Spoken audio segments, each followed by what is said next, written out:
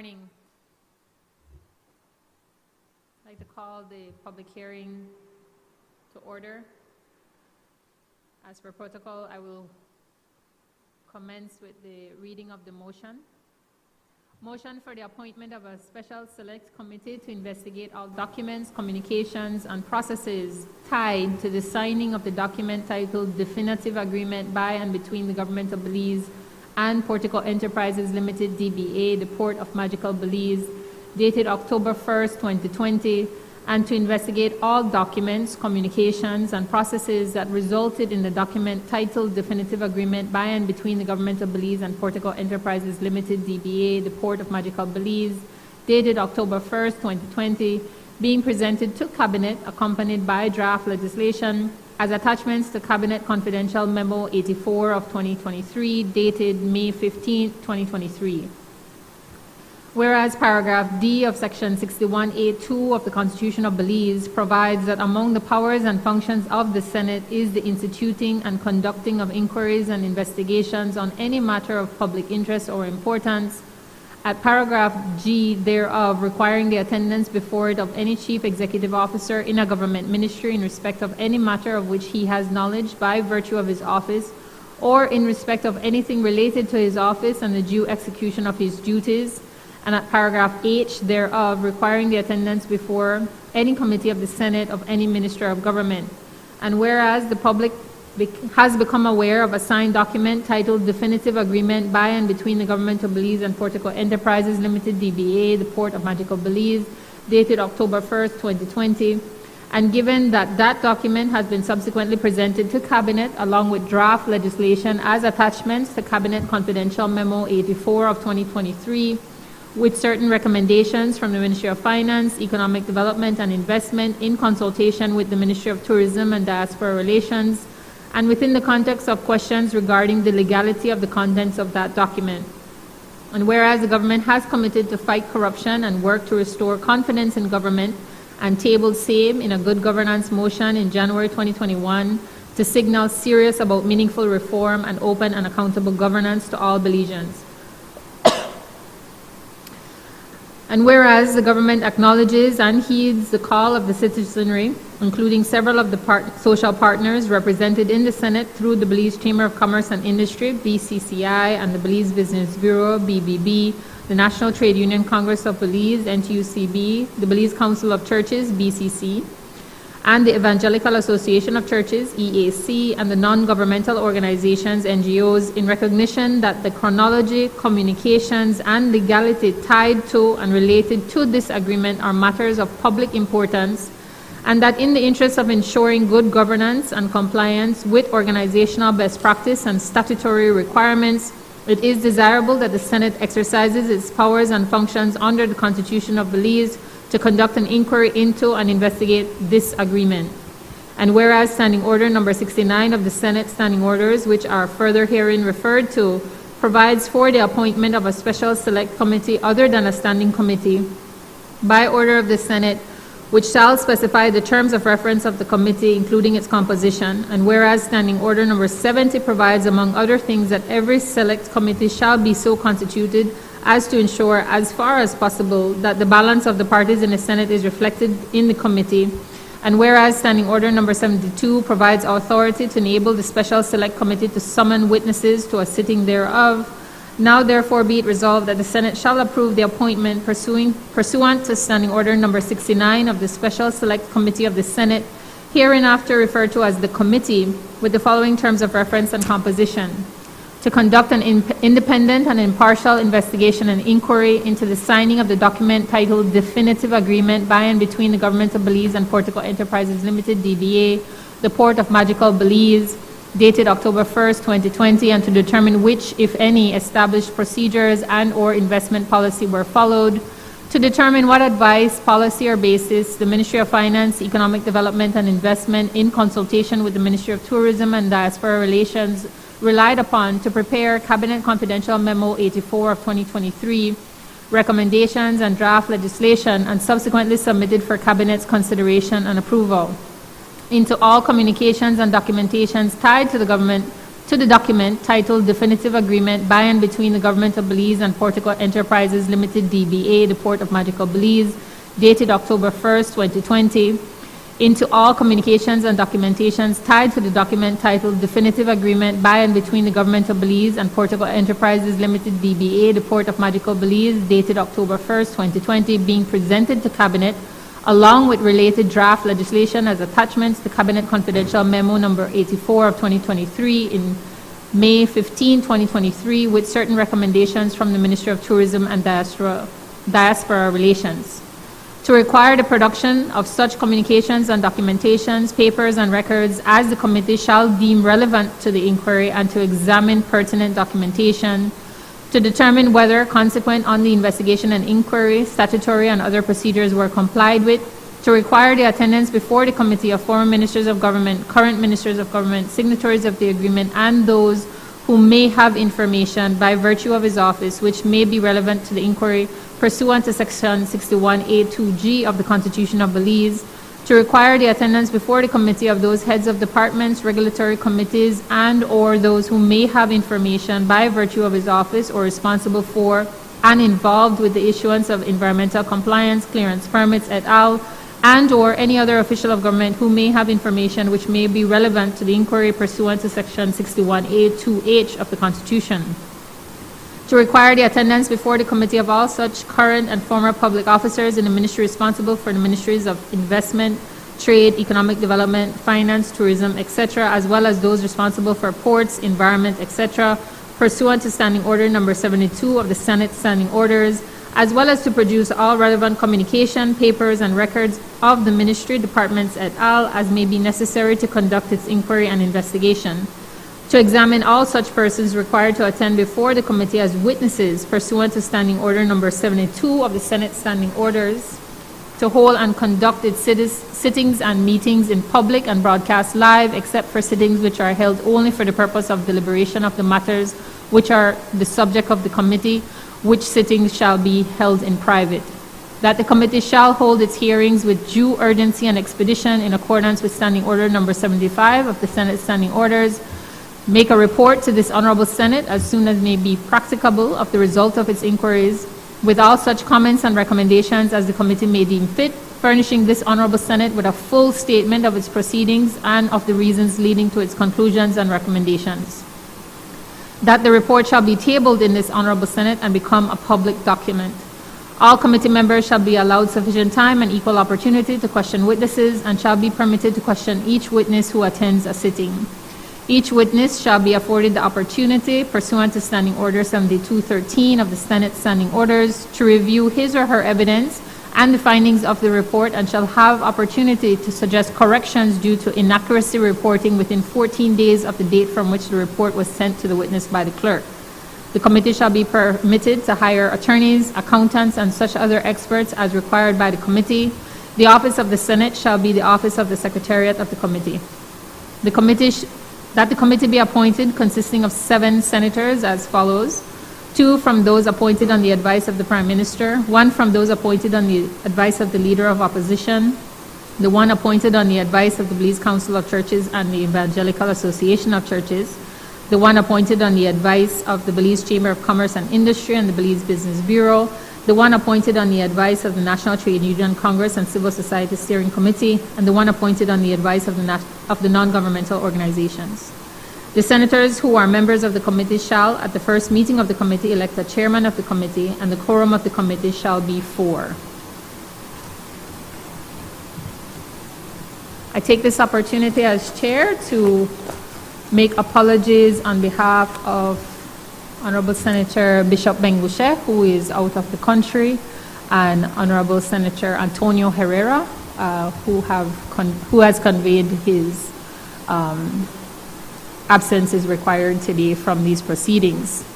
I would also take note, Clerk, that upon entering the building this morning, there was a strong smell of smoke.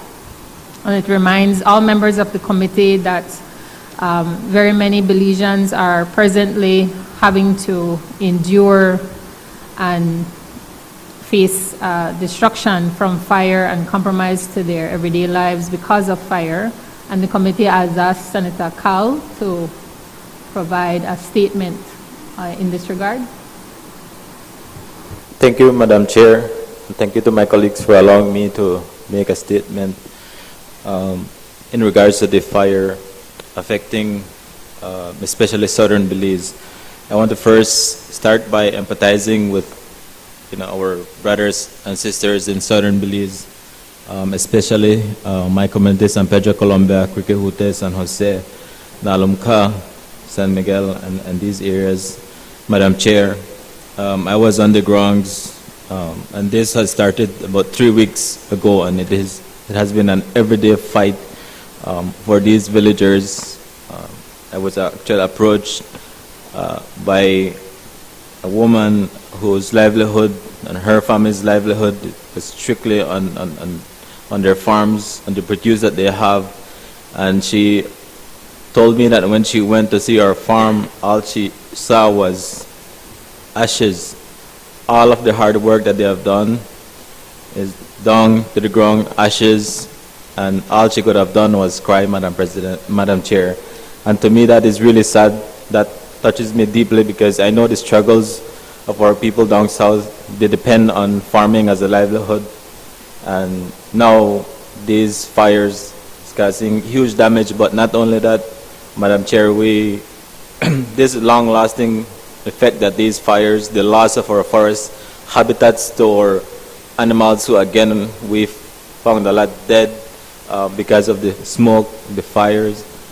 So I can only imagine the long-lasting effects that will have on our people in southern Belize and across the country, because as you are aware, we have a lot of reserve. The Columbia River Forest Reserve is one of the main sources of our fresh watersheds, and we're losing that. I was in some of the villages all the way down south in Dolores.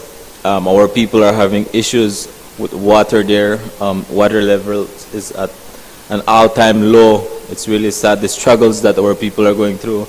And so I would play and make a call to any organizations, entities out there who can support our farmers in any way possible, that they would come forward and help our people down south. And I also want to call on our government. I'm sure that our Prime Minister, the Ministry of Finance, the CEOs, I'm sure that they will look into this matter, Madam Chair, and we're hoping that we can bring a supplementary appropriation bill to help these farmers, because they really, really need this help. I want to thank you again, Chair, for giving me this opportunity, and our prayers are with the people of southern Belize. Thank you very much. Thank you, Senator Cow, for highlighting those realities. Clerk, can I ask you to please bring in the witness?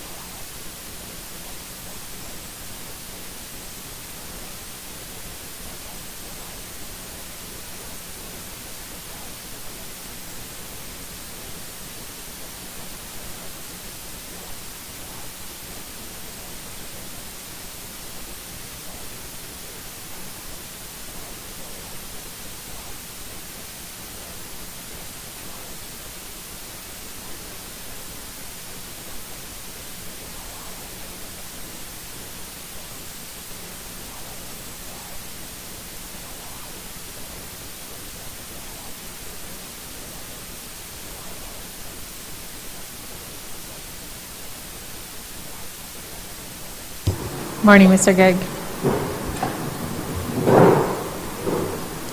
Sorry, you may want to stay standing. The clerk will administer the oath once more.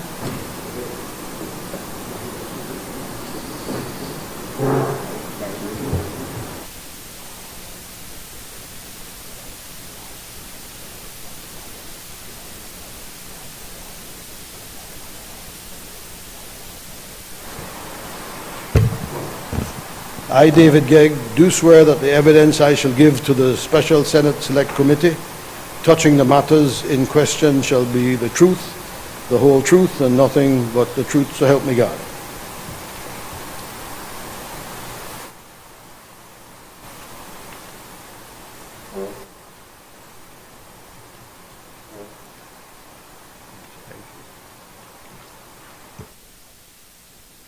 Morning, Mr. Gegg. Thank you for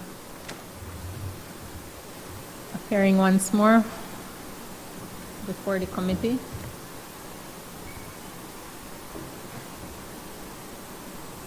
Just let me know when you're ready. Ready? You ready? All right. Thank you for coming back before the committee. We'll resume our questioning. Go ahead, Senator Herrera. Good morning, Mr. Gegg. I would like to maybe take up where you left off on last week, if I may. I have a number of questions, that I would maybe want some more clarity on, and I'm sure you'll be able to assist in that regard.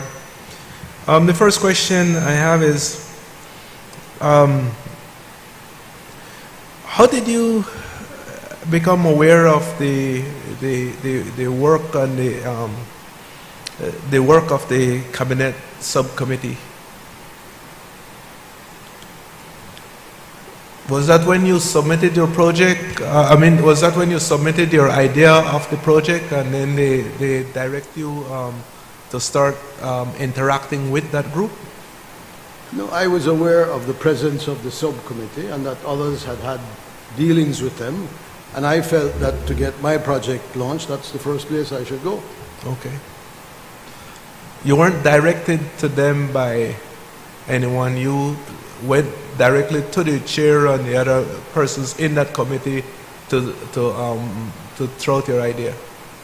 Yes, Senator, I know my way around. I knew what I should do or where I should go. Good. Did that committee ever explain the process the project would need to undertake to get the green light? Yes, they did. Could you maybe tell us what that process would have been? Well, there were various steps, but the main ones that I can think of were land, environmental issues, and our capacity to get the project financed. That seemed to be the primary issue that Minister Panton focused on throughout our deliberations with her. Was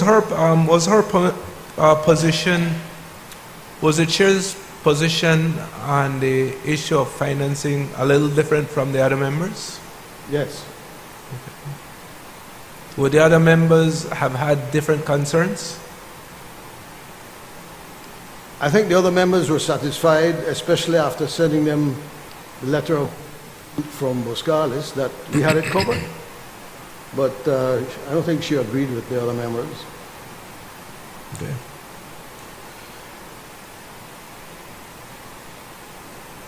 Were any letters sent to you in that regard, stating that there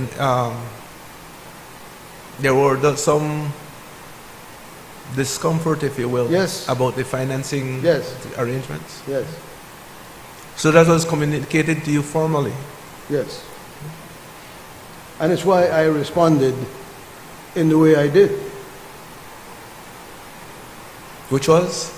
To get a letter from our partners at Boscalis to demonstrate to her, and then to demonstrate a few months later to Prime Minister Barrow, that they were fully committed to the financing of this project, including providing the entire equity component of the funds that were required. For a project of this magnitude, would it be normal for a letter to suffice for that type of commitment? And that is why Boscalis also brought letters from their bankers providing references as to their financial capacities at the time. Right. Which would have been the letter that they sent to the Prime Minister? Correct. It's copied to Minister Panton and Contreras. Right.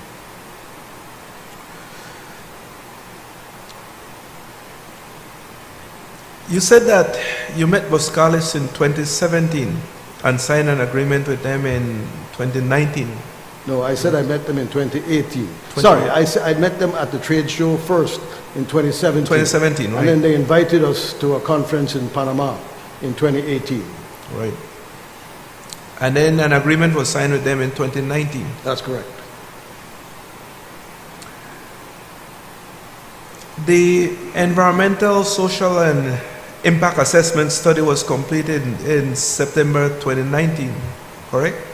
Not quite. It should have been, but there were delays, and there were many consultants who were weighed in on that document.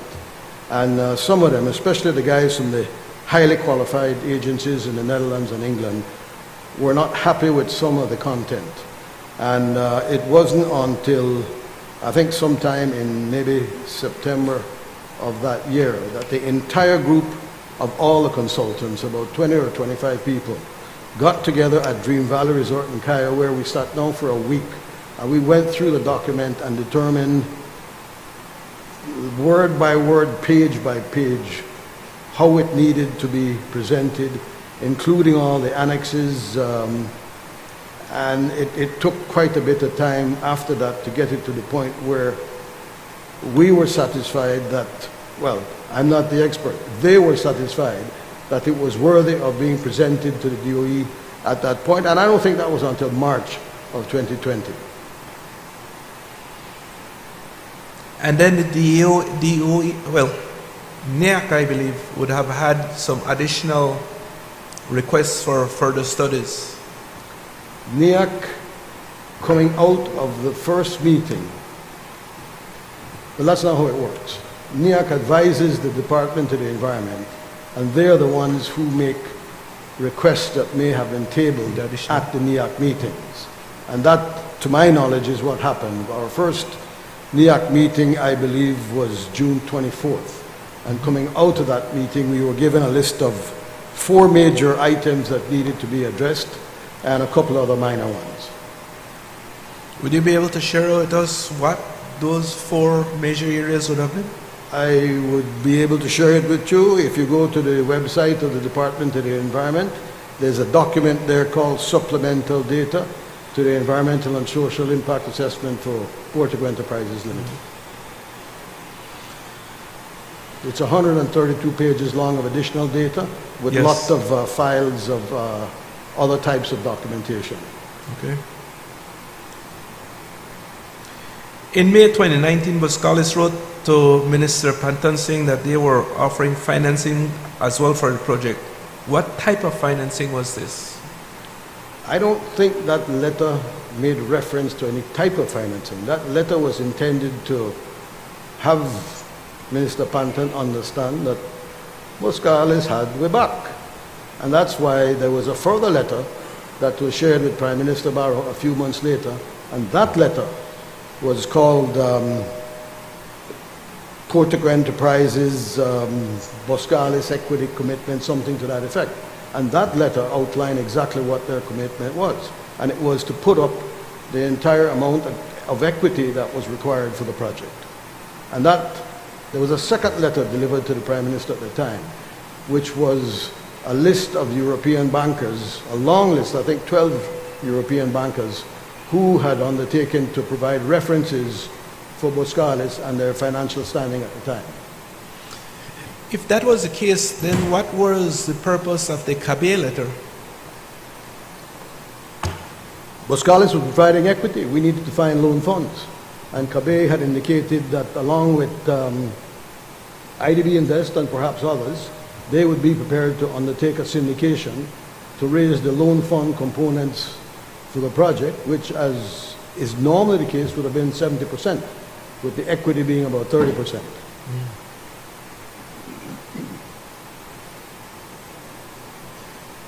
Boskalis was coming in as an equity partner, that's what you're saying? Boskalis came in as a partner, participating in the environmental studies, the geotechnical studies, bearing a lot of the costs that I referred to when I mentioned that it was close to 15 million euros.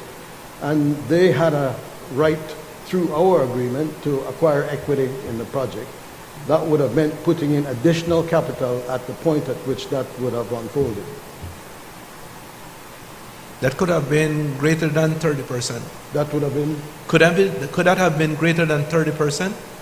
it could have been greater than 30%, but the cost to equity is a lot greater than loan funds, and if you have the equity commitment and your lender is happy with only 30% equity, then the project is better off if it can pay returns on the 30% and pay loan rates of at that time it was 4, 5, 6% instead of 12 and 18%, which is what the return on the equity was expected to be.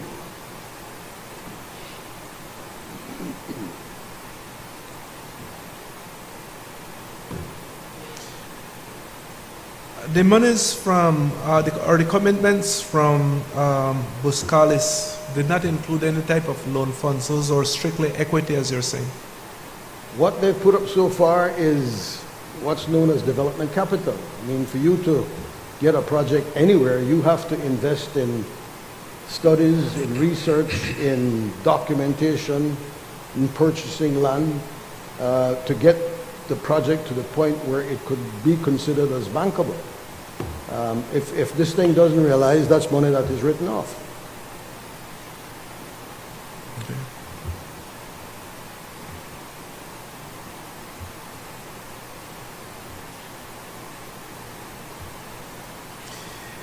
In the letter that I believe was presented to the then Prime Minister, there was a term, I think there was mention of the setting up of a steering committee with yourself and Mr. Clip to achieve financial closure. What was meant by financial closure?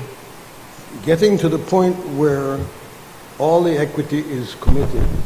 We have approval from the government, including environmental approval, and we have commitments from the bank, so that we know that once we start digging dirt, we're not going to have to worry about where the next tranche of $30 million is coming from because Central Bank not approving it. All the money for a project like this has to be committed and in place and ready to go before we would attempt to dig dirt.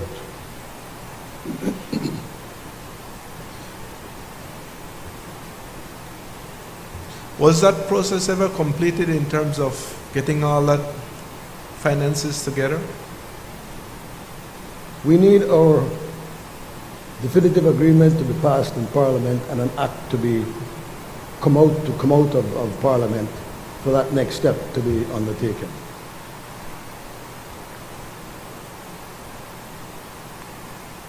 Or, in the absence of that, negotiation with the government to get some type of act that is acceptable in the alternative. That's why that was the definitive agreement was worded in the way it is in terms of Parliament was obliged to pass certain legislation in. The definitive calls on the government to pass an act within 12 months, and that I take to mean 12 months of when we had received environmental clearance, which would have been April 9th of 2021. So quite frankly, the government was quite delinquent in its efforts to eventually pass the act.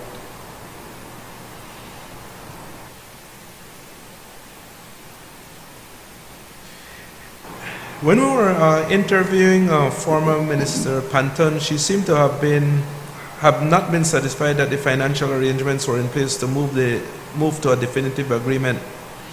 Would you know why, even after this letter from Buscalis to her, that she wasn't satisfied? Yeah, I know. Okay. She would never have supported our project, Senator, you know that. She was firmly committed to the other one.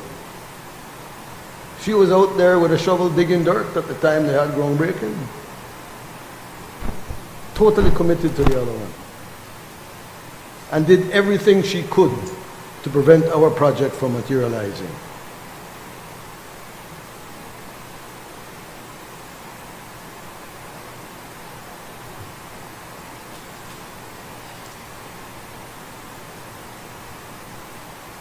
So you don't believe that there was anything you could have done that would have satisfied? I couldn't compete with Mr. Feinstein.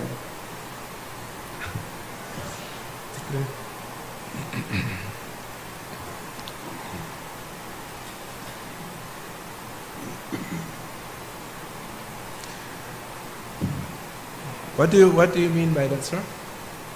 By competing with Mr. Yes. Feinstein. His resources for support, were far greater than ours. And besides that, we have commitments through our relationship with Boscalis that we could not provide any money to any ministers for anything whatsoever. That's written into our agreement with them.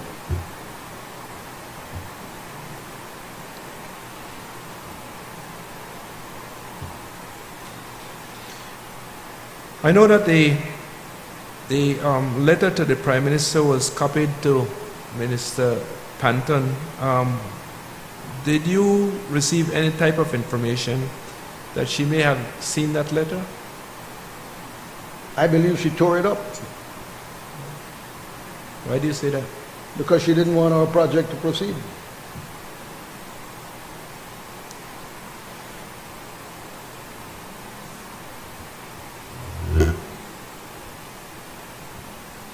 You said that a loan component that you were seeking from CABE was 70% of the project total? The loan component that we would be seeking from anyone, CABE was just one of many bankers with whom we were having discussions. But that amount would have been 70% of the total project cost.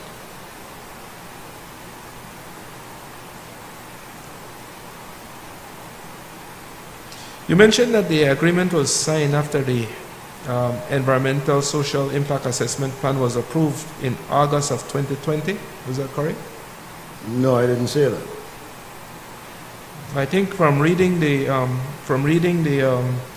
transcript, I of the said that there presentation- was a NEAC meeting of August 28, 2020. And Right. initially, I was told that it had been approved.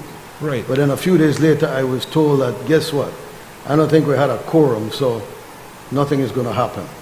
So what was your position on that? I mean, did you felt that it was approved or not approved I was told that it had been approved. by members in that NEAC? If you recall, Meeting. I said that we were obliged to be there with engineers from Boscalis, Right. waiting online. And in order, it was a Friday, it was like 7, 8 o'clock at night for them. And so as not to have them wait unnecessarily, I was told that you won't be needed to come into the meeting and that the project is approved. And at that point, I called my colleagues at Boscalis in Holland and told them, guys, good news, go home, enjoy your weekend. And then a few days after you found out otherwise. Well, a few days after, it was suggested that there may not have been a quorum. But I also found out that that same meeting of August 28th approved the ESIA for the Sartaneja Road, and an ECP was quickly signed and processed for that project. So same NEAC meeting of August 28th, me no got no quorum, theirs is approved. And I think we all know the reasons for that.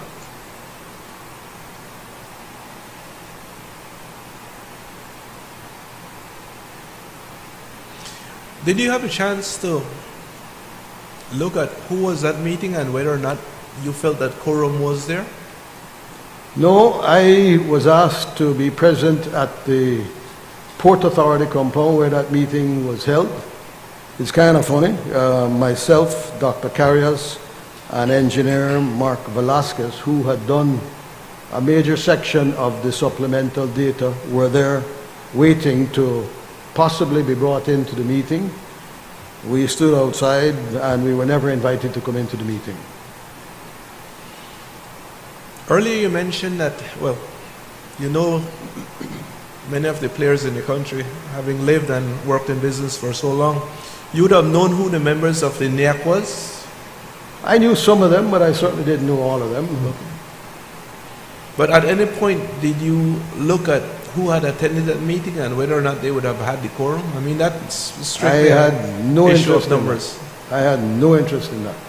I was looking at the documentation that we had prepared, who had prepared it, its credibility. We felt it to be a good document, and we felt that on the strength of what we submitted, we should have been able to get clearance.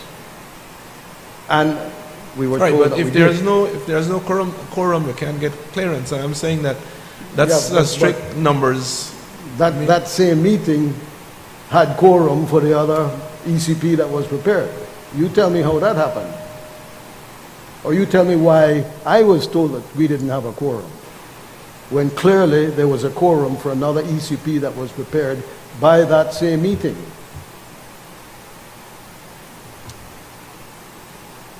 Do you know what is required for a quorum for NIAC? No? I know there are like 16 people, but I don't know what's a The quorum. total is 16 persons. Well, I think it may be different today, but Then, it's a high number. okay.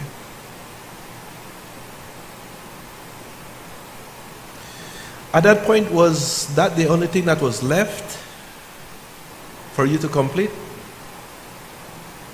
Getting approval. Talking about going to a definitive agreement, was that the only outstanding item that was probably in the way? That we certainly felt was necessary for us to get the definitive agreement. Right. And when, I was told that after the meeting on August 28th we had it, I felt really good about it. But then, of course, a few days later, we're being told, no quorum, so we don't think you have it. And it was after that, in sheer frustration and disgust, that I went to meet with Minister Contreras to share with him what had happened. And he said clearly that we don't have environmental clearance, so he didn't think that he could accommodate the signing of the definitive agreement. I pointed out that the Harvest Key agreement had been signed without them first getting environmental clearance. The long and short of that is that Minister Contreras got back to us and said, if we are prepared to implement certain conditions precedent, including that in the absence of environmental clearance, the document is not enforceable, then he would sign it. And that is what he signed. The document that he signed really was of no value to us, because without environmental clearance, we had nothing to stand on. Because that was a prerequisite. Yes. The MOU speaks extensively about the need for environmental clearance. You asked your attorney to draft the definitive agreement before the that was the reason why you had asked the attorney to draft the definitive agreement before you got that Correct. impact assessment.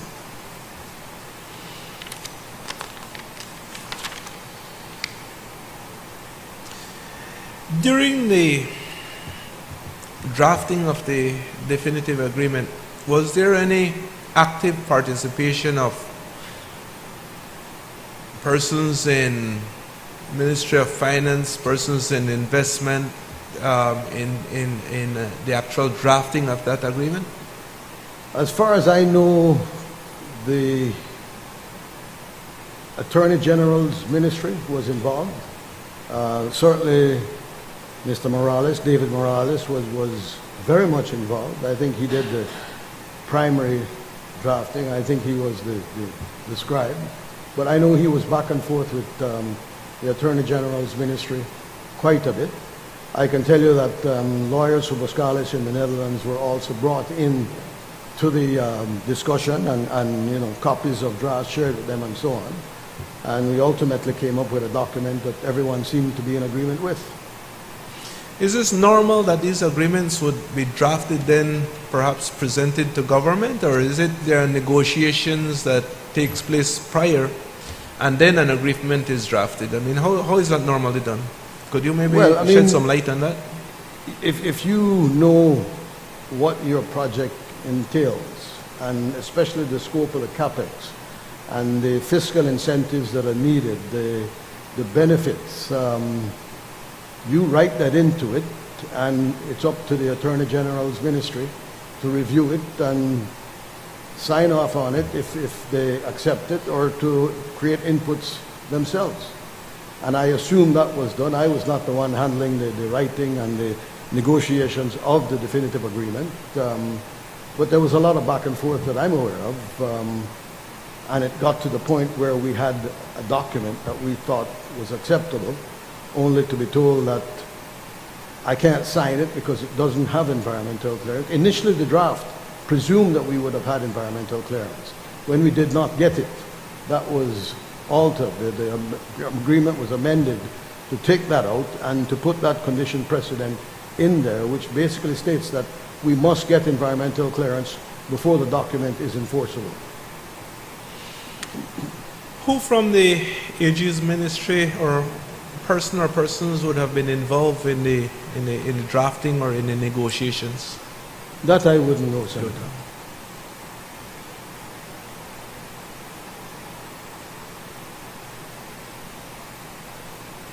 So you're saying that there were persons directly from the Attorney General's ministry who were involved in the drafting of that agreement, along with Mr. Morales and Boscalis? I am saying that individuals? I assume that that is the case. Okay.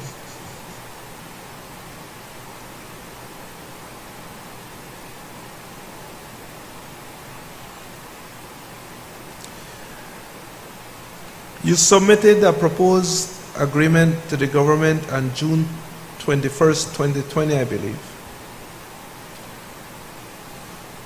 Submitted the what? The draft agreement. I believe you submitted The that. draft definitive agreement? Yes. To the, I believe the chair, you said you had emailed or sent it to the chair that and the email other members of of any the draft cabinet document- subcommittee? That email of any draft document like that would have been submitted by Mr. Morales. Oh, by Mr. Morales. Okay. Did you receive a response after that was submitted, or did Mr. Morales receive a response? Would you I be think aware? you'd have to ask him that. I believe he did actually, but I can't be certain of that.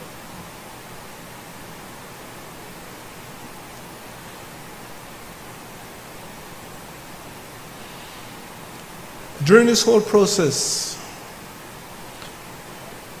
were you in direct communications? I know you mentioned that you were you had some communication with the chair of the committee. Were you also in communication with Mr. Contreras during this whole time?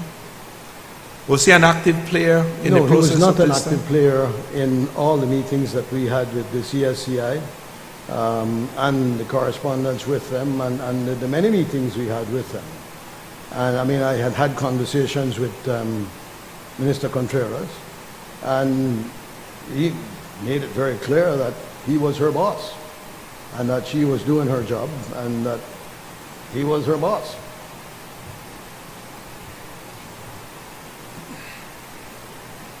Minister of State, I believe her title was. Sorry, sir? Minister of State, I believe her title was. I'm still not hearing what you said. Minister of State, I believe her title was. Yes, yes. Yeah.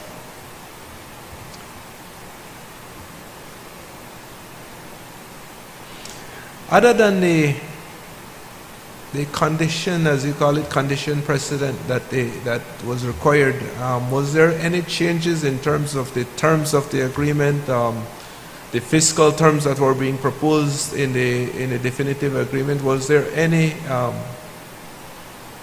pushback on any of those?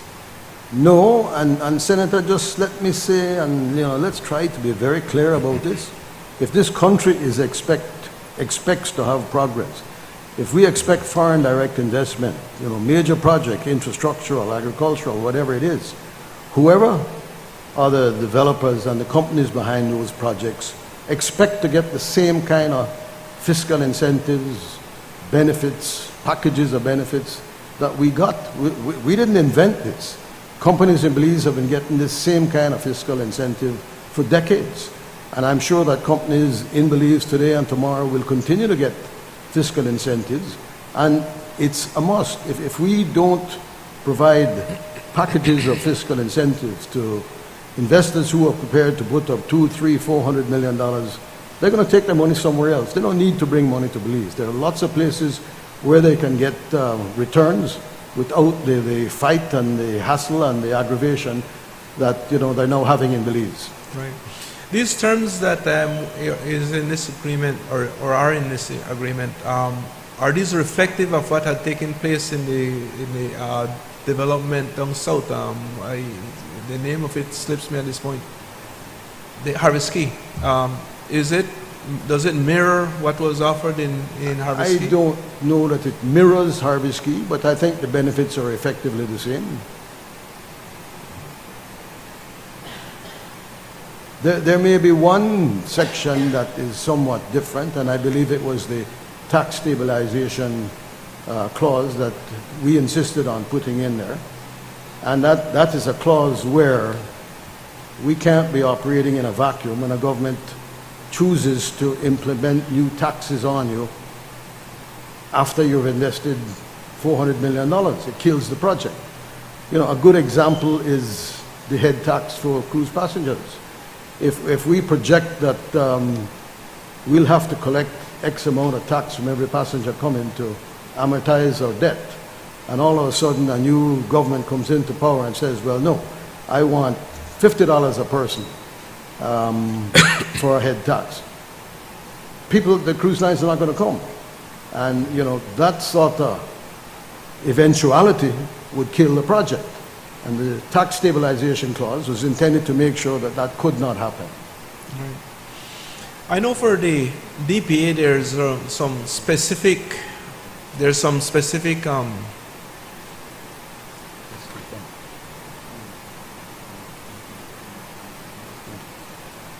Mr. Bennett is reminding me that the tax exemptions for State Bank are for 25 years, and they're very, very similar to those within our definitive agreement.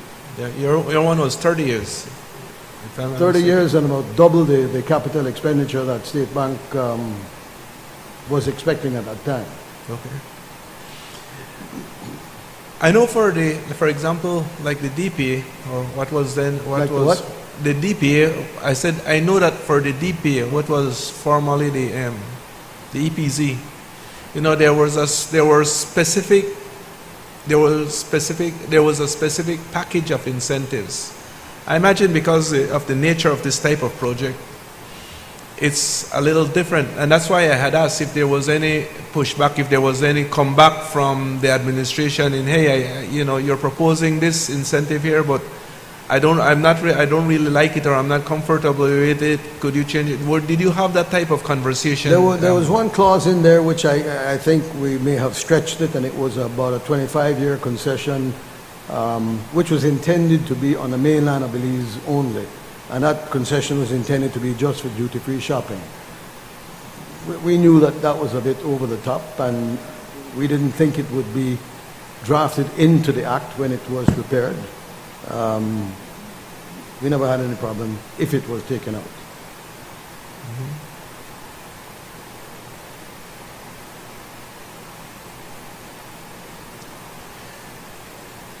Did Mr. Contreras have any inputs during the whole drafting of the agreement?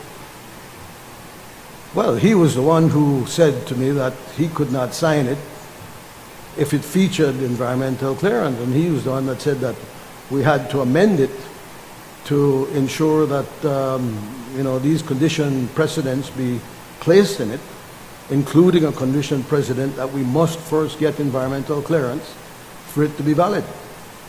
That came from him.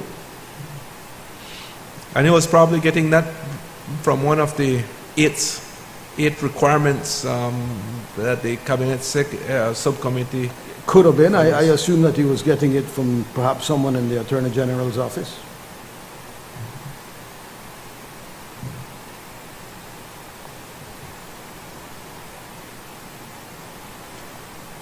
Could you maybe take us, I know that you had covered it briefly, but maybe, could you maybe take us to the day when the agreement was signed? I mean, you mentioned that, you know, once you had cleared what you call the condition precedent, Mr. Contreras agreed to sign, since the chair of the committee well, he is a substantive minister, as you mentioned. Once that was clear, he said, just bring it and I'll sign it. Was there any other ministers, any other persons there that day? I mean, I was told that it could be signed on such and such a date. I came to Belmopan and it was signed. was there any press release, any type of public statements that day that Senator, I don't think there is a press release for any definitive agreement that has been signed by any minister of any government of this country. It is never something that is publicized. This definitive agreement became scandalous because certain people wanted to get it out there and make it scandalous. There are lots of other definitive agreements around the country that we hear nothing about and seek no information on because it's none of our business.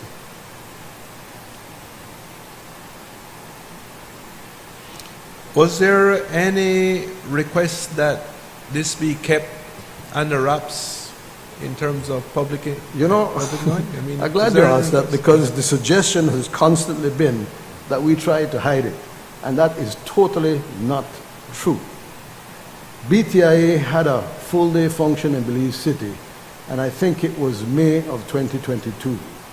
I was invited to make a presentation, as was Dr. Dion Chamberlain on behalf of Port of Belize, as was Mr. Feinstein on behalf of State Bank. Dr. Chamberlain and I showed up, Mr. Feinstein did not. On that day in my presentation, and I can show you that because I know it's available somewhere, BTIA has it, I said publicly that we had a definitive agreement that had been signed on such and such a day and that we had environmental clearance which had been signed, I think, maybe a year before that. I did not attempt to hide the fact that we had a definitive agreement. Other mischief makers were the ones who alluded to the fact or alluded to the suggestion that it was being hidden. We don't go out there and hang up a document like that in public. I mean, from the business sector, you must know of other businesses that are in a similar situation. When, and I know that all this was happening almost around the time of elections, and so then there was a change of government, and like what you mentioned at the last hearing, you were expecting this change. I think you were anticipating it given that, you know, what you were hearing on the ground, or what you were experiencing on the ground. When the new administration came in, was it you who made them aware that this agreement existed, or they came to you and said that it Yes, I did. Oh, you. Yeah, I wrote to the Prime Minister and all the other senior ministers and let them know that we had this agreement, that it had been signed with the conditions precedent.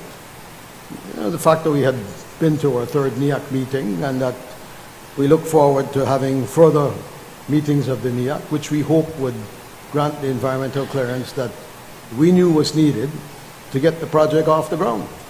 Right. How, I think that election was November of 2020, if I'm not mistaken. I believe November 11th. Yes. Yeah. November is sometimes impresses me a little. Not all the time. But yes, so it was in November of 2020. When do you believe you would have briefed them that this agreement existed? Probably a week later. A week later. So it was very early in their tenure. I don't remember the exact date, but as soon as it was obvious that they had, taken the reins of Belmopan, I sent them an email with copies of documents, I believe, and congratulated them, of course, and let them know that this this project was in the pipeline. If you recall, I said to you when I was last here that representatives from Boscalis came back to Belize in January. And once again, we took freshly dated equity commitment letters and delivered them to Prime Minister Briceño in his Belmopan office. Would have been similar to what you had done with the former Prime Minister. Pardon? I said it would have been similar to the letters you had presented to the former Prime Minister. Almost letter for letter, word for word. Just freshly dated and addressed to different people. How was it received by the new administration? I mean, did they look at the project scornfully? I mean, thinking that, well, it was done by a previous administration, we don't want to have anything to do with it, we want to redo it over. How was it received? I think it was received quite well, but there was that element. Okay. And I think that element still exists.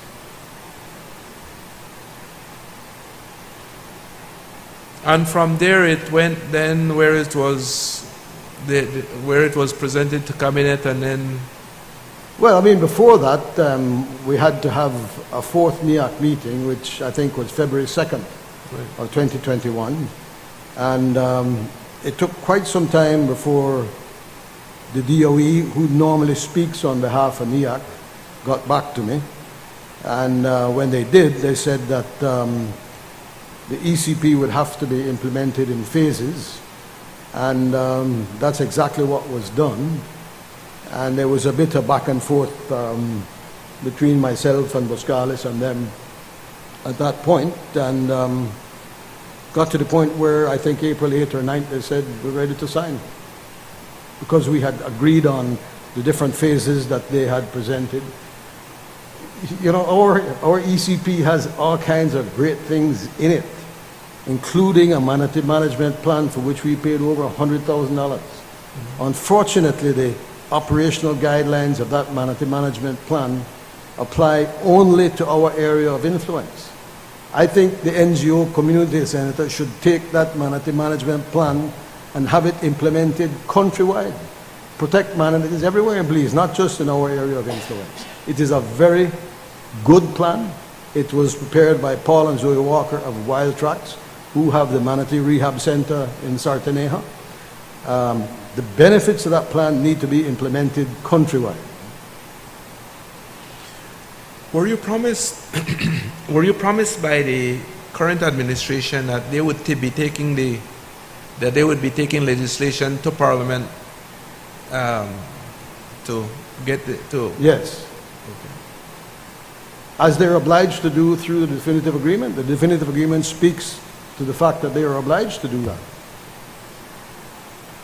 So you were a little taken aback, I imagine, when the cabinet meeting turned out the way it did.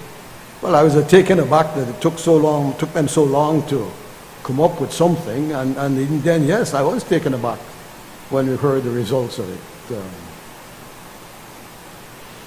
That's all I have, sir. Thanks. A lot of mischief makers all over the place. Thank you, Senator Herrera. Senator Denison? Morning, Mr. Gag. Morning. You have water and everything? Well, I could use a refill. I'm having to talk a lot more than Mr. I normally Frank? do. Could you please get Mr. Gag some water? I can go get it, Joe. We'll assist you. Thank you, sir. Mr. Gag, I want to confess something to you. I no understand nothing about this thing. So I need you to give it to me in a small change. Alright? I stay in my lane and I no understand about fiscal incentives and EIA and that kind of thing. Alright? So I'll try to ask you the questions that will help to paint for me and for the Belizean public what really is going on with the Portico agreement, right? The Portico project. So I want to start by asking you to help us to understand why a project like yours would need a definitive agreement. Because today it represents capital expenditure of approximately $400 million. And no one is going to put up that kind of money if they don't feel that they can safely get returns on it, adequate returns on it. And that some new rogue government might come in and attempt to change the benefits under that definitive agreement, under an act that stems from that definitive agreement. The act that comes out of it is actually more important than the definitive agreement itself. But you have to give investors confidence that if they're going to invest their money in Belize, they will be able to get the returns that they expect. It's a type of agreement that I think Senator Herrera can share with us, is commonplace in businesses, especially those that launch major projects, infrastructural projects especially. So, is it fair to say then that the definitive agreement really is there to sort of outline the government's commitments? I think that's a major part of what it's there to do. And you're suggesting to us that that is done by way of legislation later on? Yes, that is correct. I mean, if you look at the State Bank situation, they had a definitive agreement which was later passed as an act in Parliament. And their act, among other things, says that there is no exclusivity. And I guess that's because certain people there were trying to squeeze in exclusivity, despite the fact that they're the ones that had gone to the Supreme Court of Belize and had exclusivity quashed. I believe that was October 20th of 2015. So they wanted to get rid of exclusivity, which FSTV had at the time, but then they wanted to have their cake and eat it as well and see elements of exclusivity brought back in for them. We presume. I think that's clear. Okay. Fair I've enough. seen affidavits to that effect. Fair enough. What would you say are some of the key, I see you told us about two factors that you would have liked to see in the act to protect the interest that you told us about? Well, tax stabilization in a different form. You have to give me that one in a small change, please, because I write that down for us, what that All right, means. so we get a package of fiscal incentives, and they say you're exempt from this tax and this tax and Sorry, this tax and all the tax. start at the top. What fiscal incentive, like what that mean in a small change?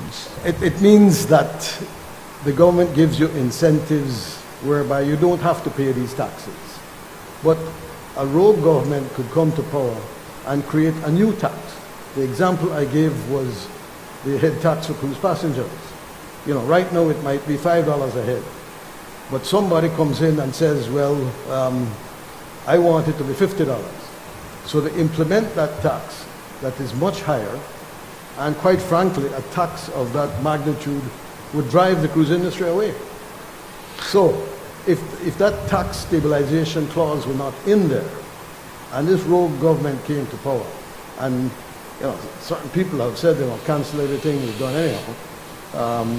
So if that rogue government came to power and adjusted the tax situation to the point where we could no longer service our obligations, our financial obligations, the investors looking at that would make no attempt to invest in a scenario where, quite frankly, you could be screwed to that extent. Understood. Would it then be prudent to parallelly draft the law while you're drafting the definitive agreement? Well, we can't draft the law. That's up to the government and whoever their drafters are, Attorney General's office and so on. The law would have to be based, for the most part, on the content of the definitive agreement. And, you know, it can't be inclusive of everything in the definitive agreement. There have to be some agreements between certain parties within, you know, branches of government and the company. But the law is intended to ensure that we can get the benefits that are needed to convince investors that they can risk putting money in Belize. Okay, so you lost me a little bit. Earlier you were telling us that Mr. Feinstein's definitive agreement became the law. Yes. But his definitive agreement was, say, 25 pages. I think the law is... And it included 3 or a 4 law? pages. No.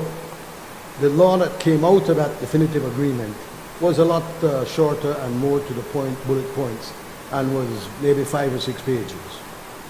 Okay, so you already have an idea of the things you want, the exemptions you want these are tax exemptions, yes, to go through the parliament and you attach those to your definitive agreement.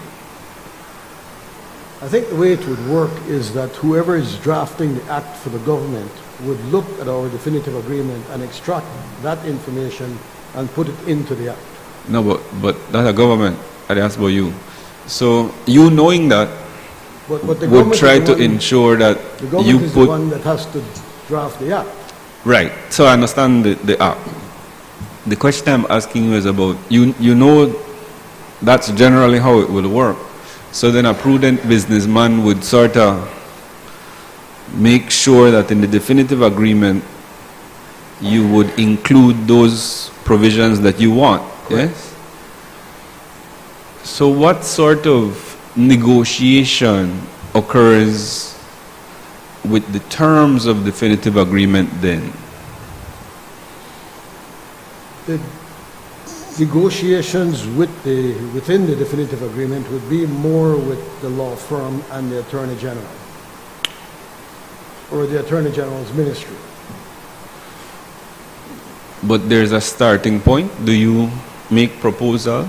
Yes, we prepared a definitive agreement, as was done by Morales Perafit Law Firm, and that is submitted to the Ministry of the Attorney General, and then the back and forth starts. Right. We end up with a document that we felt was acceptable to everyone, and that is what was submitted to Mr. Perafit, Fantan, and Contreras. And that process would try to include an understanding of the government's ability, like what all the government can agree to within the law. And that's why you rely on lawyers who Yeah, have that expertise. I'm not very fond of them. Being one myself, right? So I Well, have to face him in the mirror every day. yeah. The next question I have then, Mr. Geg, is do you have environmental clearance? Yes, we do. Do you have, how is that recorded? How do you know that you have environmental clearance? Well, as I've said, I attended 4 meetings of the NIA. First one was June 24th, 2020, August 28th, 2020, October 15th, 2020, February 2nd, 2021. Each of those... What's the last date? Pardon? What's the last date? I think it was February 2nd of 2021. Right. Each of those, were steps in the right direction, even though the one of August 28th said approved. After the meeting of October 15th, I think we had to prepare a supplemental data to our, we had to prepare an addendum to our supplemental data that we submitted towards the meeting of August 28th.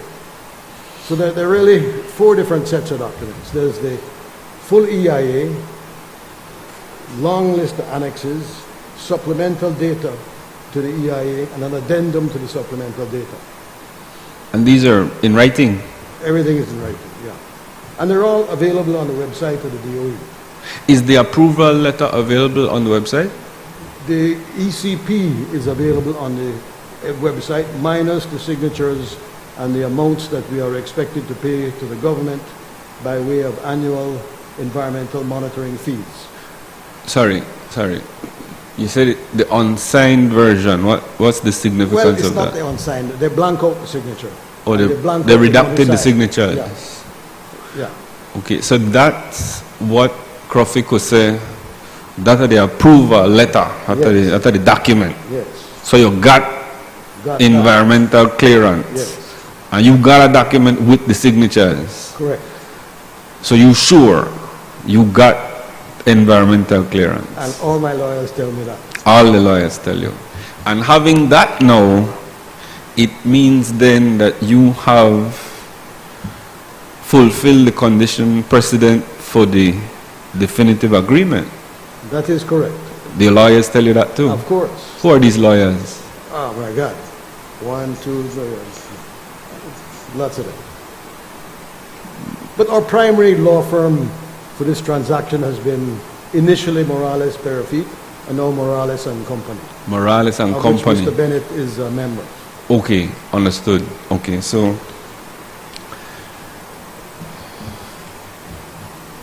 understood completely. That's what I want. So now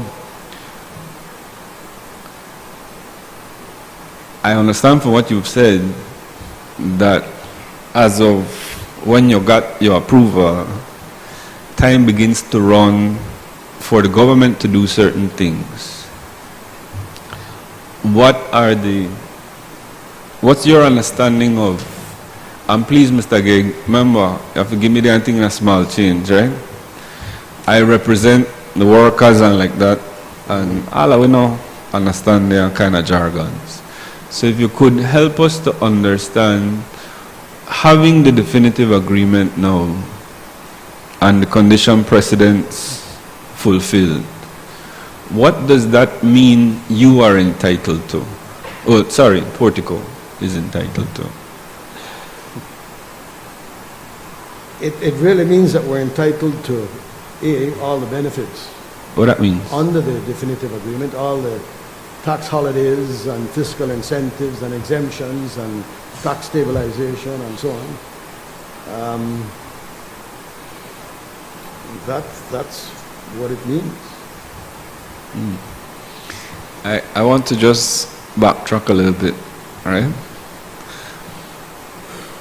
You told us the last time that you had the approval for the environmental compliance plan before the election verbally. That's verbal? I was told that we had approval of our ECP. But they didn't sign that one? I never saw a document. Okay. And that leading up to the elections, people text you certain things. You remember No, that? it wasn't a text. Sorry? It wasn't a text. Oh, it's a call. Okay.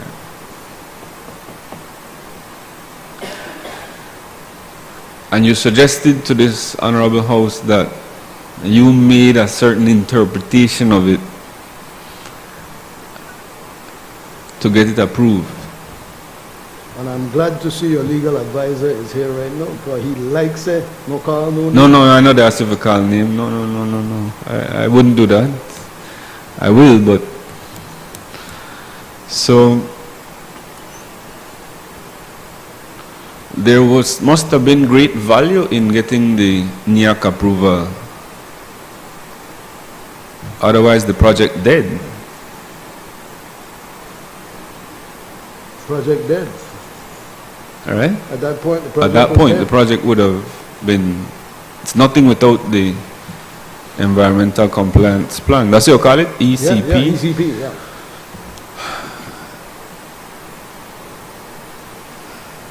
So you must have been very confident that, just wait out this crowd till November. You got it. You had a crystal The ball. handwriting was on the wall, let's put it that The way. handwriting was on the wall.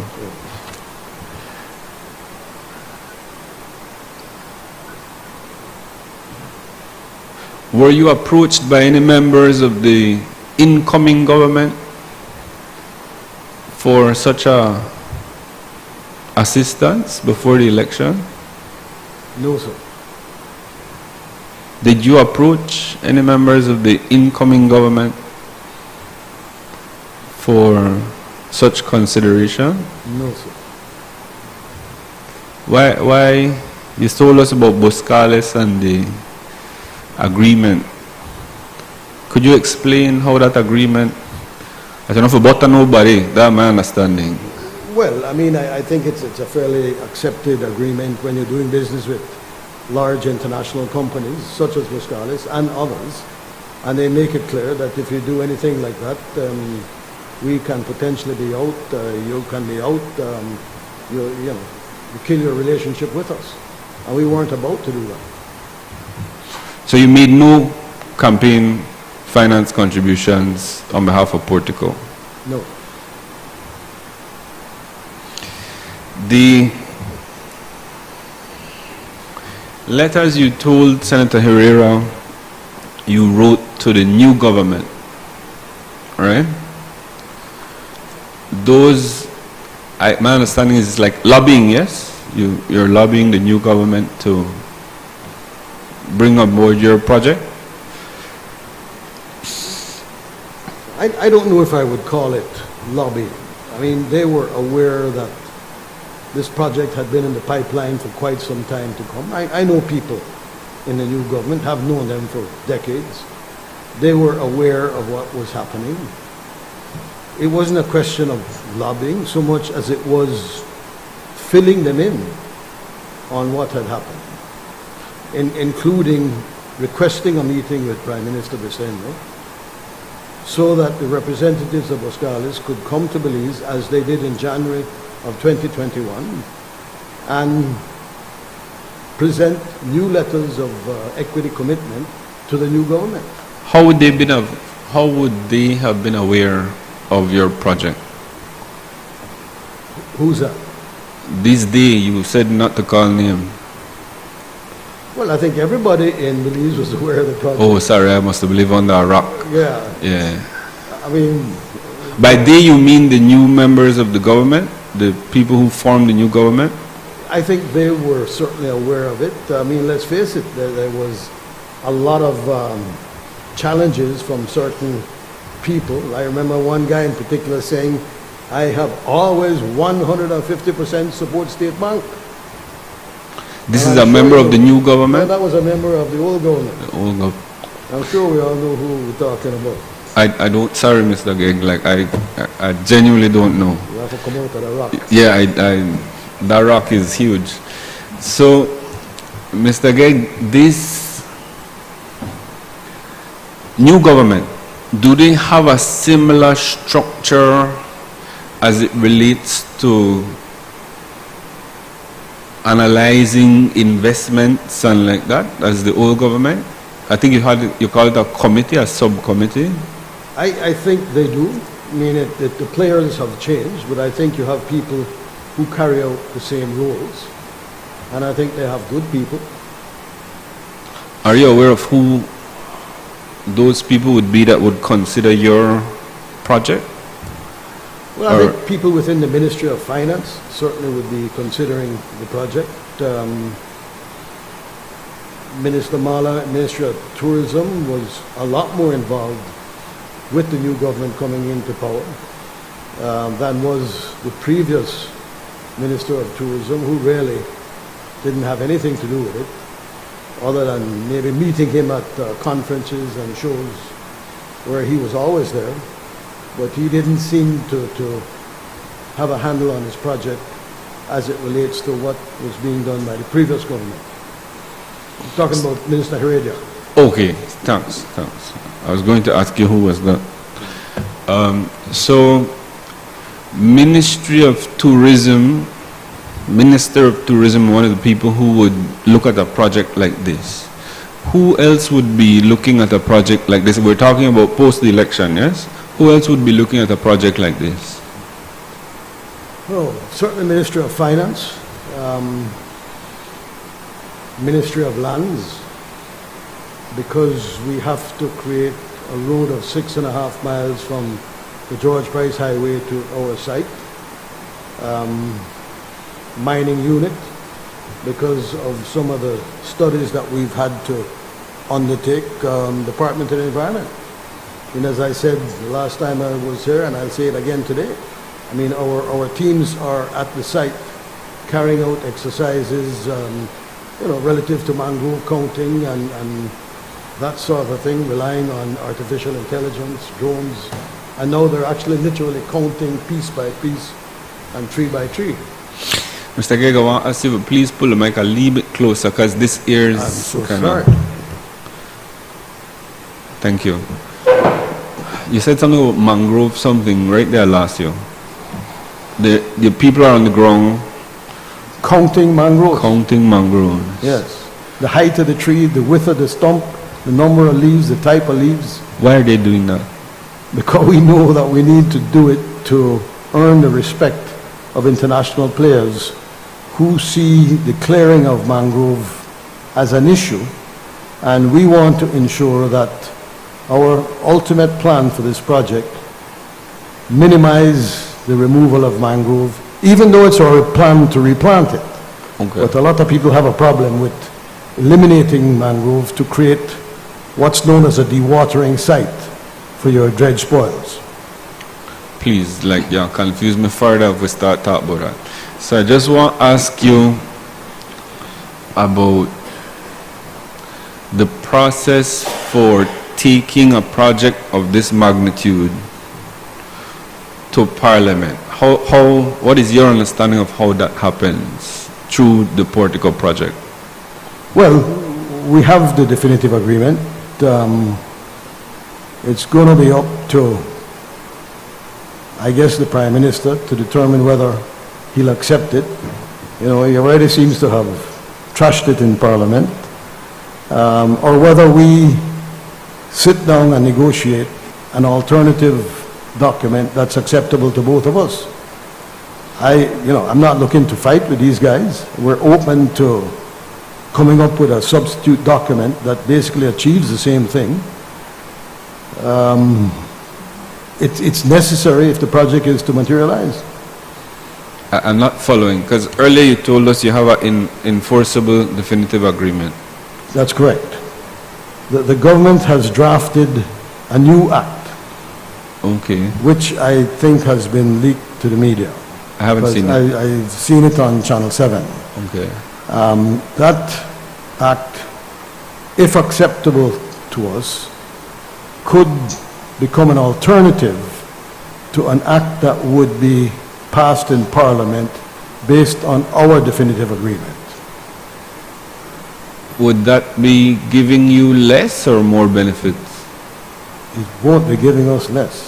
Sorry? It won't be giving us less. It would be giving It's intended to at least give us the same the same Benefits. benefits as what is encompassed in the definitive agreement. your definitive agreement? Correct. The big issue was the tax stabilization clause. And I think that's being rewritten in a way that it doesn't say that, we have to pay the taxes to the government and then the government has to give them back at the end of the year, which is how it was in the original definitive agreement. Basically, it says that if any new taxes are implemented, 5, 10 years from now, that we would be exempt from those as well. For the period of your definitive agreement? Well, it depends on what the period of the act would be, because that could change. So, how did that come about? This new... You sent a letter, they asked, like, what Well, going on? a few people decided to describe our definitive agreement as scandalous. Well, it was spelt wrong. Well, I that's found my that fault. I That's found my that fault. scandalous. That was only tell you on the the truth. cover. Yeah, like I was I like, take "Eh." responsibility for that. Okay. Spell check. Okay. But other than the scandalous spelling at the front, what is seen to be scandalous about it? I think it was political grandstanding. No, like in your opinion, That's my opinion. you think it's I a think it fine was agreement? political grandstanding. I don't think there's anything scandalous in it. Sorry, now I have to ask you. So who thinks it's scandalous? Well, we saw several people say so. I know what, in I the don't news. own a TV, Mr. Geg. You know what? I don't own a TV. I don't own a television set. So I don't watch news. So help me understand. Who is saying your agreement is scandalous? Well, the two people who I recall saying that most vociferously was Minister Espat and Minister Mala. Minister Espat? Yes, Julius Espat. Oh, He, by the way, was the architect of record for State Bank. Okay, understood. Understood. I could see a possible reason why there. The duty-free that you were telling us about, the duty-free shopping on mainland, you want to continue with that? We will have duty-free shopping. You can't have a cruise port and not have it, but we don't expect exclusivity of that. What do you mean by that? The original definitive agreement alluded to having exclusivity within a 25-mile radius. That's not on. That's not going to happen. Just for duty-free shopping? Yes. Anything else for exclusivity? That was it, as far as I recall. Just for duty-free shopping? Yeah, I mean, certainly we have to have duty-free shopping. Any cruise port, every cruise port will have duty-free shopping. But the exclusivity clause, we never expect that that would be drawn into the act itself. But you put it in, right? Try. Try a lot. I see. I understand how this thing is working. So a little bit better. So, did you try your luck with any other sort of exemptions that you thought, well, throw it and see if it stick? Well, I think the tax stabilization clause was perhaps a bit of that. Because what seemed offensive about that was the fact that if a new tax is implemented, we would have to pay it, but the government would be obliged to reimburse us at the end of the year. That is what seemed offensive to a lot of people. The new draft basically says that if there are new taxes 5-10 years from now, that those would also be exempt for this project. Oh, I could see you would want that because the government wouldn't pay you any interest on the tax that you paid in when they give you it back. Exactly. Right? See, I understand. I leave it. But I mean, I think people saw it as, oh, we'll pay the tax and then the government has to reimburse us. I think that's what was offensive to a lot of people. To your mind, that's just like a grandfathering you to safeguard your investment for future prospects of understanding there will be no change in the tax structure that you have at the time when you are approved going forward. That's the purpose? Senator, the success of a project like this depends entirely on the cruise lines who bring their passengers to us, what they have to pay to bring those passengers to us, and how many passengers they can bring. There were two issues that arose. One was the prospect of a rogue government increasing the tax ridiculously to say $50, $100 a person.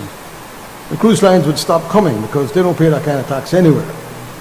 The other was the prospect of a rogue government saying, well, as of next year, you can only accommodate ships of 2,000 people instead of 6,000 people.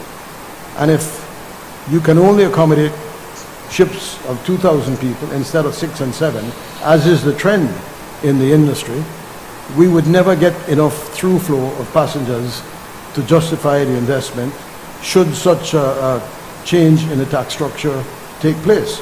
The investors would not put their money in because they know that they would not be able to service the obligations. So it's fair then to say you're just trying to make sure that the future government doesn't kill the goose that lays the golden egg. That is precisely what we were doing, and to make the project bankable today. I want to ask you this question because I think I recall you saying at the last time that there's a certain amount of passengers you need in your terminal for its viability, something like that. You tell us that? Yeah, and I mean it depends on what the ultimate cost of the port will be. That is yet to be determined because we are trying to create technical ways of reducing the impact to mangrove. It is actually taking up the capex of the project because alternate ways of disposing of a high percentage of the dredge spoils will increase the overall cost of the project. To like what? Like what's like the ceiling? When will Buscales decide that too much money? Say that again, Pete? Based on your projection, right? Right now, how much do you project this project to cost? We're looking at about 400 million US right now. 400 million. Correct.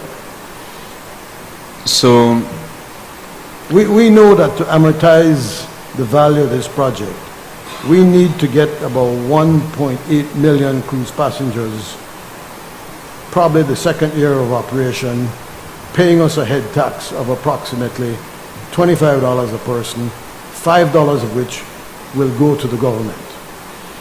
what's the current head tax?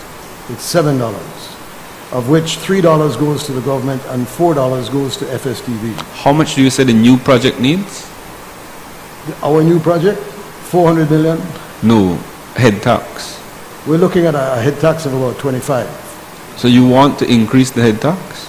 No, we don't want to increase the head tax because the higher the head tax is, the less likely you're going to get support from the cruise industry. But you have support at $25 We believe we have support at $25 a head. for the amount of cruise passengers that you need? Yes. Oh, you said you met with the cruise bigwigs in Miami. Frequently. I have a call with them every week. And then I go to Miami probably once a month. How many passengers do we have now coming to the country? Glad that one you asked. You know, I was able to access a lot of information on the cruise industry a few days ago. Last time I was here on May 8th, CLIA, Cruise Line International Association, was having their annual meeting, and they put out a lot of data on the cruise industry. And let me refer to a couple The mic is off.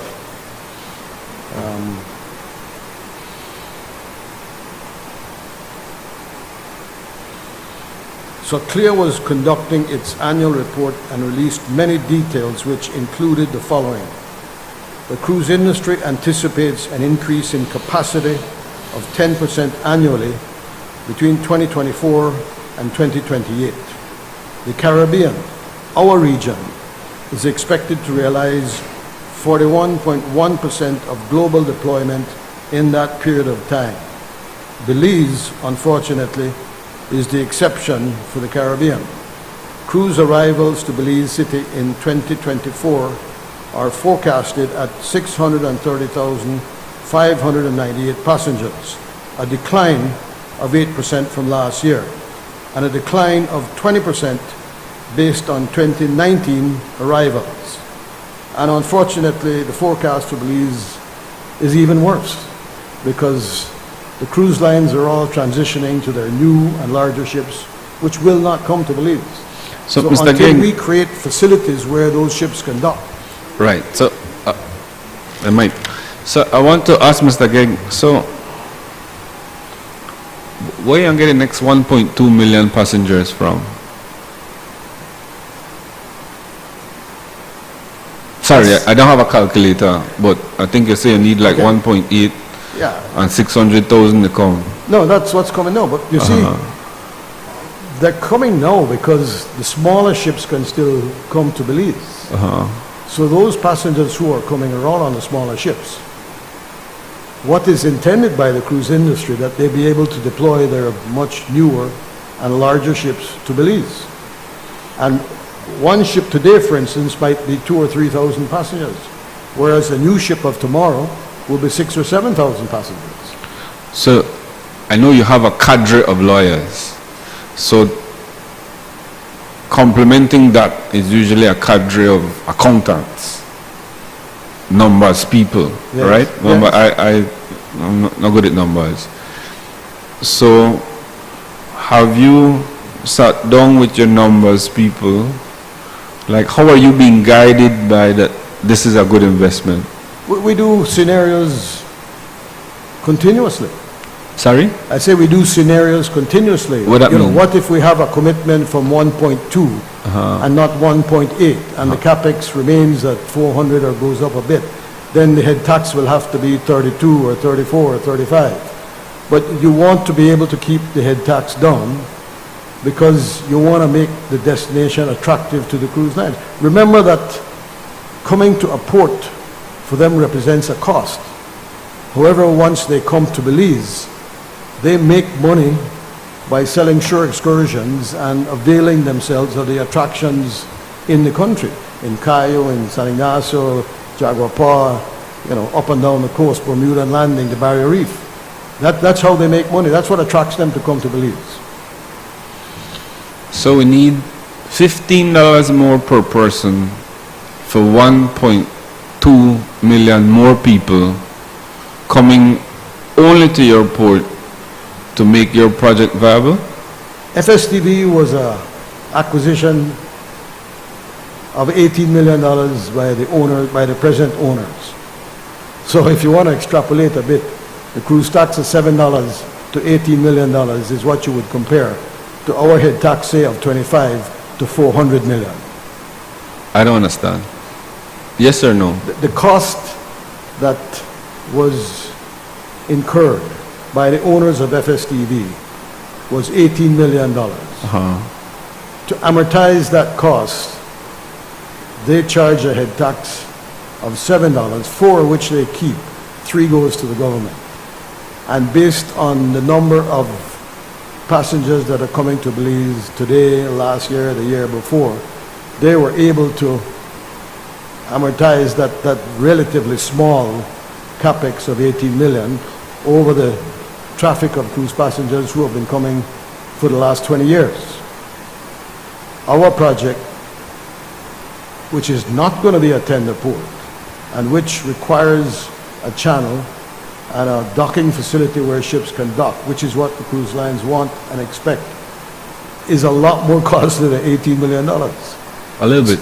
A little bit, yeah. So if you want to be able to convince investors to help you find that money, you have to convince them that you have commitments from the cruise lines who are prepared to pay you so much ahead, say 25 for argument's sake, and I'm going to commit to bring you 600,000 passengers a year, and the other cruise line is going to do the same thing, and the other cruise line is going to do the same thing. So cumulatively, we need, say, 1.8 million passengers paying $20, $25 a head to justify the capital expenditure.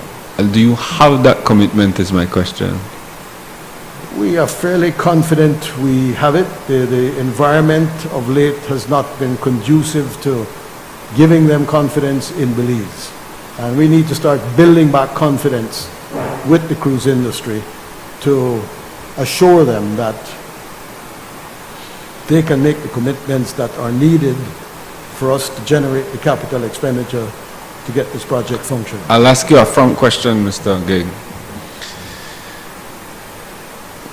How much longer can you continue without this approval before you cut your losses? Please put on the mic for me. That's a good question. Because you need to know, because you say it could be profitable in this. So I just want to know, like this is a certainty, like, I mean, as certain as your accountants can tell you, like, what's happening there? Well, the numbers are a certainty. But the big problem right now is confidence in Belize. What do you mean by that? There's just been too much noise in the room over the last 6 to 9 months. And I mean, if I were to show you some of the letters that have been sent to the cruise lines by certain people whose name I won't call, you would be shocked. So I want to suggest to you, Mr. Gig, you haven't convinced me yet because I asked you about the numbers, right? Those simple numbers. Like you have to break it down for me, right? We need, your project to be successful needs 1.8 million passengers paying $25 per head. That's what you're saying to this committee? That's correct, yes. And what's the top in the region for a comparable project? What's the what? What's the comparable amount of passengers for a comparable destination in this region? Like how much passengers for the, I don't know, one of them place wrong here to bring in? All right. Nassau. Nassau used to be a cruise/commercial port. It started going downhill rapidly years ago. The government of the Bahamas realized that I have to move my commercial port from adjacency to my cruise port. They did that. They invited RFPs from companies who were prepared to invest in the port of Nassau. Sorry, what improving it, RFPs mean? upgrading it, and a company by the name of Global Port Holdings, which is very, very interested in Belize, won the tender to upgrade the port in Nassau. I think they spent $350 million, and today Nassau is generating about 4.5 million cruise passengers a year. 4.5. 4.5 million. Okay. Cozumel in 2019 was 4.9. Okay. And these were the same ships that will come to Belize? Yes. What's your projection for your port to be able to get? Well, we can't really compare ourselves to Nassau and Cozumel. So don't tell me that then. Tell me one a comparable. But there are no comparables. Tell me one a comparable. Like, Well, we are a strong destination. I mean, we offer something that Nassau and Cozumel cannot offer, a lot more. But a lot of itineraries from all the cruise lines are 3- and 4-night itineraries out of Miami, Fort Lauderdale, Galveston. People love to jump on a cruise on a Friday, party all weekend, and get back in port on Monday. Very, very popular. can't gonna Belize with that. Belize is too far.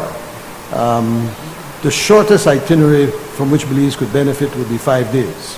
5 days. Yeah. Right now, how many passengers they do the 5-day trips? Well, this year Belize is going to see about 630,000 No Belize. passengers. Everybody. Let me refer to the statistics that I got out of CLIA a few days ago. I think this year the Caribbean is going to see 31.7 million passengers. The Caribbean. Caribbean. Yeah. And that is, how many of that can come in a loop that comes to Belize? I think it's quite feasible for Belize, being primarily a 7-night itinerary that the cruise lines would offer from Miami or Galveston, New Orleans. I think it's quite feasible for us to see 1.8, 2.2, 2.5. I think BTB has come up with a new cruise tourism policy which suggests that by, I believe, 2030, we'd be accommodating 2.5 million. I think that's realistic. And where would that leave the other ports? Which other ports? Harvest Key and like that?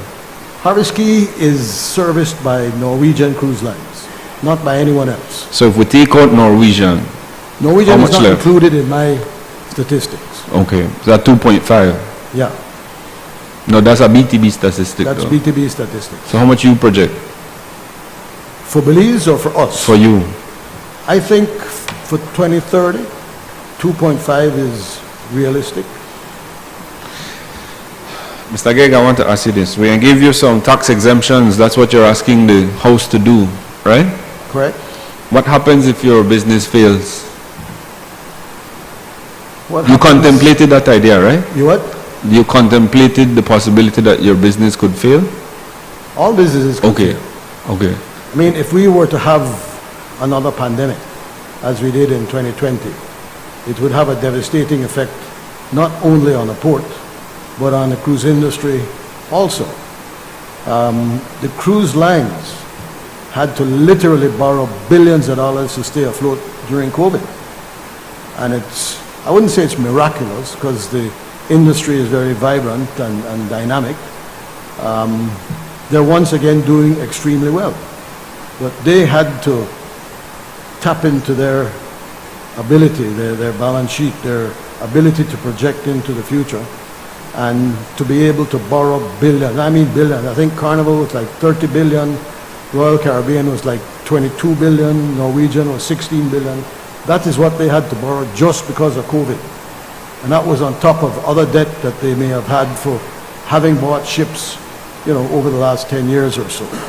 So there are downsides, as there is in all businesses. And the concessions that we get from government have to take those into account and try to mitigate should we have another pandemic down the road or, a devastating hurricane. So let's talk numbers then, Mr. Geg. You are going to invest 400 million US dollars, yes? That's the plan, yes. How much tax exemption you want? 100%.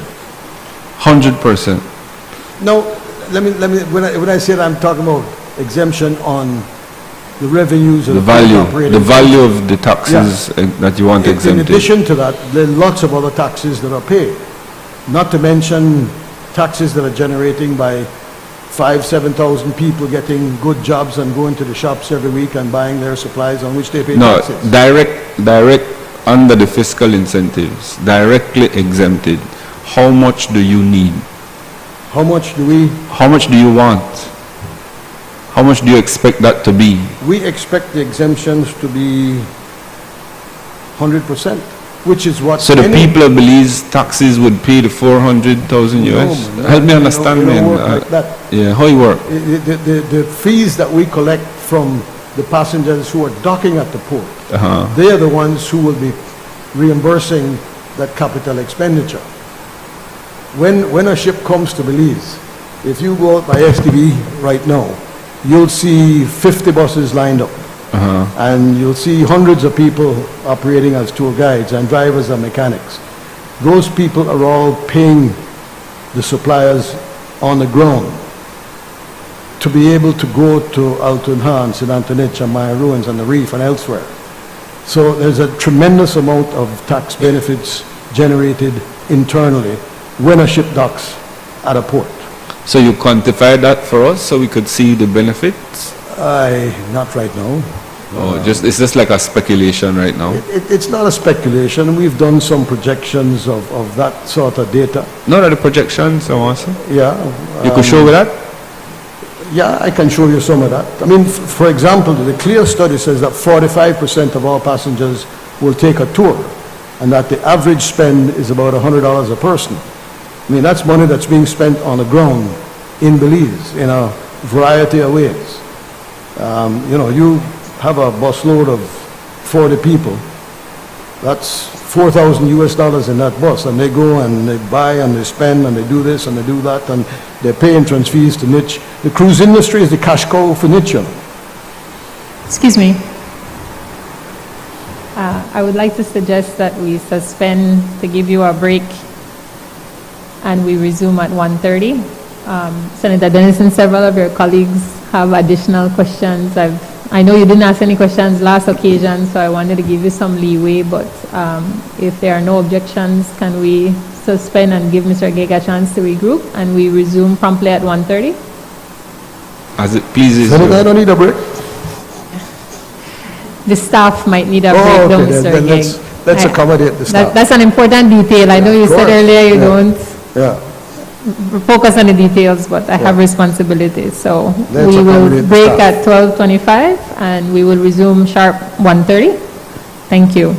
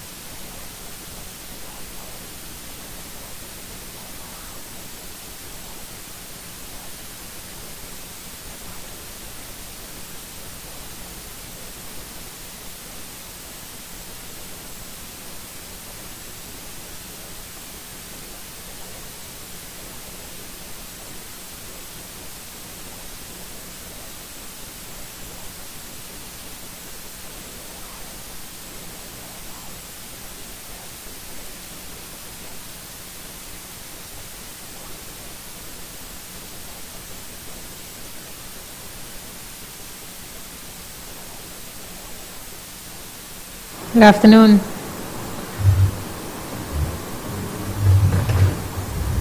Thank you, everyone. Would like to resume questioning. Senator Dennison, were you about to wrap, or would you like to take a pause and would you like to proceed? I could finish in about 5-10 minutes. Okay, if please, and the then senator would permit me. okay, please go ahead. Mr. Gege, very limited with time, so I will help me go very quickly. Yes? Who owns Portico? There are two owners of Portico, myself and Mr. Gulab Sharma, and we're equal shareholders. 100 shares each. That's correct. How much money has Portico invested in this project? You're asking me a very personal question, which I'm probably not going to divulge the answer. We have put in a lot of time and effort and money. My arrangement with Boscalis is such that not only cash inputs, but time inputs are recognized as part of development capital. So you are able to bill Boscalis for your time? No, I don't bill them for my time. I account for my time. They And pay you? That will come out in the wash. So they pay you? No, they don't. They will pay you?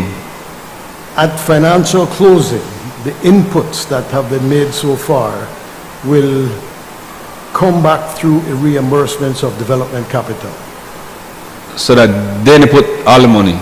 They're putting the majority of the cash, yes. And you've not put any to date? Yes, I have. And but you can't tell me how much? I don't remember how much. I mean, I can't tell you. It's been a lot. Okay. Who is Mr. Sharma? Mr. Sharma is an Indian businessman in the free zone. He's a Belizean. I've known him for a long, long time. He's very entrepreneurial, and he's a perfect fit for me because he. How much money he put? I would think a few $1 million. Of his cash? Yes. So none of your cash, but Yes, Boscalis and I Sharma? put in cash as well. You put in cash? Yeah. You just don't want to tell me how much? That's correct. All right. 6, 7 figures? Not 7, but certainly 6. 6. Yeah. Okay. High 6, low 6? High 6.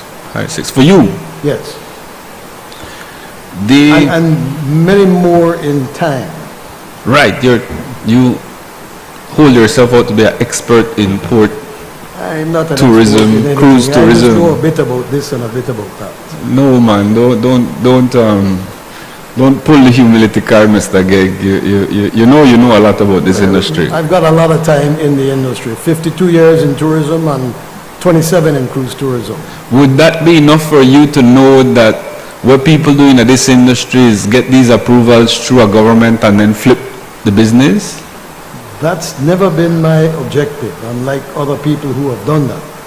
My objective is to get this port up and running because I know the benefits it can generate for thousands of Belizean stakeholders. This port can't be successful unless there are thousands of Belizeans who can also benefit. So when will you cash out? Well, hopefully, in the short term, but I mean, the way things are going, it might be never. But you don't have anything in it, you only have time. Have what? You only have time in it, which you can build Boscalis No, for. I have time and a lot of other inputs, including cash. But you're keeping tabs on that to get it back from Boscalis, yes? Well, we don't get it back from Boscalis. I mean, typically in a project like this, at financial closure, whoever has put capital in will get it back through the capital structure of the project. So And what it you- depends on how the investors look at it and how much of that they will tolerate. So what you're suggesting to me is that Boscalis really make the money? Boscalis' main interest is in getting the dredging contract. They have been prepared to invest millions in development capital, the studies, the geotechnical, the this, the that, the other, because what they want to get out of this project is a contract for the dredging. That's their business, that's what they do. And they have been prepared to front money to get the studies done, to get all the, to help us get the environmental clearances that we have, that are needed before anything can start. But their main goal is getting the dredging and contract for the peninsula. And the money they would put in, would that go from to pay legal fees and so? With that what? Would that, the money they would put in, that would be for legal fees? They would pay for legal fees? They didn't pay for any legal fee. You pay for legal fees? Yes. Who have you paid legal fees to? Morales and Perfit. Any other law firm? No. Have you paid legal fees to any law firm for anyone associated with the government of Belize? Any ministers, law firm? I don't understand the question. But I mean, I think the answer is no, but I don't know where you're coming from. Let me ask the question another way. So the previous law firm you were using was part owned by the current AG, the AG at the time? Ex-AG, yeah. Right. So now you have this law firm, what's the, Morales and Co? Morales and Company. Morales and Co. Is that your only law firm? That's the only law firm we're using for this project, For yes. Portico? Yes. And no one in government, current government, you paid any legal fees to? No. Okay. Is there any other possibility of conflict that you can think of between Portico and anyone in government? No. None at all. That I can think of, no. So you are saying to the Belizean people that a cabinet would approve favorably your project solely on the merits of your project? I think a cabinet would approve our project based on the fact that we have a valid, binding, and enforceable definitive agreement. And that agreement calls for the government to pass an act in support of that definitive agreement.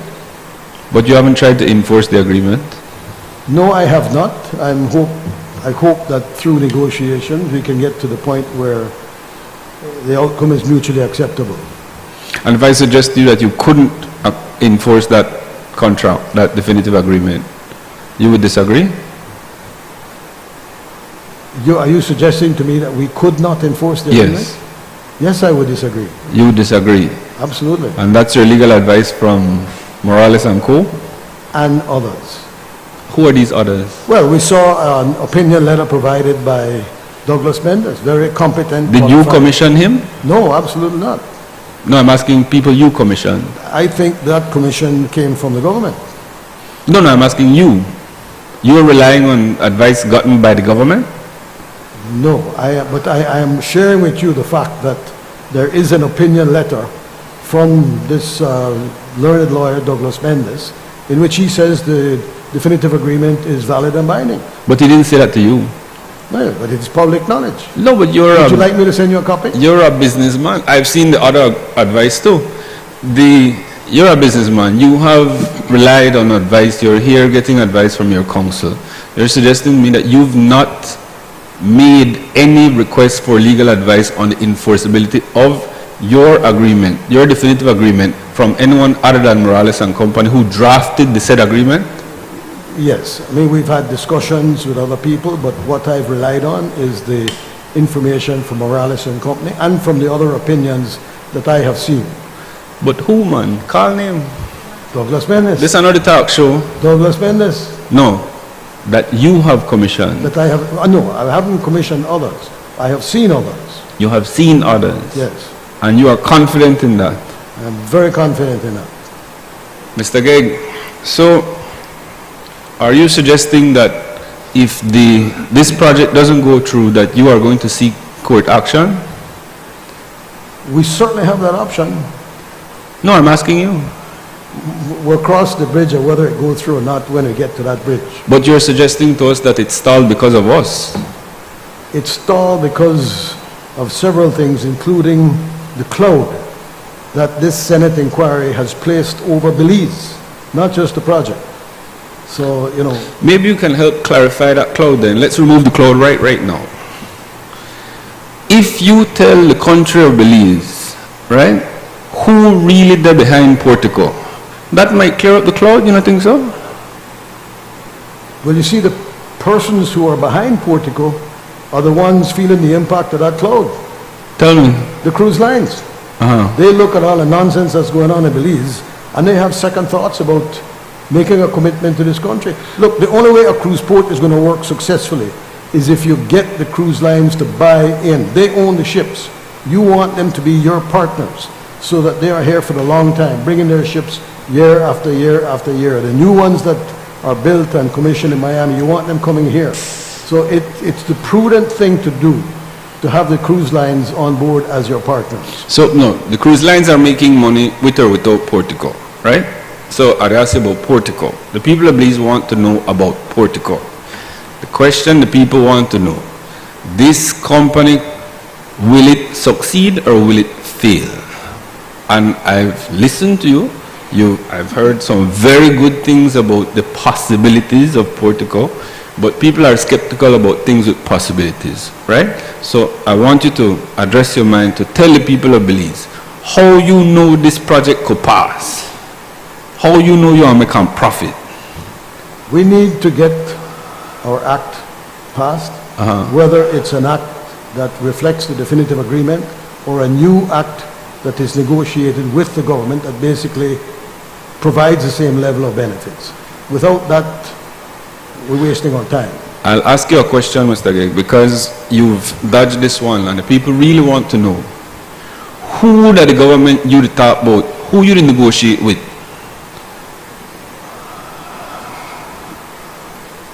I've had discussions with the Prime Minister, with Mr. Marla, with Minister Coe. They seem to be like a team within the government as to how we move this and possibly other port projects forward. You mean Senator Coe? Yes, Senator Coe, yeah. Okay, what have those discussions been about? It's been about getting commitments from the cruise lines. That is what is They needed. can't commit the cruise lines though. No, they can't. But So- a commitment from the cruise line is necessary. And we had one with Royal Caribbean. We were about to get one from other cruise lines. And I think the noise in the room, which I think, we know where the noise came from, it was deliberately orchestrated to scare them off. So those people you mentioned, are you suggesting to us that they are helping you to negotiate with the cruise lines? No, Help me understand. What are they helping I you to am do? the one that negotiates with the cruise line. I am sort of like the broker. Have they had meetings with the cruise lines? Yes, they have. We were all in a meeting in Miami, I think back in May of last year. And it was very helpful having government ministers at the table to demonstrate the bona fides of their intention to the cruise industry to hopefully get them on board. After that, you know, it was bombs over Belmopan and everything changed. Okay, I had a quick question. There's a provision in your definitive agreement that I think the Belizean people concern themselves about because they can't get land, right? Especially the workers of Belize, where it says that one of the duties of the government through the legislation will be to provide or secure the developer access to government land, including seabed, required for the development of the project. You remember you put that in? I remember that, and that is vital. That's not land that we will get at the expense of Belize people. That is land that is needed to carry out the design and the construction of the How port. much land that? The only land we're getting from the government is where the road is to go. And I don't recall the amount of age ring, but it was a road, a two-lane road from the port site to the present Sagoon River. The seabed is likely to be about 200 acres, but it's seabed. There's no land there right now. So these three ministers that you told us about, were they the ones who helped you to get the cabinet memo put through cabinet? I don't have no cabinet memo put through cabinet. I don't know what happened in cabinet. You don't know. I had no idea what happened prior to cabinet and during cabinet, if anything did happen in cabinet. Are you aware that legislation like yours would normally go through the cabinet? Yes, And you're saying to this honorable house that you made no attempts to try to assist that project through cabinet? I am not capable of drafting legislation. No, not drafting, lobbying. But, well, I didn't have to lobby. The definitive agreement obliges them to pass the act in Parliament. If it's enforceable, yes? once it's valid. If yes. they think it's valid, yeah. Yes. So, the Prime Minister shut up a definitive agreement on TV. How did that make you feel? Means I got 6 years to do something about it. Sorry? It means I have 6 years to do something about it. What do you mean by that? I won't go there. No, You're a lawyer. I want to, for the Belizean people, remember what that means. Look, I asked you earlier if you would sue the government. Parliament too often is theater. And too often politicians become actors. I think that's what happens there. Prime Minister Briceño is a highly respected politician, been around for longer than most other politicians. I have tremendous respect for him. I don't have a problem with what he did because I know he was playing to a different audience. It's now up to us to sit down and agree on a document that will pass muster with us, with our investors. I and don't with the understand though, government. Mr. Gig, because it's either you think you have a definitive agreement that is enforceable or you don't. We do, and I have said that we're prepared to sit down and negotiate something that is an acceptable alternative, at which point we could mutually dissolve that definitive agreement. That would mean that you find Only context. if we have something that is an acceptable alternative. That would mean that you would you concede that there could be in your current definitive agreement some things that are offensive. That's not what I'm conceding. What are you conceding? I'm conceding that politicians have decided that they may want to look at it in a different way and create something different to what that is that perhaps more suits their political agenda. Why would they do that? Isn't that what politicians do? One last question, Mr. And this is Chair. Sorry. I have other senators who have a lot of questions for you. So, just to be clear, right? You are saying that you knew that the definitive agreement that was signed would have been conditional on the only point of contention before it was signed by the minister. That's what you're saying to this honorable house? Run that by me one more time. Mr. Contreras, your evidence is that he said to you, listen, change up the lead part with the approval and I will sign it. That's correct. That's your evidence, The yes? conditions precedent. The conditions precedent, Yes. right? So, do you think he was acting on his own? I don't think so. I think he got inputs from someplace, and I felt it was from the office of the Attorney General, from the Ministry of the Attorney General. You feel that?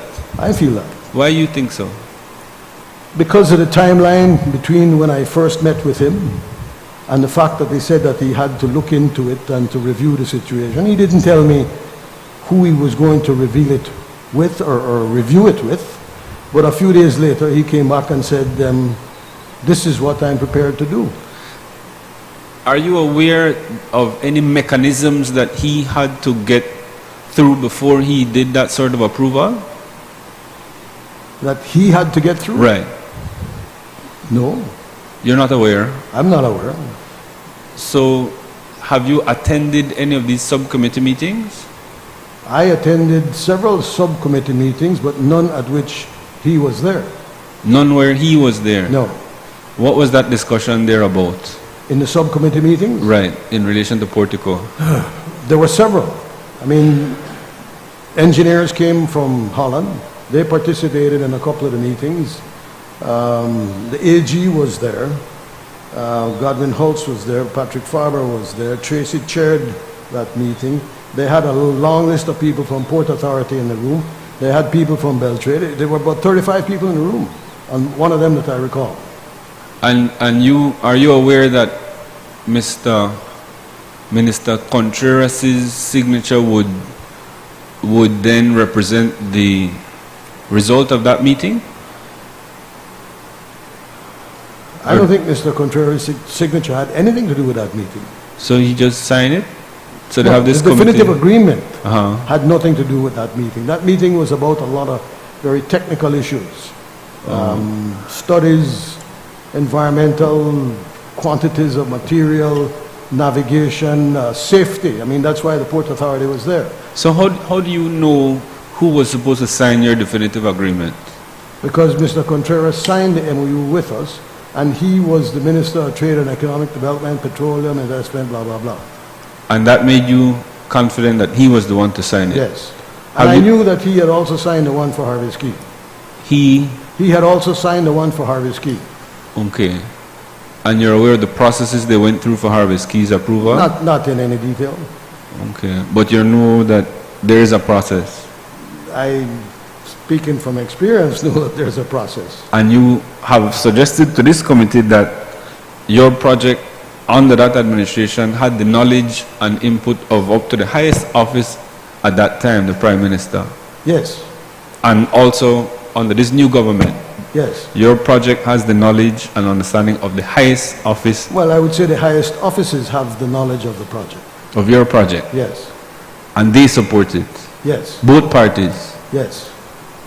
And you think that's why? Well, I can't say that the previous party supported it. Yes, we had meetings with PM Barrow, shared letters. It looked like he supported it.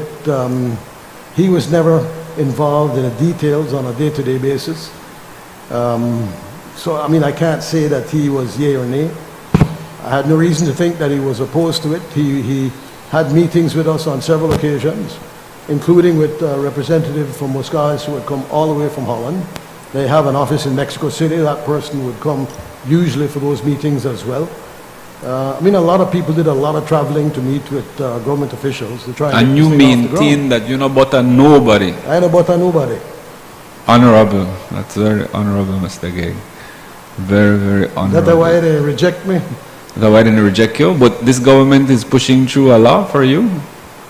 Well, You're not because- rejected. Because they know that this project is needed. And I think they genuinely want better for Belize. So you're not rejected, really. We haven't crossed the finish line yet. All right, that is it for me, Chair. Thank you. Thank you for your patience, Senator Bennett Moody. Good afternoon, Mr. Gegg, Afternoon, Senator. and your council. We have been here still trying to understand the dynamics of this inquiry. When you were here the last time and I was interviewing you, I was trying to get an understanding as to some of the benefits that this project would have on Belize should it be approved. But I need to go back a little bit more. In terms of understanding the scrutiny, why do you think that this project is under such scrutiny even at this level in the Senate? The machinations of my competitors.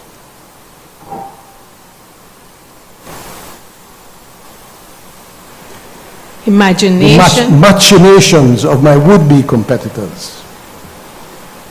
What would be some of those factors? What would be some of those factors that you think they are flagging at this time? That they are flagging? Well, in the case of State Bank, that they've spent a lot of money and they know that nothing is likely to happen there. It's an embarrassment to the country. It's a mess. It's sad. It should never have been started in the first place because State Bank was never a location that was suitable for a cruise port. If you look at the history of cruise port developments over the years, in 2004, Carnival tried to do a deal to develop a cruise port at the Port of Belize along with the then owner, Mr. Espat. That fell apart. The then owners of the port, Mr. Espat, and I think with support from Belize Bank, they then tried to also do a cruise port on the mainland of Belize, knowing that the mainland was absolutely necessary. That didn't materialize either, for various reasons which I won't go into. So Mr. Feinstein decides, let me try and bring back State Bank. And as we all now know, it has proven to be a huge mistake. State Bank would have continued to require tendering, and even had he built a causeway to the mainland, it would not have solved the problem, because it would still take a tremendous amount of time to get passengers from State Bank across a causeway, through buses running the narrow streets of Belize City, and ultimately to get them where they want to go. They would have lost 2 hours each way. We have done studies for our location, and I can tell you that compared to the present model of tendering, passengers who get on buses at our location will save 2 hours and 5 minutes. That means they will spend 2 hours and 5 minutes looking at the beauty of Belize, going to the archaeological sites, going to the Barrier Reef, instead of sitting in a tender with $500 people and spending half an hour to get to the shore, and then, having to step off a tender and walk through shops to get onto buses, and then the buses drive through the narrow streets of Belize City. I did that for many years. I know what it takes. There are times when a bus would take 30 minutes to get from the Sayview roundabout to the FSTV village. I mean, State Bank, I hate to say it, Mr. Feinstein is a friend, I wish him luck, it was just a bad idea at a bad time. So you've shared some of the factors that you believe your competitors would be wanting to put your project in spotlight with questions and loopholes. Can you tell me, or can you share with the committee, what were some of the incentives that were negotiated for this project? Well, the right to use the seabed, the right to get land to build a road, not to mention the fiscal incentives and the benefits that, any project would expect through a definitive agreement. But of course, none of that could come without first carrying out very thorough and detailed environmental studies, which we did.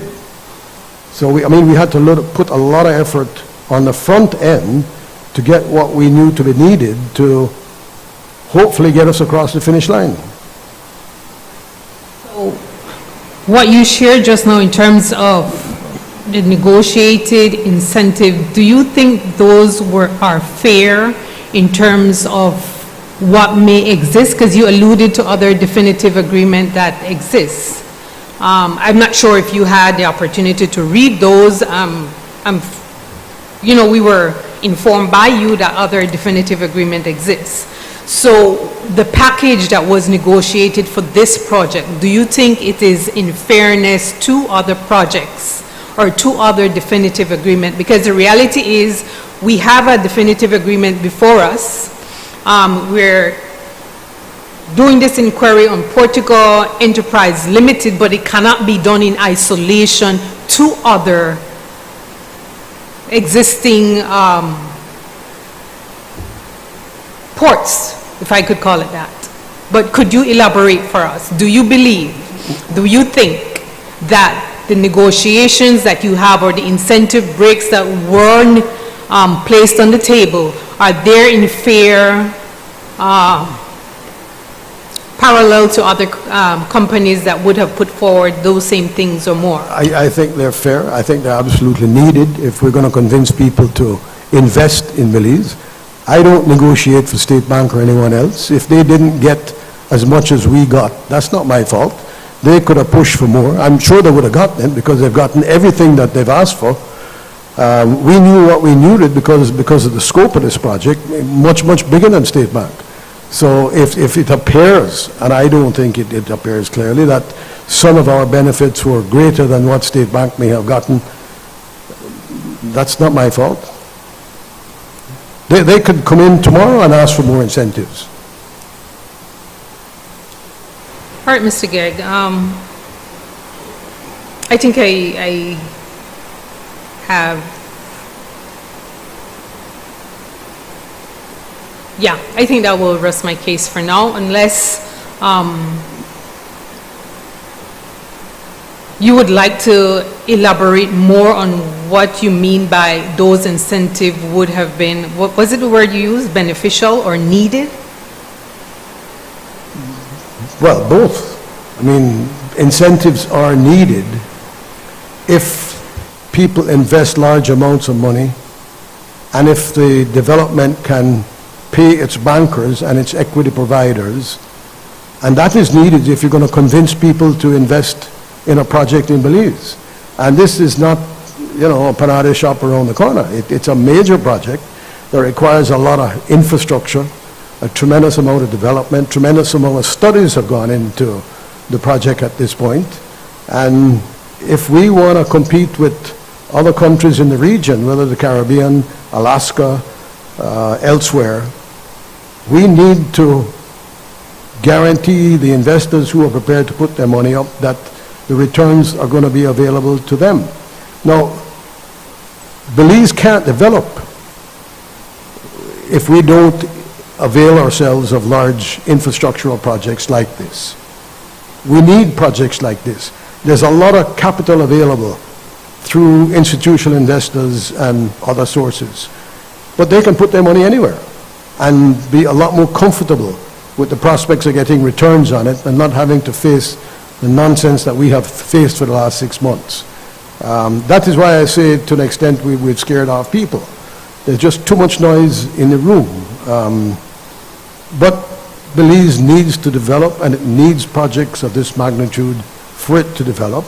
And if it's going to get projects of this magnitude, it needs the kind of fiscal incentives, definitive agreement, act, whatever you want to call it, that we have gotten so far and expect to continue to get. Thank you, sir.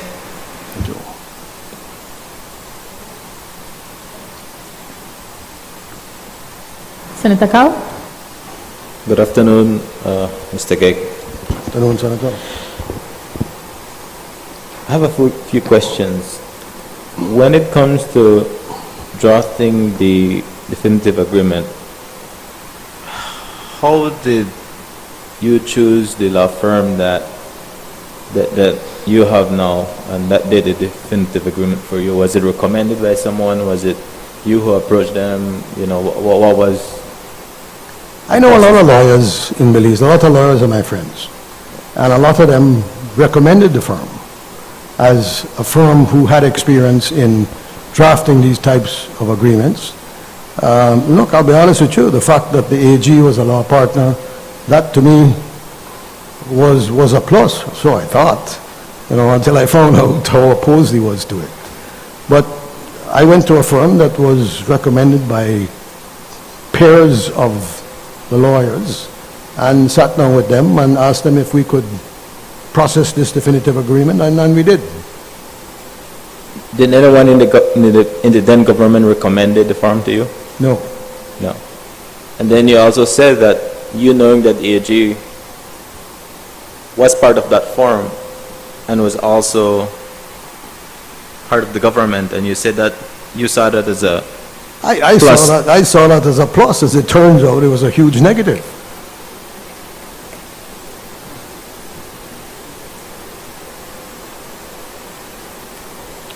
And as my friend is reminding me, they had experience drafting definitive agreements. Are you aware of any definitive agreement that they drafted? Yeah, I am actually. And having seen documentation come out in court cases recently, I guess I would say that the definitive agreement for the National Gas Company of Belize was drafted by the Morales Perifit law firm. Was there any similarities when it comes to... It's my understanding that the language, the benefits, and the content is almost identical. It's almost identical. Yeah. Can you repeat what is almost identical again? The language, the fiscal incentive, the package of benefits, you know, that a business can expect to get, such as we expect to get. I do not have that definitive agreement in front of me, and I definitely will review it. But from your knowledge, do you think that company, or in that definitive agreement, would they have gotten the same amount, the terms, years of incentives that this definitive agreement has? Considering the scope of that business, which is clearly very different to ours, I would say they got what they wanted. I'm honestly, I've not read it in detail, but I would think that it was adequate for their needs, being a completely different type of business to ours. You being in the cruise industry for how many years again? 27. 27 years. Obviously, you know that there's processes that you have to go through, like, for example, the cruise line in Norwegian Cruise Line, which is Harvest Key. Is it in your view that you went through all these processes? And more, So you believe that? yes. So then, one of the major factors that the project really didn't went through under the then government was because of environmental clearance. You mean the last government? Yes, Well, we didn't get environmental clearance from them. and that was the biggest holdback. I would say so, yeah. And in your view, Mr. Geg, did you meet the requirements, in your view, at least not in the view of the department, in your view, did you meet Well, all of those requirements? Like I say, I was told after the NEAC meeting of August 28th that the project had been approved. Being approved also means that you met all requirements, I assume. Yeah, for them to then take it to the next step and prepare an environmental compliance plan and have that signed. After they told you that the reason why they stepped back or rescinded that approval was because they did not have quorum, what was your next step after that? My next step? No, what was your next step back then? Because you gave us a timeline of events, and you said that one date they told you that it was approved. A few days after, they then told you that they did not have quorum, so it was not approved. My step was to go to Minister Contreras, pointing out that we did not have environmental clearance, and asking him if he could sign a definitive agreement similar to the one for Harvest Key, which did not have environmental clearance when that one was signed. So you were seeking the same leverage benefit that Harvest Key got, Yes. and then you were not given. We didn't get it, no. And it was the same government, the party back then, the last UDP administration who Yes, approved those. yeah.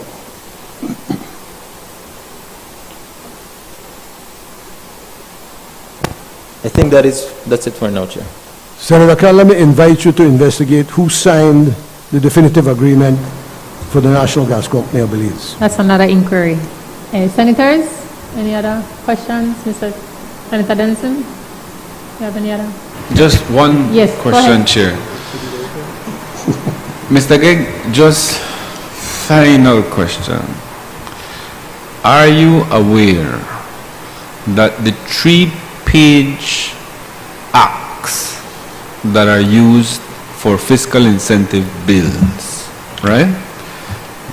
Are you aware that what obtains is that you simply in that act say the government agrees to the clauses wholesale or you take also exemptions that are in the definitive agreement?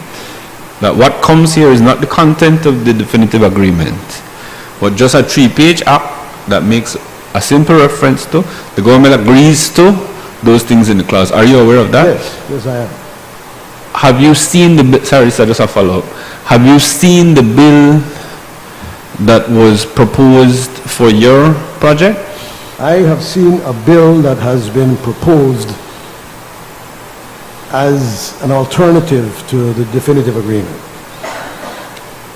And your suggestion is that you have not lobbied for that bill to go through?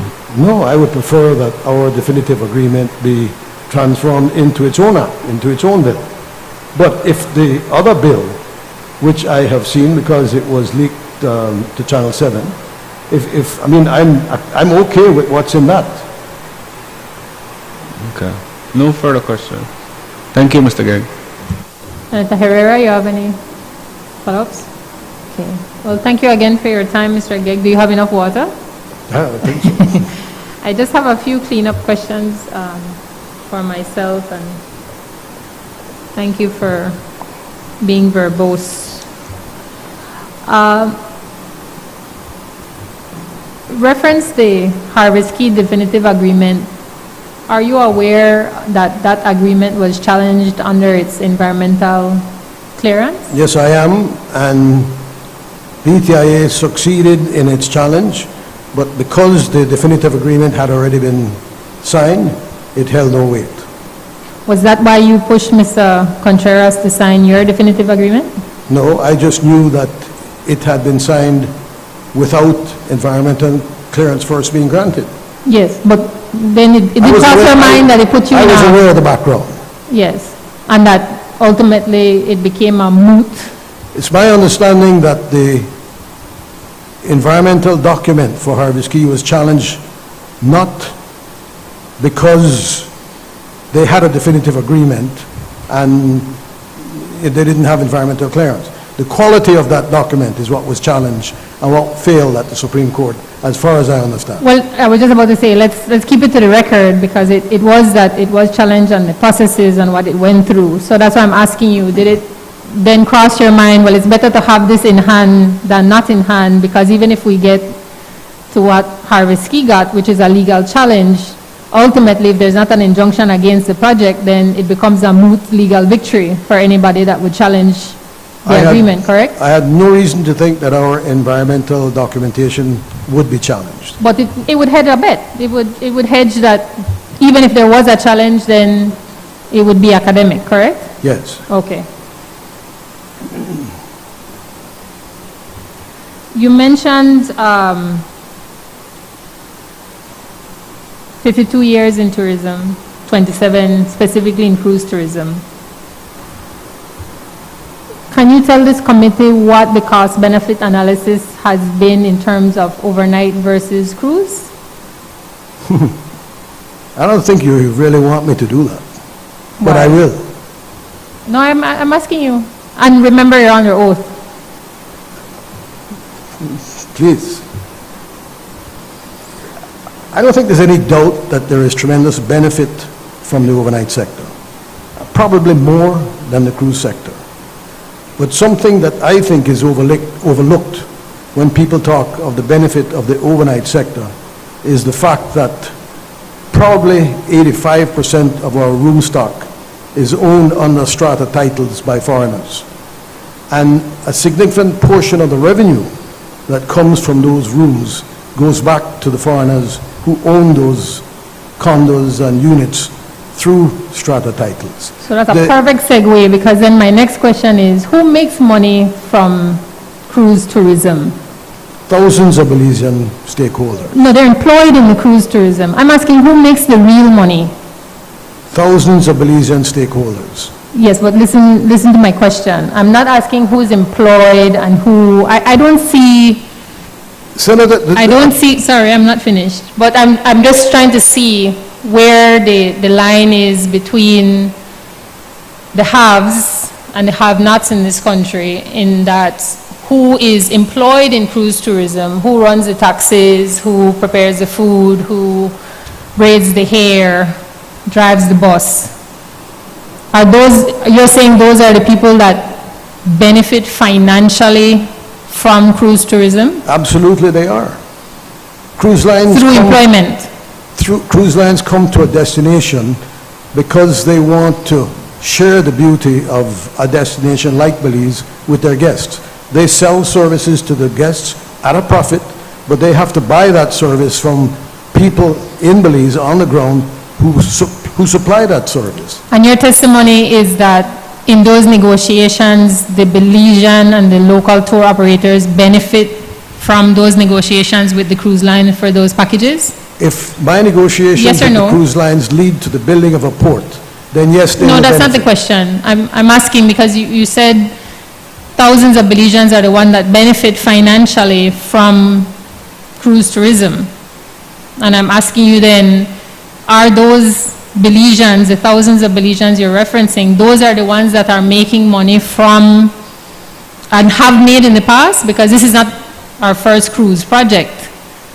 Of course, they're the ones that have made money in the past and will continue to make. Through employment, that's your testimony, Yes. through employment. But in terms of investment, they own the shares in the company, they are able to set their negotiations with the cruise ship. I'm asking because I've heard it referred to as the house always wins. So I'm saying your position to this committee Senator, is you that, have- sorry, let me finish, that at the end of the day, it is the thousands of Belizeans employed in the cruise sector that are the ones making money from this sector? That is your testimony? Lots of people will make money from cruise tourism. You have contracted operators who contract directly with the cruise lines in Miami. And then you have thousands of local operators who make their services available online. And that's a growing percentage of the business. So that there are thousands of Belizeans who benefit. The contracted operators... Those negotiations go in I'm not favor finished, of the I'm not locals. finished. Yes. The contracted operators, they have to turn around and employ bus drivers and guides and a long list of employees. And the competition for good quality guides is such that you got to pay good wages. If not, they're going to go somewhere next door. But just to clarify, your position is that the negotiations between the local operators and the cruise lines are always in favor of the local operators. They're making money, good money, financially well-off operators are in Belize that have benefited? Yes. Okay. I'm just clarifying, because I haven't heard to that extent. Because you don't want to hear to Earlier, that you extent. mentioned that there is a trend in the industry in terms of the size of the ships. And you referenced that some destinations are requiring ships of a different,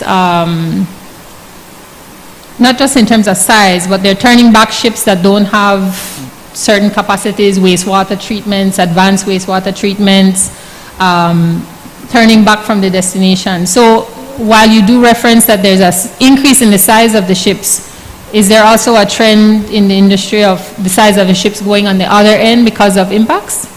Going on the other end? Yes. What do you mean by that? Like pocket tourism, smaller tourism. I'm That's- asking because you said there's a trend in the industry, the size of the ships. I'm asking if your position to this committee is that the industry is only going one direction in terms of larger and larger ships. I'm asking, is there another? I've never suggested that. The bigger No, you ships... said that this morning. The 1.5 million that Carnival, Royal Caribbean, and MSC bring to Belize will be on the bigger ships. But there are lots of smaller expedition ships and high-end ships, brands that are charging thousands of dollars for people to go on a cruise because it's a high-end brand. And those ships would also come. But the volume of passengers that they represent as compared to the bigger ships of Carnival, Royal, and MSC, those are the ones that make the project viable. The smaller ships... Your project, yeah, your Well, project. any cruise port that requires the kind of capex that we require. Yes, I'm clarifying that, as you said, the smaller the ship, the higher the brand, the higher the payment, and the higher the money. So I just wanted to confirm that what you're talking about is on both sides. You also referenced that BTIA conference a few years ago, and I was in the audience and I remembered your comments there. But I go back to the line of questioning in terms of when the MOU was signed, there was a Facebook post, there was a press release, there was all of this. I still don't get how your one comment in terms of saying to that BTIA audience, I have a definitive agreement, was enough, like for a size project and what you're billing this proposal as. Like, why was that not something that you championed, you own, you publicized?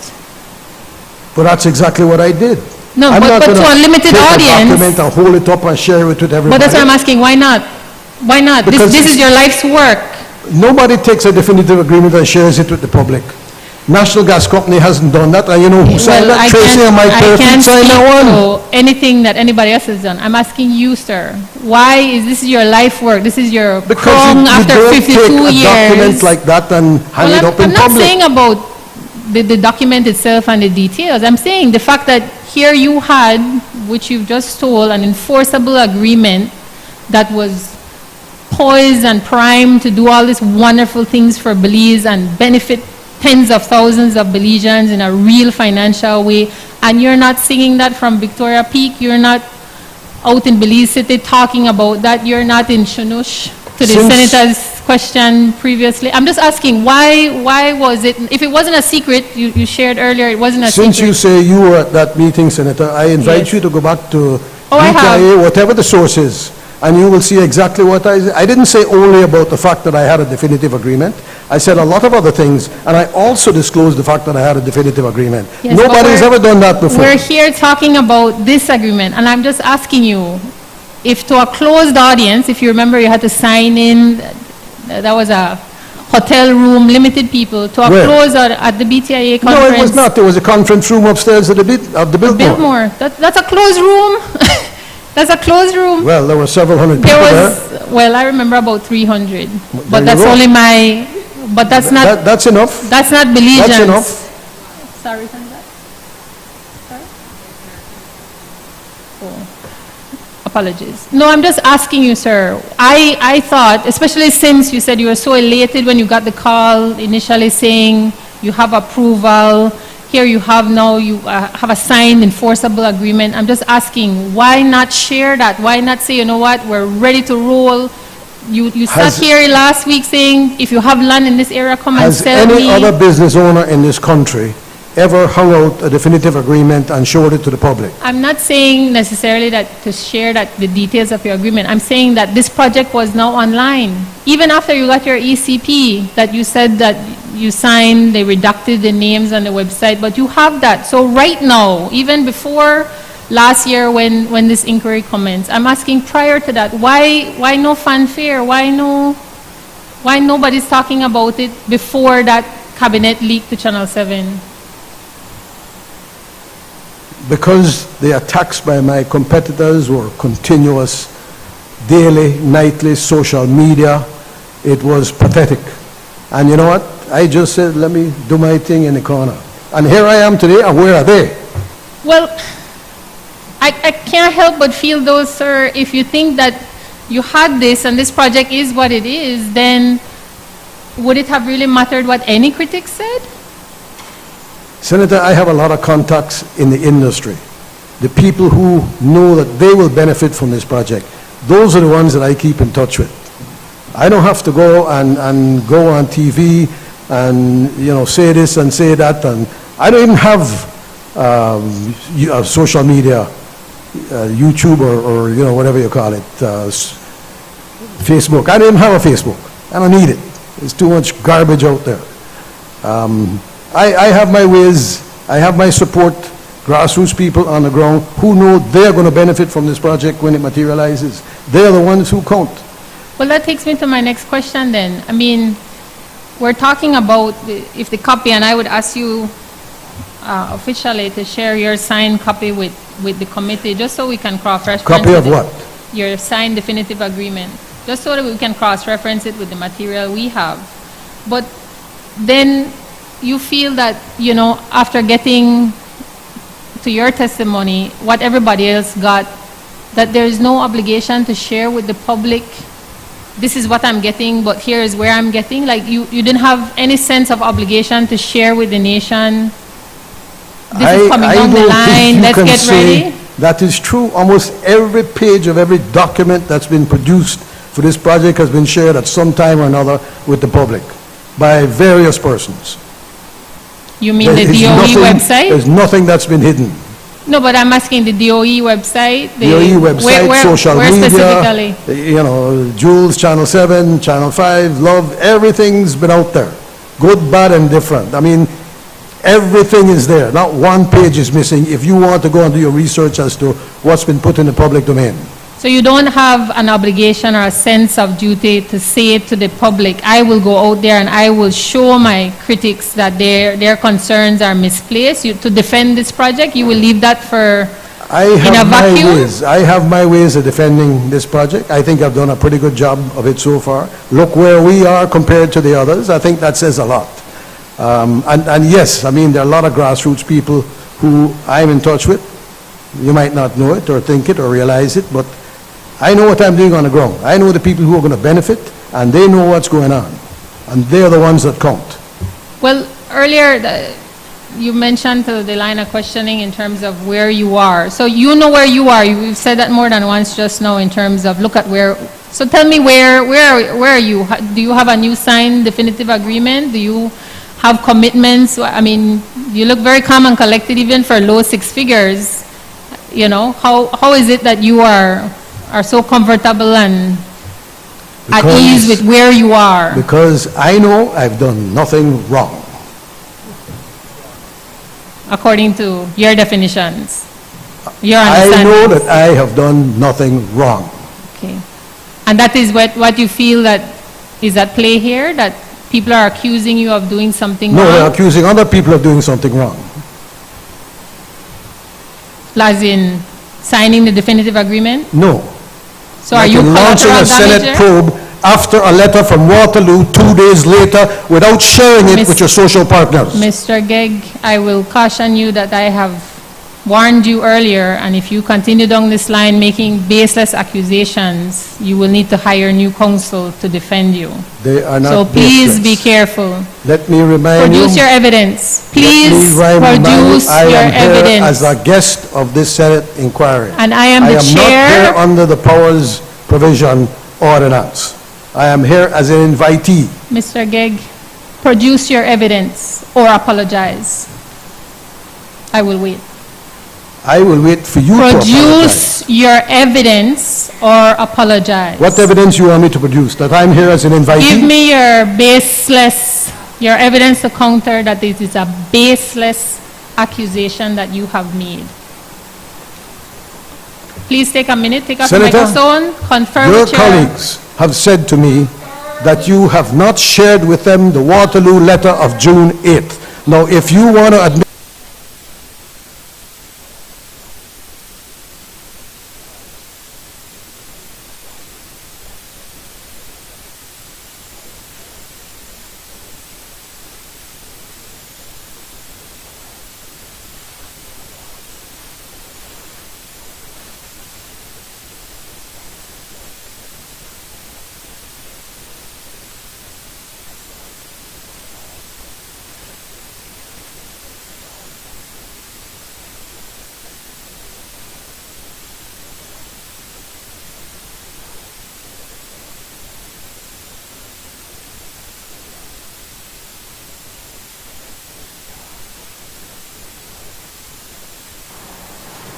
How would you like to proceed, Mr. Gegg? Would you apologize? I am not apologizing. Sure.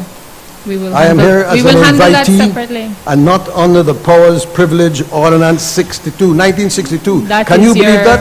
We didn't even have position. independence in 1962. And you are quoting Ordinance 1962 when we were ruled by colonial masters. That was 62 years ago, Are you 43 telling- years after Are you independence. telling the Senate that what has been declared as good law is not good law? I am telling Is them that your that it's position? unacceptable that Ordinance 1962 is still being used today. That is, what was your words earlier? That is not my fault.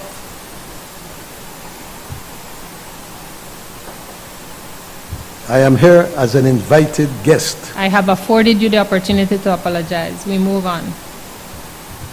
You have declined to apologize. That's on the record. The signing of the agreement itself, you mentioned earlier it happened in Belmopan. Where in Belmopan did that signing take place? Does it make a difference? Yes, it does. Why? I would like to know where the signing took place.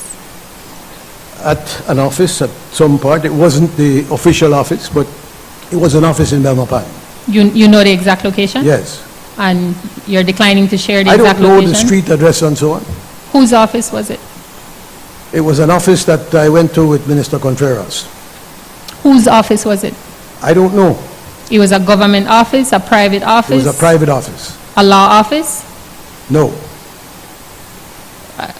Whose office was it? I The name don't of the know. person? You didn't know anybody inside the office?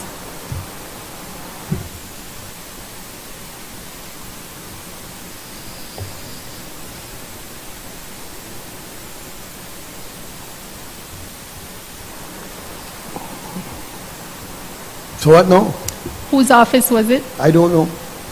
Did you recognize anybody in it? I recognize Mr. Contreras and there were a couple other people. Who were the other people? I don't know. So you're in a unknown location Mr. with Contreras unknown... was the person with whom I had contact. He was the person I had seen previously. He was the person who, to my mind, is the person that I should have been dealing with and had the ability to sign the agreement, which he did. So he called you, WhatsApped you, emailed you, and told you, He meet told me to this that location? on such and such a date, I come to Belmopan and we will have it signed. And he sent you the address? How did No, you come to know the I met address? with him at his office in Belmopan and we drove to this other location. You followed him or you got in the same car? I think I followed him.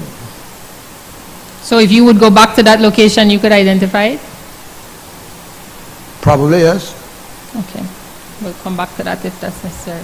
Who was his witness to his signature? I don't know the person. His signature is there. But you didn't recognize that person as they were signing? I know you mentioned earlier, maybe at the last occasion, that the details didn't matter. But again, if this is you've worked so hard at this for so long and you didn't worry about these particulars, you didn't think that maybe it would be important to... I do To have recall the having a details? conversation with Mrs. Charmaine Hyde when I went to the office and had to wait there quite a bit for him. No, I mean at the location where the agreement was physically signed.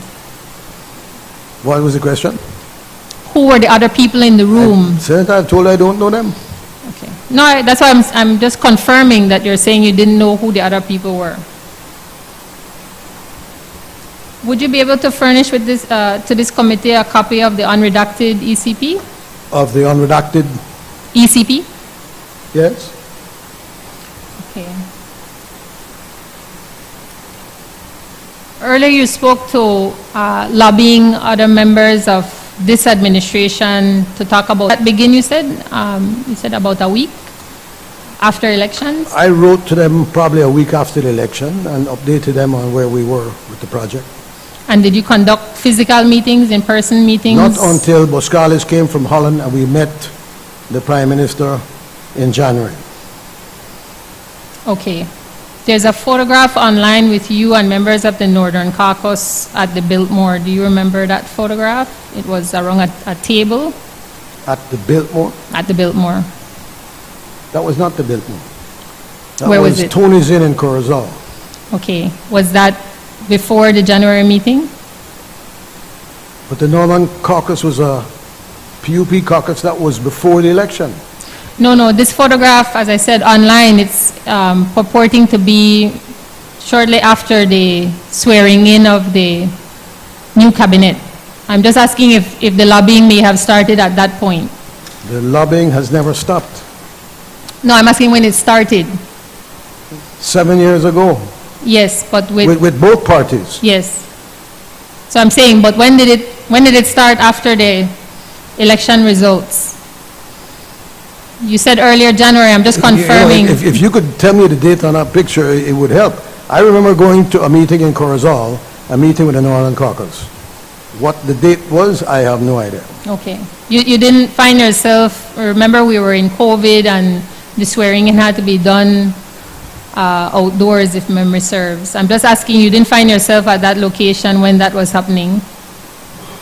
At what location? I think it was the Biltmore where the swearing in was happening. It was carried on Facebook. Yeah, no, Okay. I was at no swearing in. No, afterwards, following the event. I attended no meeting at the Biltmore of any caucus. I attended a meeting in Corozal at Tony's Inn with the Northern Yes, Caucus. but just for the distinction, I'm not suggesting that you were at a meeting at the caucus. I'm saying, did you happen to find yourself in the company of the caucus?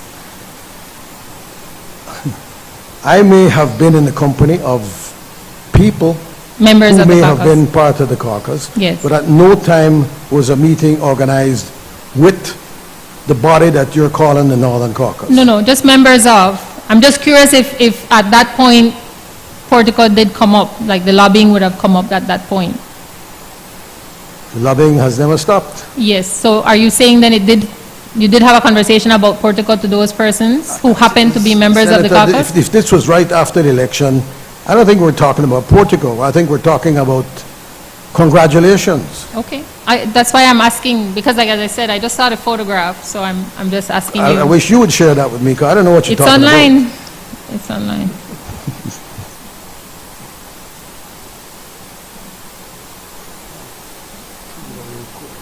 Yeah. I don't know if bring out some of this.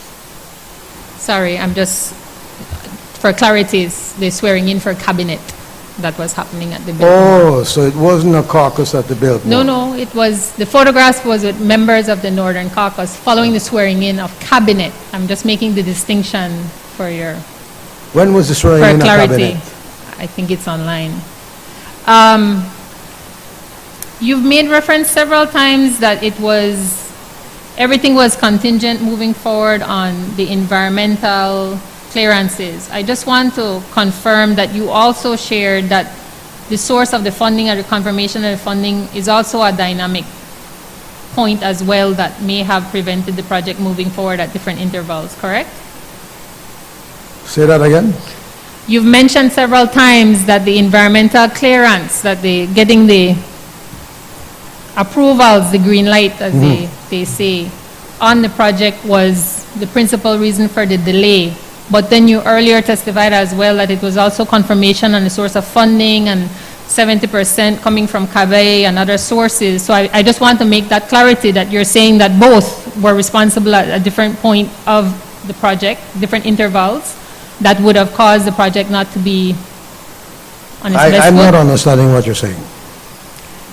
You testified that you shared that the funding, identifying the source of the funding, whether it was from CABE or other sources, was also a factor in whether the project advanced or not, in terms of approvals. That would be correct, yes? Yes. And I'm just confirming that that is also a factor over and beyond what your comments were in terms of the environmental clearance and approvals, correct?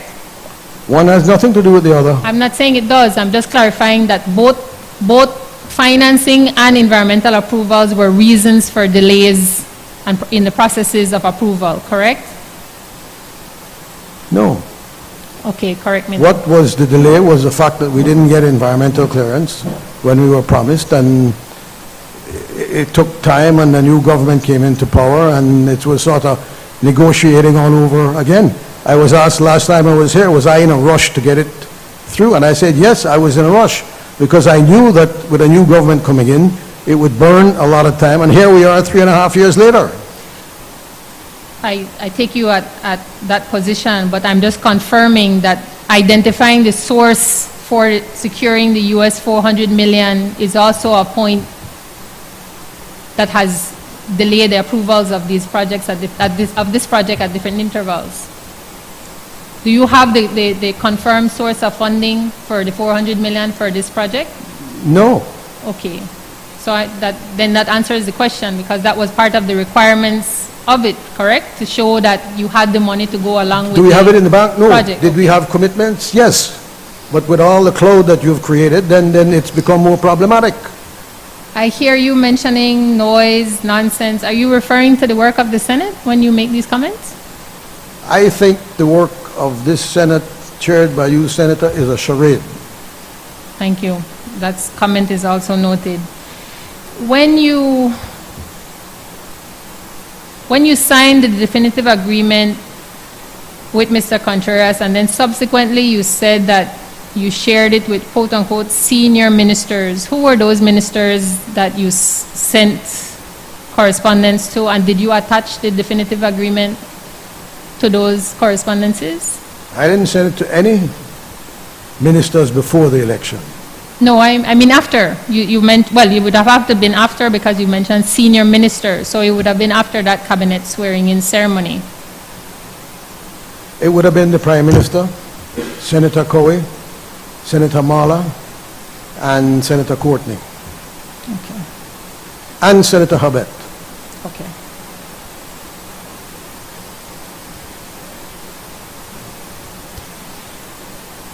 One of the things I wanted to have you share with us is, what is the level of comfort that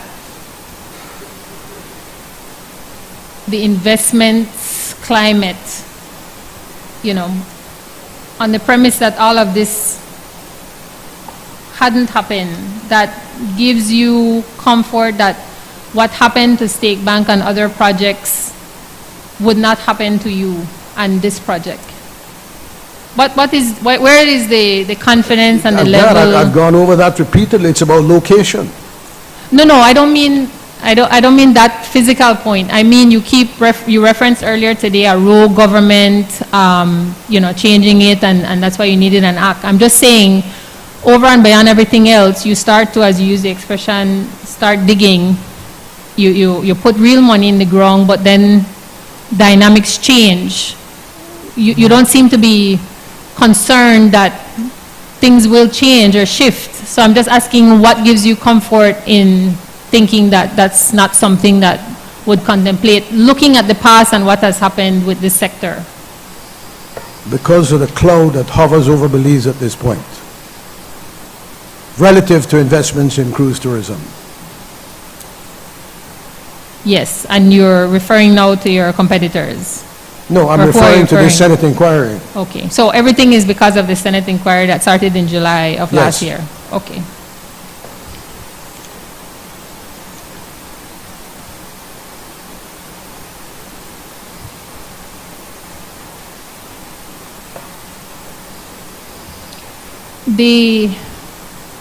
Given your expertise in the area, your project has also contemplated for carrying capacity for what you hope is your head count that you would land for the relevant sites, We have, when you say relevant sites, what do you mean? where they would go, or you would keep them on your project site? No, they will go to the places they've been used to going. Cruise lines have been coming here. They know the benefits of Lamanai, St. Anthony, Alton Ha, Cave Tubing. They know where to go. That won't change. Other venues will be created because of the increase in arrivals. And we know that Niche at some point is going to impose carrying capacities, and other attractions will have to be created. And this is where entrepreneurs are going to kick in and create other attractions countrywide to accommodate the increase in arrivals that we anticipate. Moving forward in terms of the investment climate, is it then your position, you referenced earlier RFPs in the line of questioning, requests for proposals.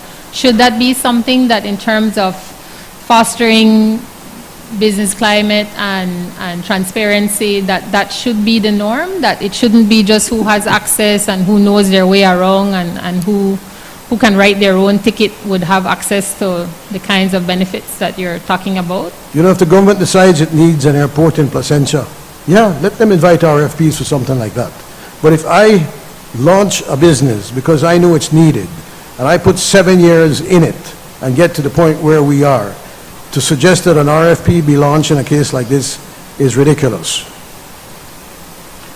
Thank you And for that was a mistake that Ben Jarosowicz made.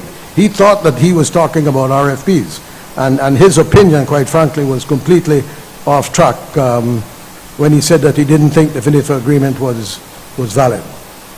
Douglas Mendes took the completely different approach and said that it was valid and binding. I will leave the lawyers to the lawyering, or the lawyering to the lawyers. I just have a few more. As I said, it's just clearing up a few. You mentioned that the dredging is the priority for Boscalis. So Boscalis isn't into cruise tourism. They just want to dredge. That's their core business. Yes. No, I'm just, because you referenced them as a key pillar, a key supporter. Boscalis wrote freshly dated letters after the election to prove that they were backing this, they weren't an equity investor, but they were Senator, certainly an if you investor. recall Just my clarifying. statement earlier, I talked about my meeting in Panama with Boscales, and I said that they were looking to partner with developers who needed environmental and engineering studies and would partner with those players because ultimately they wanted the dredging contract. That means they would put money in for the environmental studies, they're prepared to put money in for equity. They want to build a reputation for themselves as being a player in the business of developing cruise ports. They're already a player in developing commercial ports, but they wanted to break into the cruise port space, and that was their objective for meeting with me in Panama and for signing the development agreement with them. But just for clarity, they want to do all of that so that they can dredge. Of course. They're dredgers. Yes. Their priority is not success of Belize and Absolutely. cruise tourism and all of Nobody's that. hiding that. Okay. No, I'm just clarifying. You're making the intimation. At that BTIA conference, there was also a position expressed in terms of whether cruise was a requirement moving forward in terms of national development. I hear you saying that we need to have these super development structures. I think it was to Senator Bennett's line of questioning in terms of moving forward. That is, I'm understanding that correct? That this has to happen for the good of Belize, for the good of the country, for the good of growth, cruise tourism? You know, one of the businesses that Belize has best benefited from recently is the call center business. AI is very likely to replace the workers in the call center business.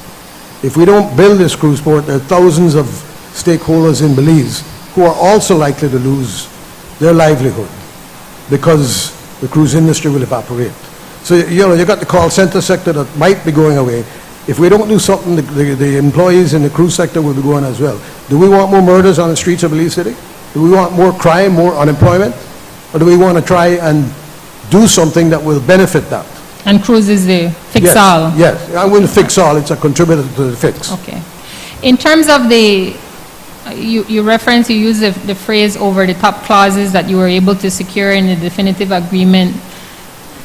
Removing yourself from the signatory to this, had one of your competitors gotten this deal, do you think you would have wanted the transparency around what those clauses were, even if it was just to make sure that when your deal came up that you would get the same clauses? I put a statement out several months ago that I had no objection to either State Bank or Waterloo getting a license for a cruise port. No, I'm just asking the question that as a Belizean investor, that hearing anybody else get the terms that you got, you call them over-the-top clauses, things you may have felt a little bad about getting, but that you're willing to negotiate on. I'm asking that had it not been you that secured these clauses, would you want, as an investor and potential future investor in other companies, would you want that to be common knowledge so that you can make the same requests? I'm gathering you said earlier that you chose the law firm because they had the experience in the definitive agreement, they had those details. I'm asking as a openness point, should that be common knowledge, what those I am not going terms to are? share the definitive agreement if that's what you're asking. I'm asking, had you not been the beneficiary of these terms, would you have wanted that to be common knowledge to the business community, to potential I investors? don't think any investor wants a document like that he's negotiated and has the benefit of to be shared with anyone else. It's never been a practice that definitive agreements be hung out in public for other people to see and analyze and determine whether I got more or I got less. That's never happened.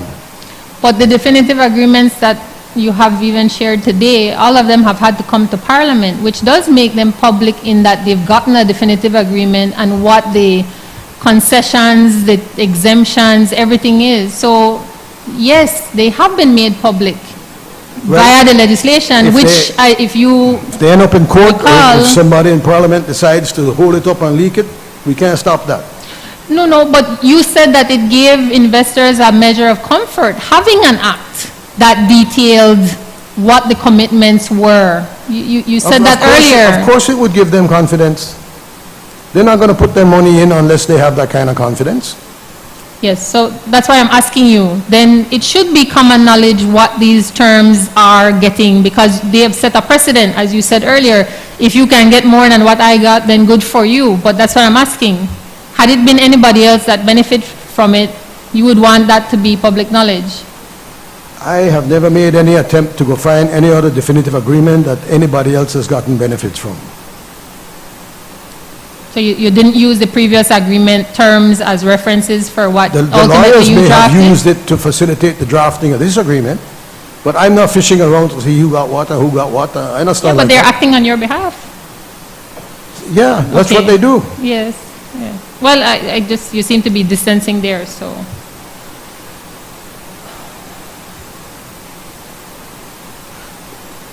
Could you, because we don't have that knowledge of that relationship, but in your estimation, what is it about you that gives the cruise line so much confidence in you being the man for this job, so to speak? The fact You that I've- personally. The fact that I've been a member of the Florida Caribbean Cruise Association since 1998.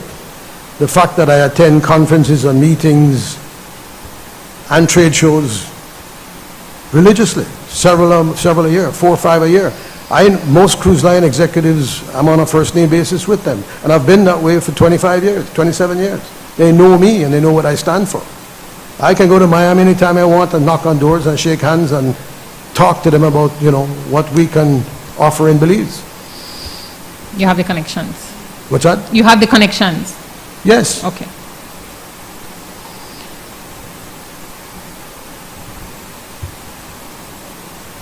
Sorry, just checking something here. Is it fair to say that the project would focus on getting a return on its investment, the investments to date and anything Why required else would first? anyone put money in? So it is fair. Yes.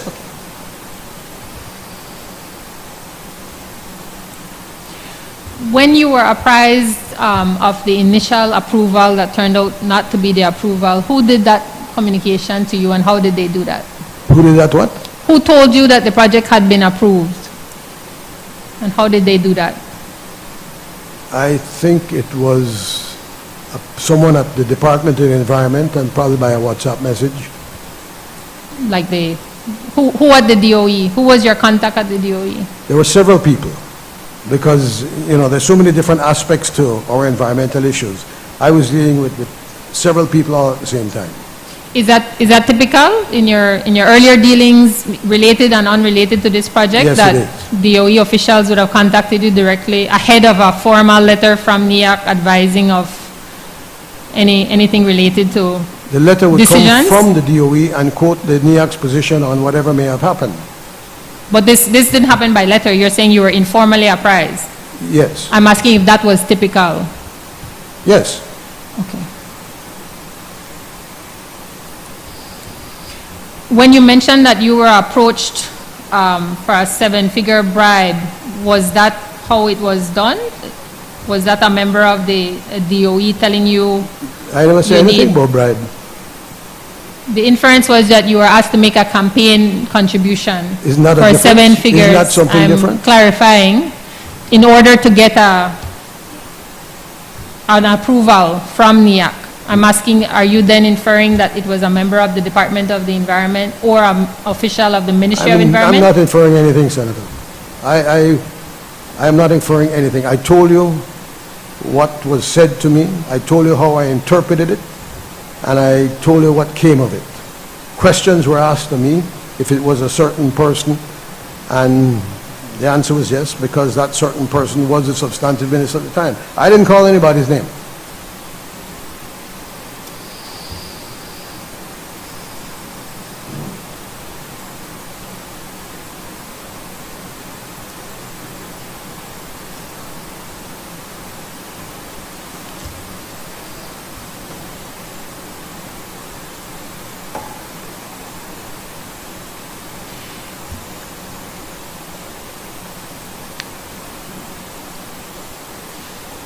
To your estimation, does your definitive agreement speak to exclusivity? We talked earlier that there was a section of it which sought to grant exclusivity for a 25-mile stretch on the mainland, and that I didn't see it as being a part of the definitive agreement going forward. It was to do with exclusivity in duty-free aspects of the business. So I'm asking because my next question is that would it be then other port projects coming online to do the same thing, you know, all of this wealth? And I'm just asking in terms of anticipating where you were That's not going referencing anywhere. Rogue. We don't expect any exclusivity of anything. We expect duty-free at the port because every port in the Caribbean has duty-free facilities. Yes. So that is a must. But I don't care what other ports do. Okay. I just wanted clarity there in terms of the exclusivity, because that has been pushed for by other projects. So I just wanted to make sure I was understanding that.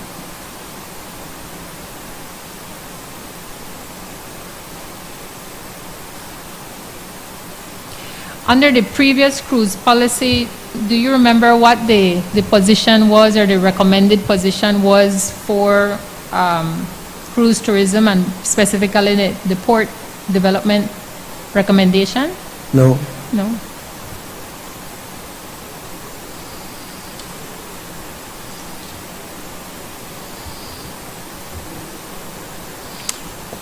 I think that's what I have for now. Oh, and just to clarify, so I think I have this, but again, abundance of caution. You were not involved in drafting any of the new legislation around any of the documents that we have seen leaked. Senator, give me a break, man. Come on, how would I be involved in drafting that legislation? So the answer is no. Of course it's no. Okay. And you didn't commission anybody to do it, discussions about it. You the on. Is that a no? That's a no. Okay. I'm just trying to be definitive, so when you get a report, it's absolutely clear what was conveyed. I think that's it for my clearing up questions, unless there's anything else from anyone. Senator Bennett, are you good? Senator Cal? Senator Denison? Oh, you have one more? Go ahead, Senator Denison. Mr. Gegg, just to ask this one question, are you aware that if it is you acted with impropriety as it relates to the execution of this agreement, and by that I mean if you had knowledge, if you were aware that Minister Contreras had no business or authority to sign this agreement, are you aware that that would affect the enforceability of your definitive agreement? Well, first of all, I will tell you that Mr. Contreras was the substantive minister. I was the one fully authorized to sign it. Now, if the government, I believe, wants to make a different statement about that, please share it with me. And so that's why you thought it was appropriate to sign this agreement somewhere where you don't even know what that office is? Senator, read my statement. I pointed out that we had heard nothing from the CSCI, from NIAC about the approval of August 28th. I reached out to Minister Contreras. He said he would check with certain persons, which he did. He called me a few days later and said, provided we are to implement conditions precedent about the fact that without environmental clearance it's not valid, then he would sign it. So, Mr. Gegg, you really expect the people of Belize to believe that you think you've been operating above board and you know when a government office go execute this thing with a government official? It didn't mean any difference to me where it was signed. It don't make no difference to The fact you. that it was signed, there's nothing that say you have to go go sign it, or this office or that office. So you just gonna some random office gonna sign the biggest deal of your life? Now, by Panades. Understood. Thank you. Thank you. You are getting advice. I'm sure it's good advice. That's it. That's it, Chair. Thank you very much. Senators? Thank you, Mr. Gegg, for your time. Thank you, Mr. Bennett. Thank you. And as prior, if you would like to submit reimbursement for mileage to attend here, please see the Office of the Clerk. Thanks. By the way, on that, Senator, Take a 5-minute suspension, please.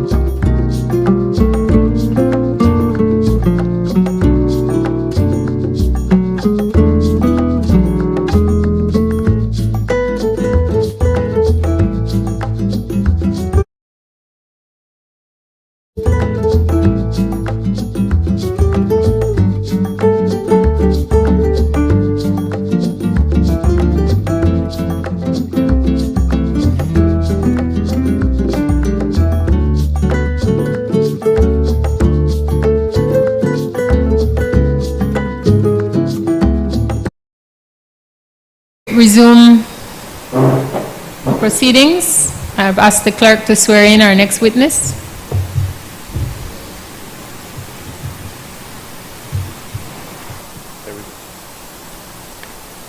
Sir. Good evening.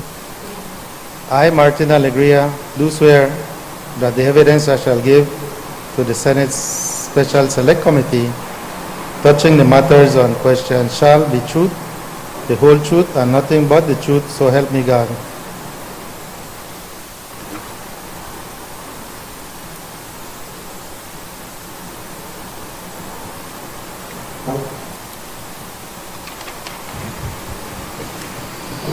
Good afternoon. Good afternoon. Yes, that's, you just touch a keypad when the light is red, you can commence. Good afternoon. Good afternoon. We have afforded invitees the opportunity to make a personal statement, but first we'd like to thank you for appearing and responding to the invitation and for your patience. I know we were meant to start at 2:30, so we apologize, but thank you for your patience and understanding in that regard. So would you like to make an opening statement to the committee? Sure, I think not personal statement, but just a statement regarding the issue at hand. I was kind of surprised when I was asked to appear here.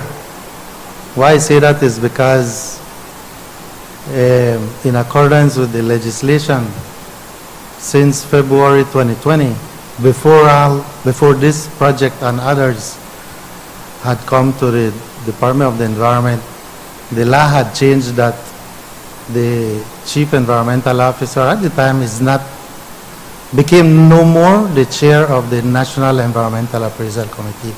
That was changed so that the Chief Executive Officer of the Ministry of the Environment has been up to today the chair of the NEAC, as we call it.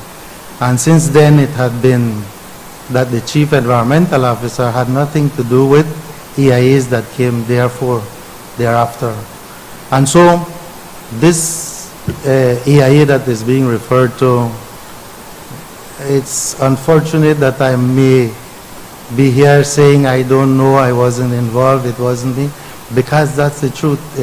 I wasn't involved with the NEAC since that legislative change. So I just wanted to clarify that, and I hope that the senators understand when I say I don't know, or I wasn't involved, etc., based on the question. Thank you, Mr. Alegria. Just before we commence with the questioning, can you describe your professional career so we know who you are and what you have done in terms of public service?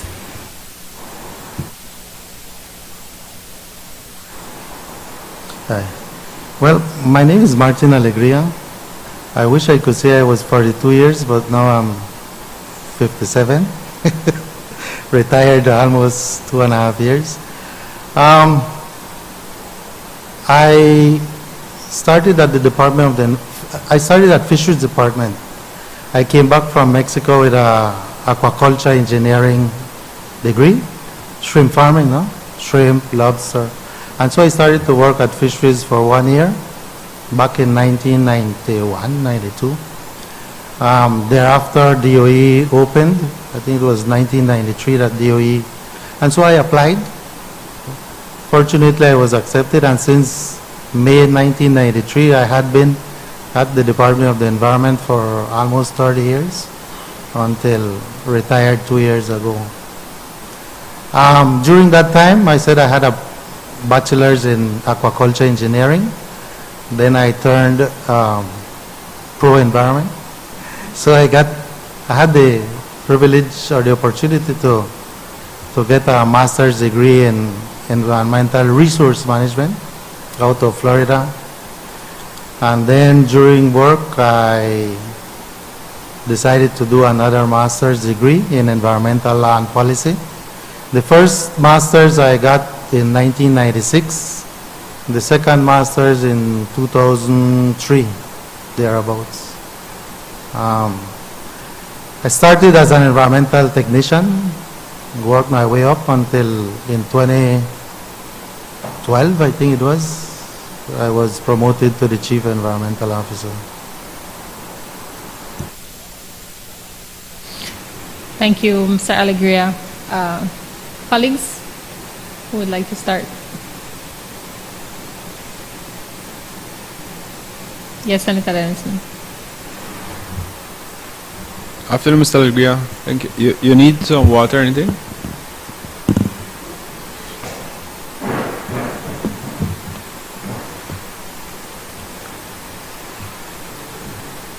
Mr. Alegria, I just want to thank you for attending and to say that I share a different view,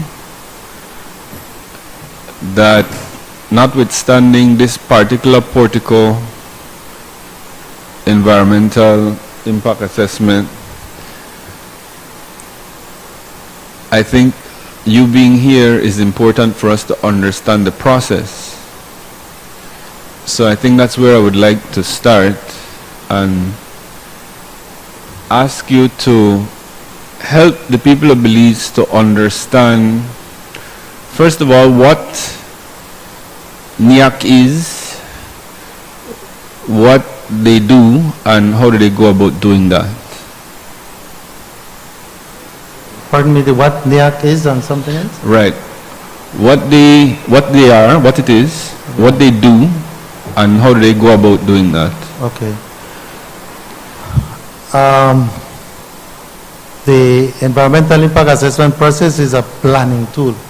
It's at the beginning of any proposal, which takes into consideration from the onset, from the beginning, any potential environmental impact that could affect the environment of where this project is being contemplated. That's, in a nutshell, the EIA process.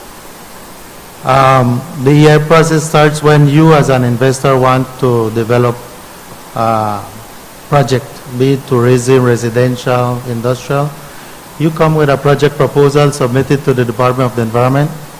The Department of the Environment, according to the law, has 30 days to respond to you and tell you this project is such that it falls under Schedule 1 of the EIA regs, which automatically requires an EIA, or it's under Schedule 2, which requires a limited level study, or none at all, where it goes straight to an ECP because it's either a small, medium project located in a non-sensitive area.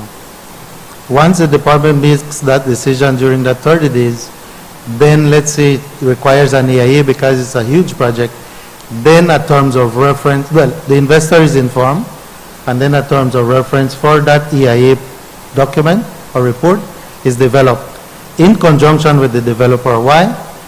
We only know what can go in the terms of reference is what you are proposing, what components you are proposing to undertake in your project, and hence it's a joint venture between investor and the Department of the Environment to develop a terms of reference for the EIA.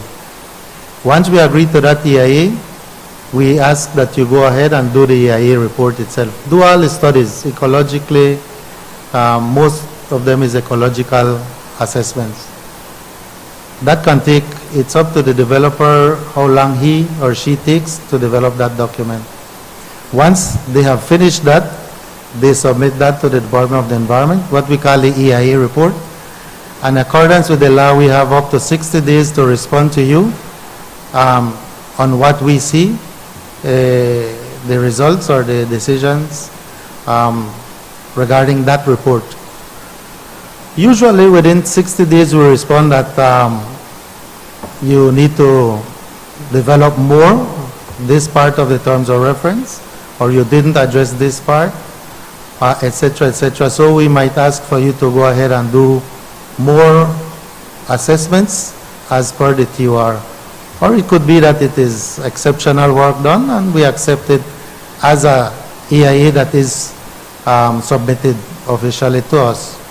Once we accept that EIA report, be it within the 60 days or 3 months, 4 months, depends on that back and forth.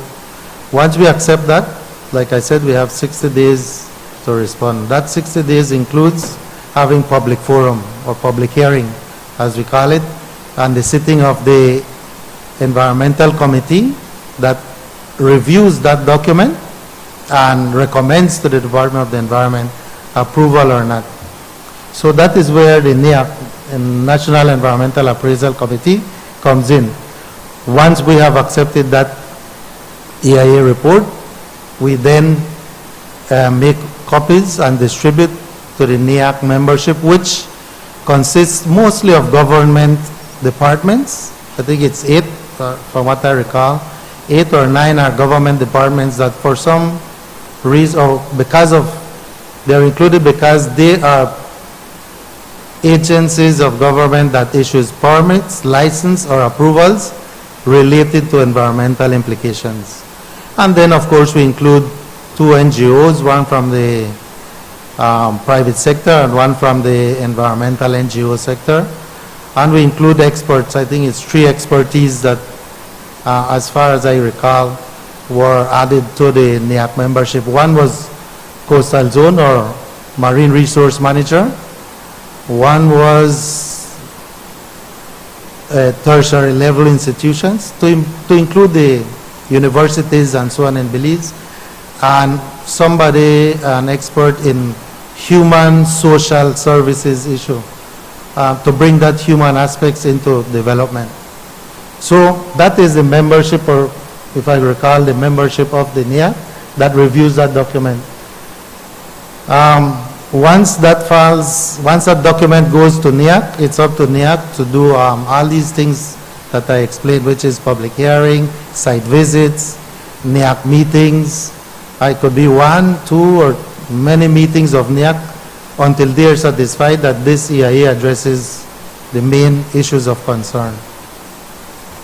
Once the NEAC makes that recommendation to the department that it is acceptable based on these changes or these conditions, then the Department of the Environment accepts those and then starts to work on the environmental compliance plan, which is the environmental contract, you could say, between the investor and the Department or Government of Belize through the Department of the Environment, that this is the environmental care and attention that this investment will take when it is constructing and then operating.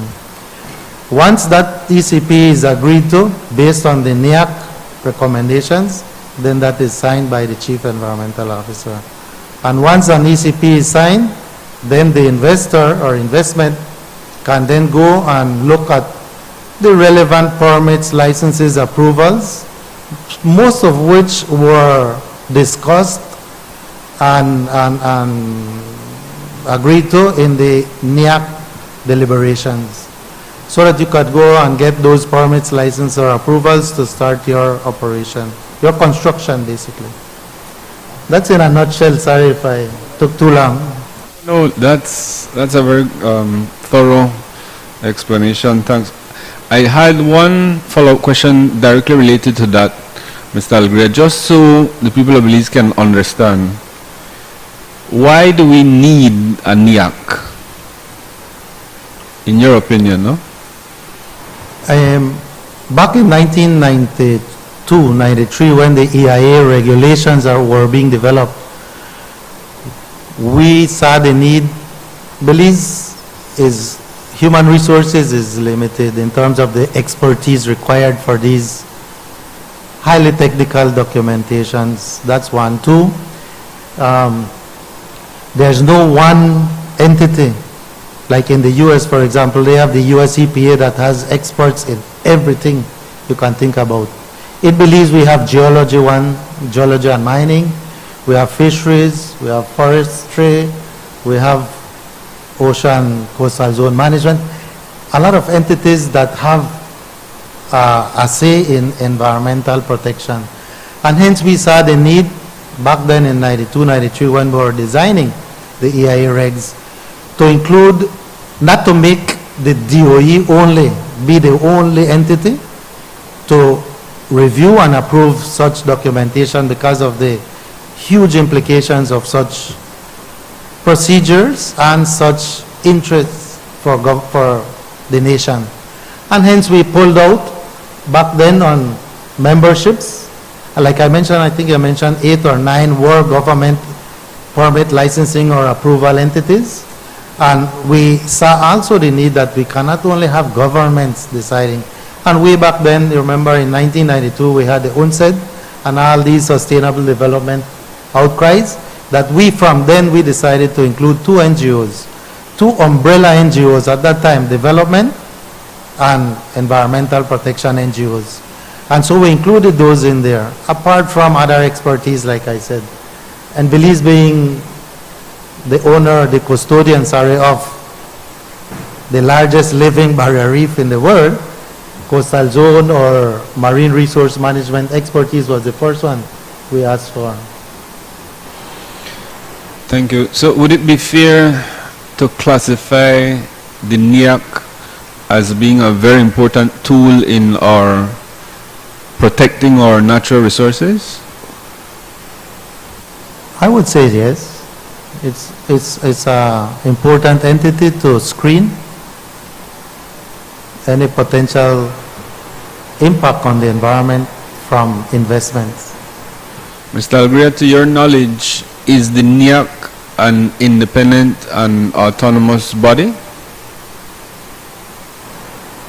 The NIAC, once from its creation, the NIAC had fought through the Department of the Environment to remain a highly technical, non-political or apolitical entity, regardless of any pressures that had come over the past, 25, 30 years that I was there. So we tried to keep NIAC as independent and as technical as possible. Were you successful? Until February 2020, yes. You say so.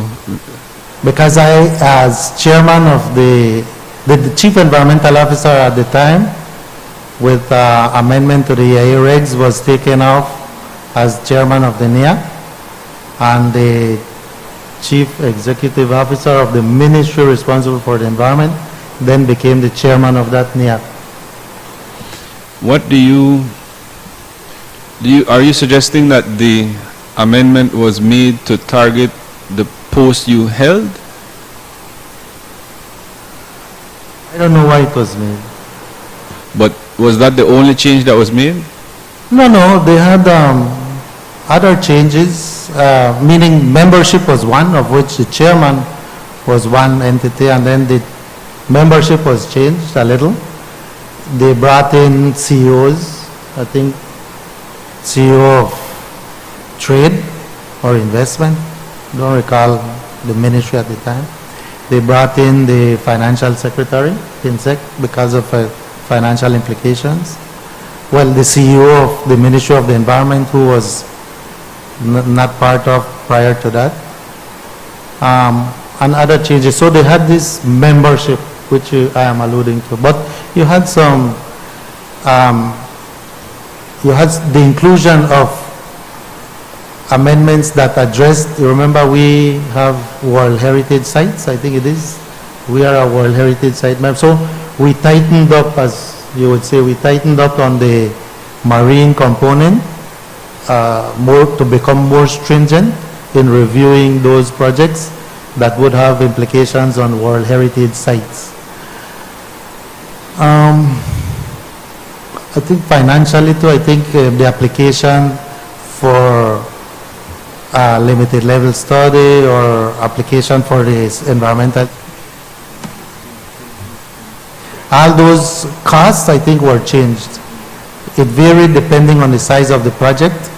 An EIA, for example, was $5,000 to apply, a limited level study $2,500, and if the NIAC decided to bump it up to an EIA, you have to pay the other $2,500 to make it $5,000, and the project varied, the charges varied on the size. It could have been $100. It could be $1,000, depends. But the law changed it that all projects paid $500 thereafter. So if you're a small, minuscule project, it is $500 for application for clearance.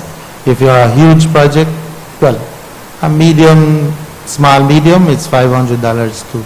So there were other changes made to the legislation apart from the chairmanship. Mr. Agred, am I to understand that before this change, you chaired the NIAC? Yes, sir. During the time you chaired the NIAC, was there any political interference? There were many attempts, but like I mentioned, from the onset we tried to keep politics out of NIAC's technical deliberations. Would you be surprised if you heard that ministers could make representations that they could control the outcome of the NIAC? You mean over the years? Right. Oh, you meant that they did succeed in changing the decision of NIAC or something? Yes, that they could influence Yeah, I the... don't think that had happened while I was there. Not while you Remember, were- I was there only for about 10 years as chairman. Prior to that, it was the previous chief environmental officer, Mr. Ismail Fabro, who was the chair. Okay, and this would have been changed under the previous administration? You mean the amendment to the legislation? Correct. Yeah. It was February 2020, just before the COVID came on us. Mr. Agre, I want to ask you a very candid question. To your mind, would they have had any reason to oust you from that office? No, not to my understanding or my opinion. The chief environmental officer, whoever he or she is, had always been the chairman. I had a question. What's the document that is triggered, that's submitted to the NIAC for consideration? What's the name of that document? Sorry. I don't understand. What does a developer submit to the NIAC for consideration? Oh, a project proposal, Uh-huh. which is the proposal, not the financial proposal, it's strictly environmental related. That proposal comes and what triggers it is the environmental impact assessment regulations. The EIA regulations has Schedule 1 and 2 at the end, where Schedule 1 is a listing of projects that automatically needs to do an EIA. Schedule 2, like I mentioned, is those that may or may not do an EIA, but they have to do a limited level study. Yes. And these are based on experiences worldwide of the types of developments, and it also considers the size of the project and the location of the project. There's a project, let's say, just for example's sake, 300 residential lots. 300 residential lots in Belmopan is far different from a 300 residential lots in Turnip or San Pedro. So the location is what triggers that Schedule 1 or 2. Mr. Agre, I want to ask, is one of your expertise now to draft or assist companies in the development of the EIAs? You mean if I'm involved in, Yeah, if that, you- in that trade? That's some... No, I try to avoid it since I retired. I avoid getting involved in environmental. And before you retired? Were you ever approached to draft one? No, because it's a conflict of interest. Once I am the chief environmental officer, it's a conflict of interest to get involved in anything that deals with that. And that conflict would extend to the other members of the NIAC? It should. It should. But if evidence is brought and so on, then we would have looked at it. If you're, maybe our next question will be if there was any examples. If as far as I recalled over my 30 years there may have been one or two that was addressed and nipped on the bud immediately. Sorry, I didn't hear you. That was addressed or nipped in the bud, as you say, immediately. The person By would the previous boss, chief that was there before me, long before me. understood. Oh, that person would have written some that got to the NIAC. That's what you're saying? What happened is, remember, EIA is a very complex document that addresses many expertise, that involves many expertise. So you may have, for example, a marine biologist component to that document, an engineering component, climate change expert component. So it was the amalgamation of all these expert views that then the leader of that EIA report needs to go through, and as a team decide what goes into that document. So if there was any person who may be a member of NIAC that may have done one of those components, that's what we, I guess, should have been looked at now at the time. And they would have declared something like that and excused themselves. I had one. Understood. Mr. Alegria, have you had a chance to look at the EIA for Portico? Unfortunately, no. Remember, I think February was when the law changed, and I think this specific project came around March. It's March. It's March. Something like that. Right. Again, and since I'm not responsible at that time. Once I was not responsible for EIAs, like a big weight got off my shoulder that I was happy for. Did you still have to sign EIAs that were pending or having approved after the February 2020? Did you have any outstanding EIAs that would have gone through the process that were pending at the time the change was made? Yes, there was the Sarteneja Road project, the Northern Highway project. The Sarteneja one, that was executed in August of 2020? I don't recall the specific dates, but I know those were EIAs that were being, that came in after the February 2020. And you signed that one? Huh? Did you sign that one? The Sarteneja one? Well, again, I'm reminding you that it's the chairman of NIAC, through the NIAC, that then went into the detailing of these projects. And at the end, of course, for clarity, even though the chief environment officer is not anymore the chairman of NIAC, it is still that person or that entity under the Environmental Act that is responsible for signing the ECP. So yes, whatever NIAC went through the process and approved or agreed to approve or recommend, then the chief environmental officer, whoever he or she is, reviews, looks at, asks questions, and then if comfortable enough, then they sign out. Were you the chief environmental officer up until when? Yes, until I retired. At when? When? It should have been February 21, but So- I left the department long before that.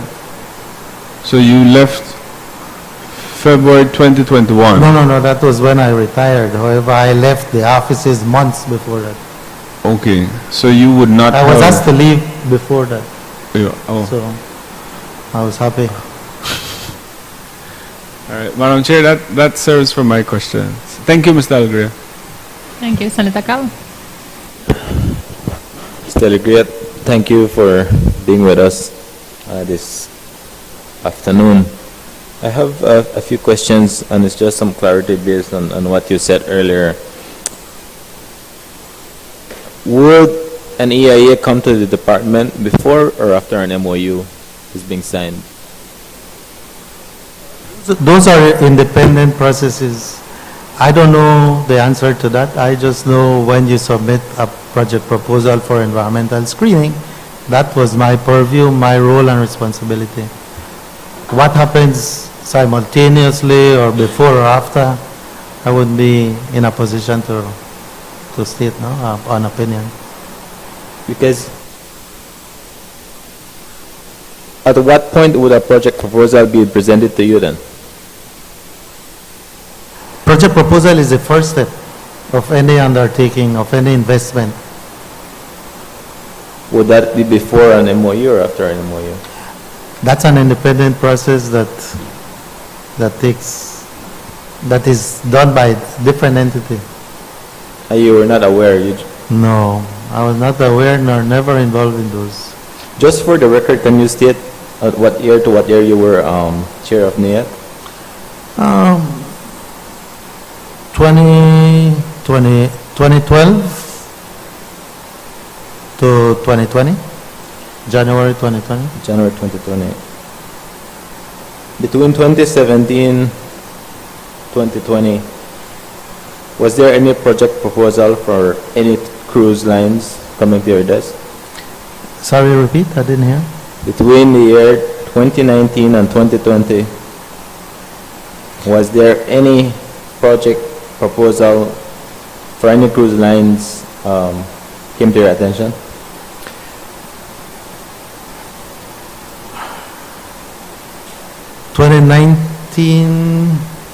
No, I think it was the 2020 March, like I said, was when Portico, and then somewhere in June, I think, was Belize Port expansion, cruise ship project. Prior to that, it was way back in 2006, 2007, that we had one proposed cruise ship for Stake Bank, and then in 14 or so was Harvest Key. I don't recall in the year, but Harvest Key was another one. So it was Stake Bank, then Harvest Key, and then the other two that came after I had left.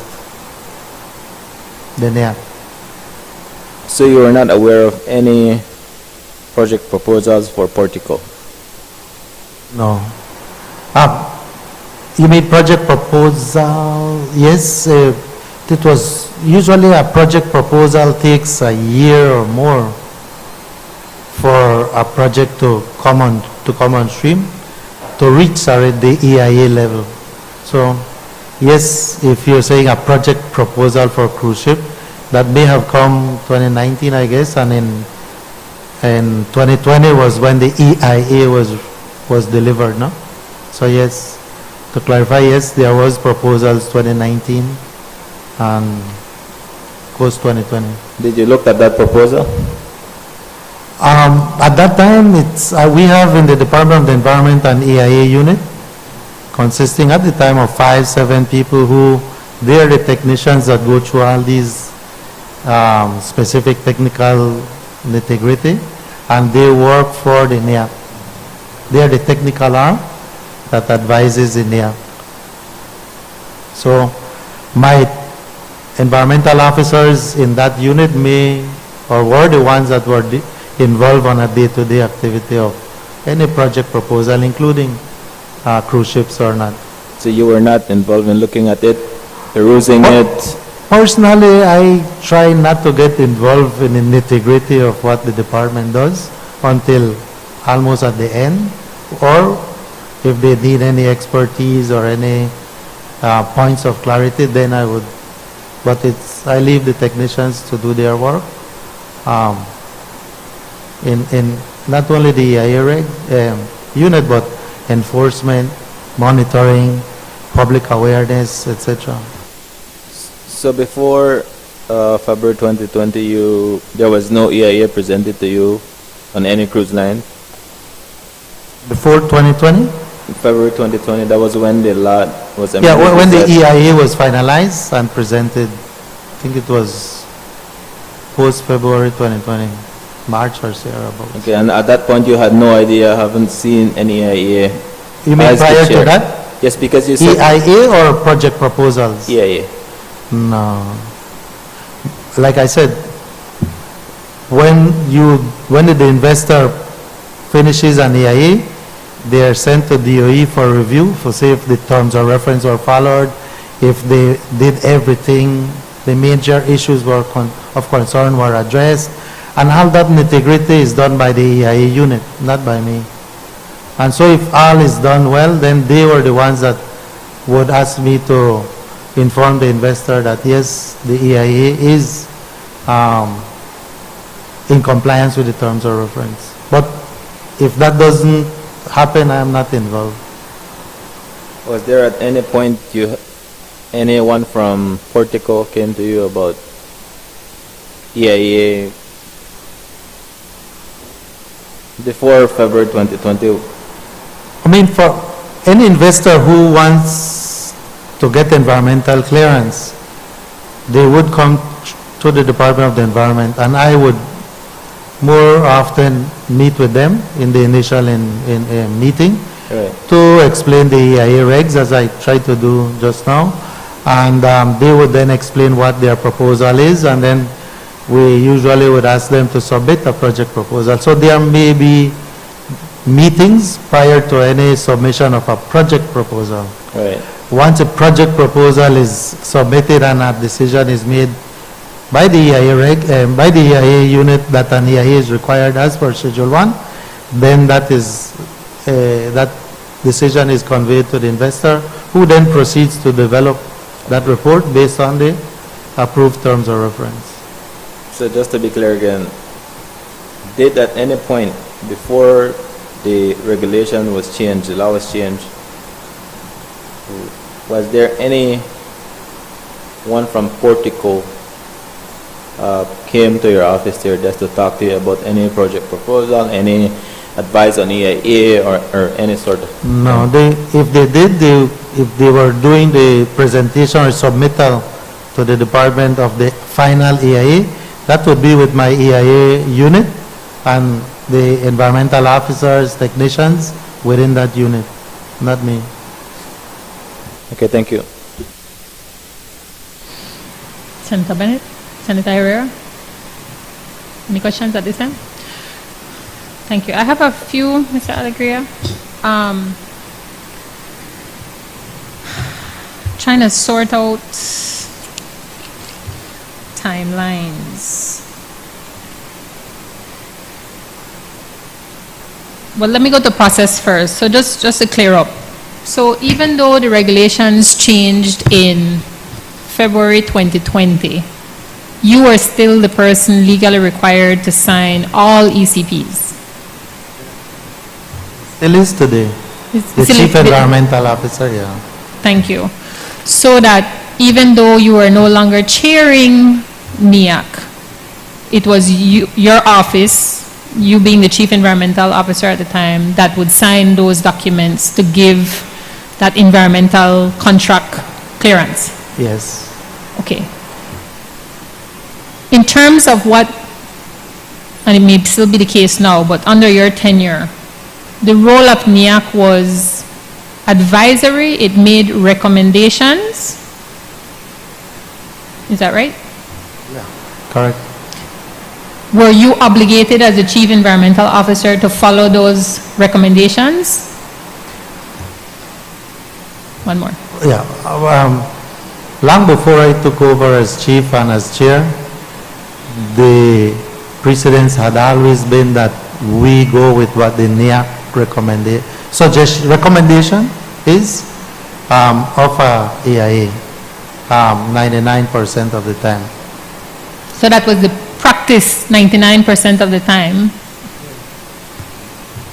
Oh, yeah. But the 1% meant that technically, legally, under the law, you didn't have to do that. I'm just trying to arrive at what the specifics are with the legislation. Are you legally required to go along with what the NEAC recommends, or can you stand independent and say, you know what?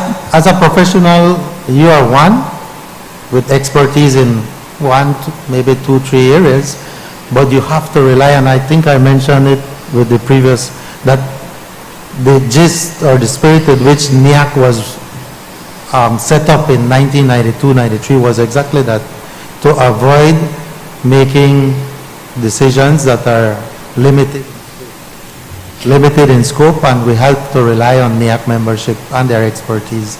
And so that's the process has been that always we follow what NIAC says. And when I say 99%, the 1% is because you need to take into consideration perhaps other issues that NIAC may not have considered, and we discuss that with the investor after the NIAC's decision had done. And that is usually perhaps an additional requirement that has financial implications to the project. And so we have to discuss that with the investor that, you know, NIAC may not have seen this specifically, but we need to add these additional precautions. And I think the World Heritage Site was, I mentioned one of the things that we started to take more into consideration. So that is the 1-2% that we added on to the NIAC decision to strengthen the ECP at the end of the day. I appreciate the professionalism in practice, but this committee is charged with making recommendations to make sure that protocols, policies, etc. are followed. So I'm just trying to ascertain technically by an unscrupulous person, I'm not referring to you, but technically, letter of the law, can the chief environmental officer independently sign off on documents that go against a NIAC recommendation, technically? I pray to God that never happens. Yes, but technically, can it? Legally, you're talking about? Yes. Can it happen how the law is currently worded? I haven't seen the June 2020 amendment or August 2020 amendment, because from the February 2 amendments they did, I haven't bothered much with the EIA. So I can't answer you what is today.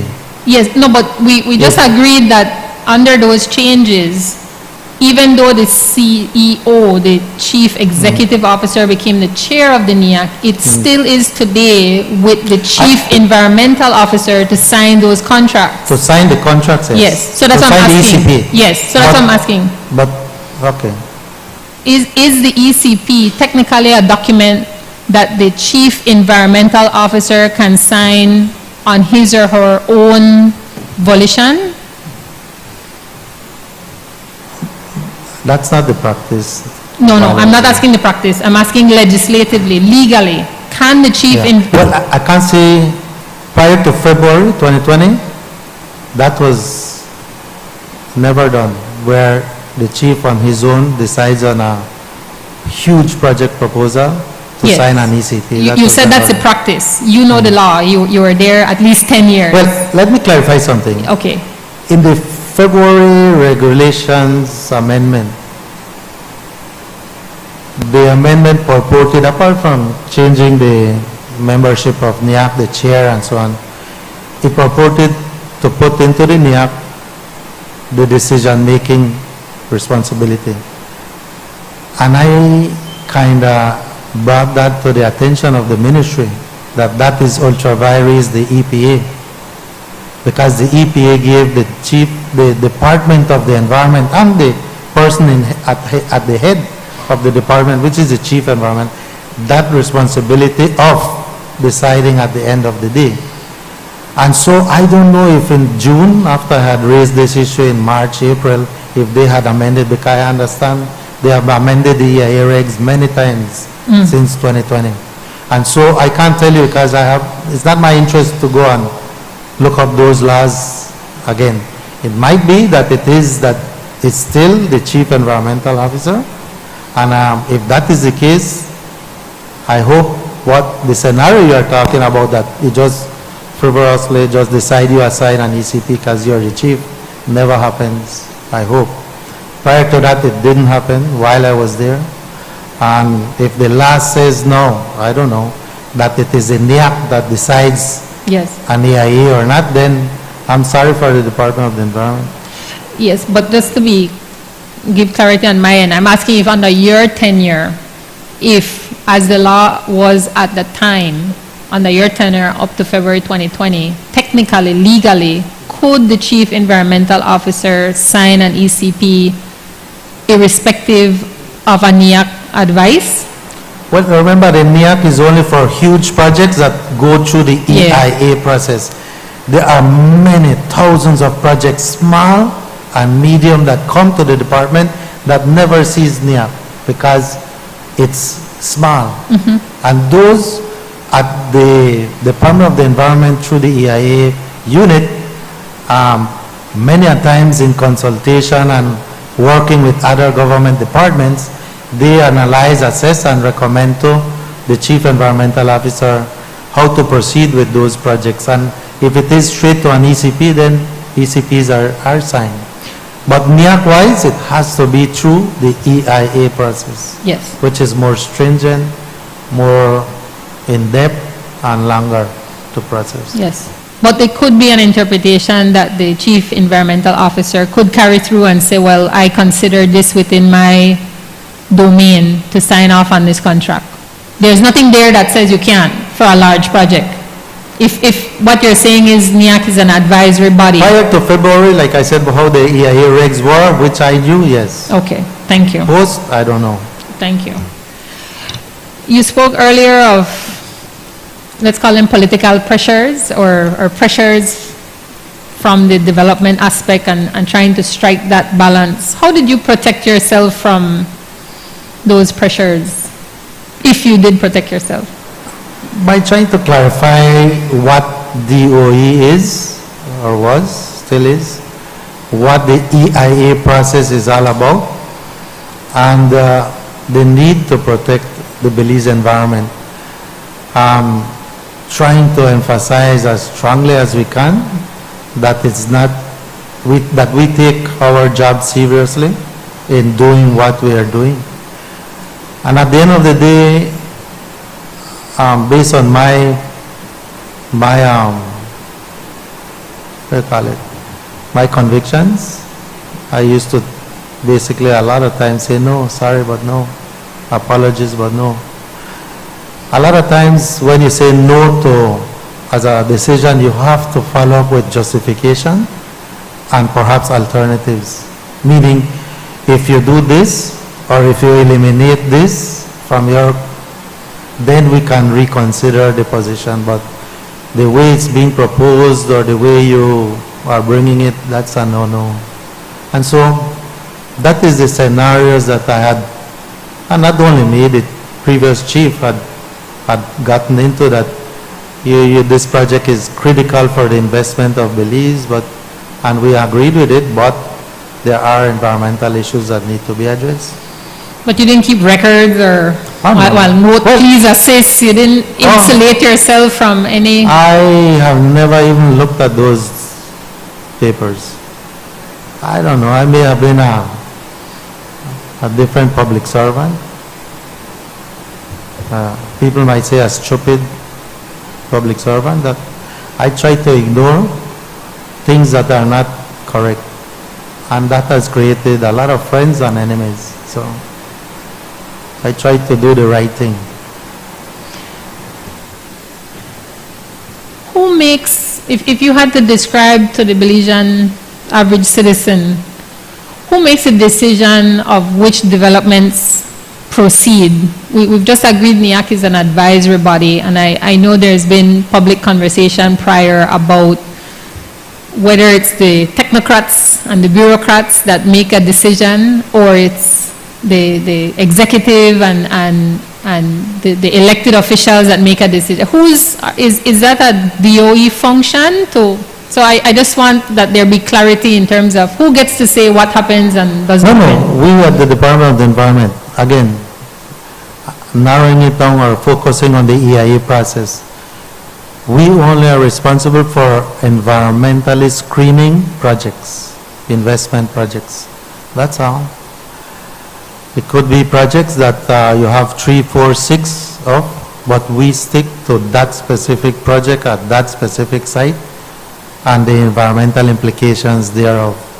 It's not the purview of the DOE, nor worse the chief, to say which project goes and which one doesn't. That's the purview of the, I guess, cabinet, on which sector, which, I don't know, industry, which, that's not basically, in a nutshell, that's not DOE nor the chief's purview. So just to follow through in terms of the process, did the developer submits a PPP? If it is in Schedule 1 and it needs the EIA, it goes through the NEAC. NEAC makes an advice to you, the Chief Environmental Officer, and then you make recommendations to the cabinet, and then they tell you, yes, go ahead and sign the ECP? Like how does that process at that point work? No, like I said, we are strictly technical, and the EIA process is strictly technical and planning. So there's no need for cabinet to get involved in a technical matter. Again, what it is the government of the day, the administration of the day, that sets the policies, plans, and activities. In a 5-year plan, in a manifesto, we don't know. But we try to work with what that administration's priorities are. So. And how, under your tenure, what was your experience in terms of how that was conveyed to you? Did you get a copy of the manifesto? Did you get a thing that said, plan, these are the development plans? How did you get guidance on what that was? What happened is, fortunately, the Department of the Environment had always had 5-year plans. I think the last one in 2014 was a 10-year plan, a 10-year strategy, and a 5-year action plan.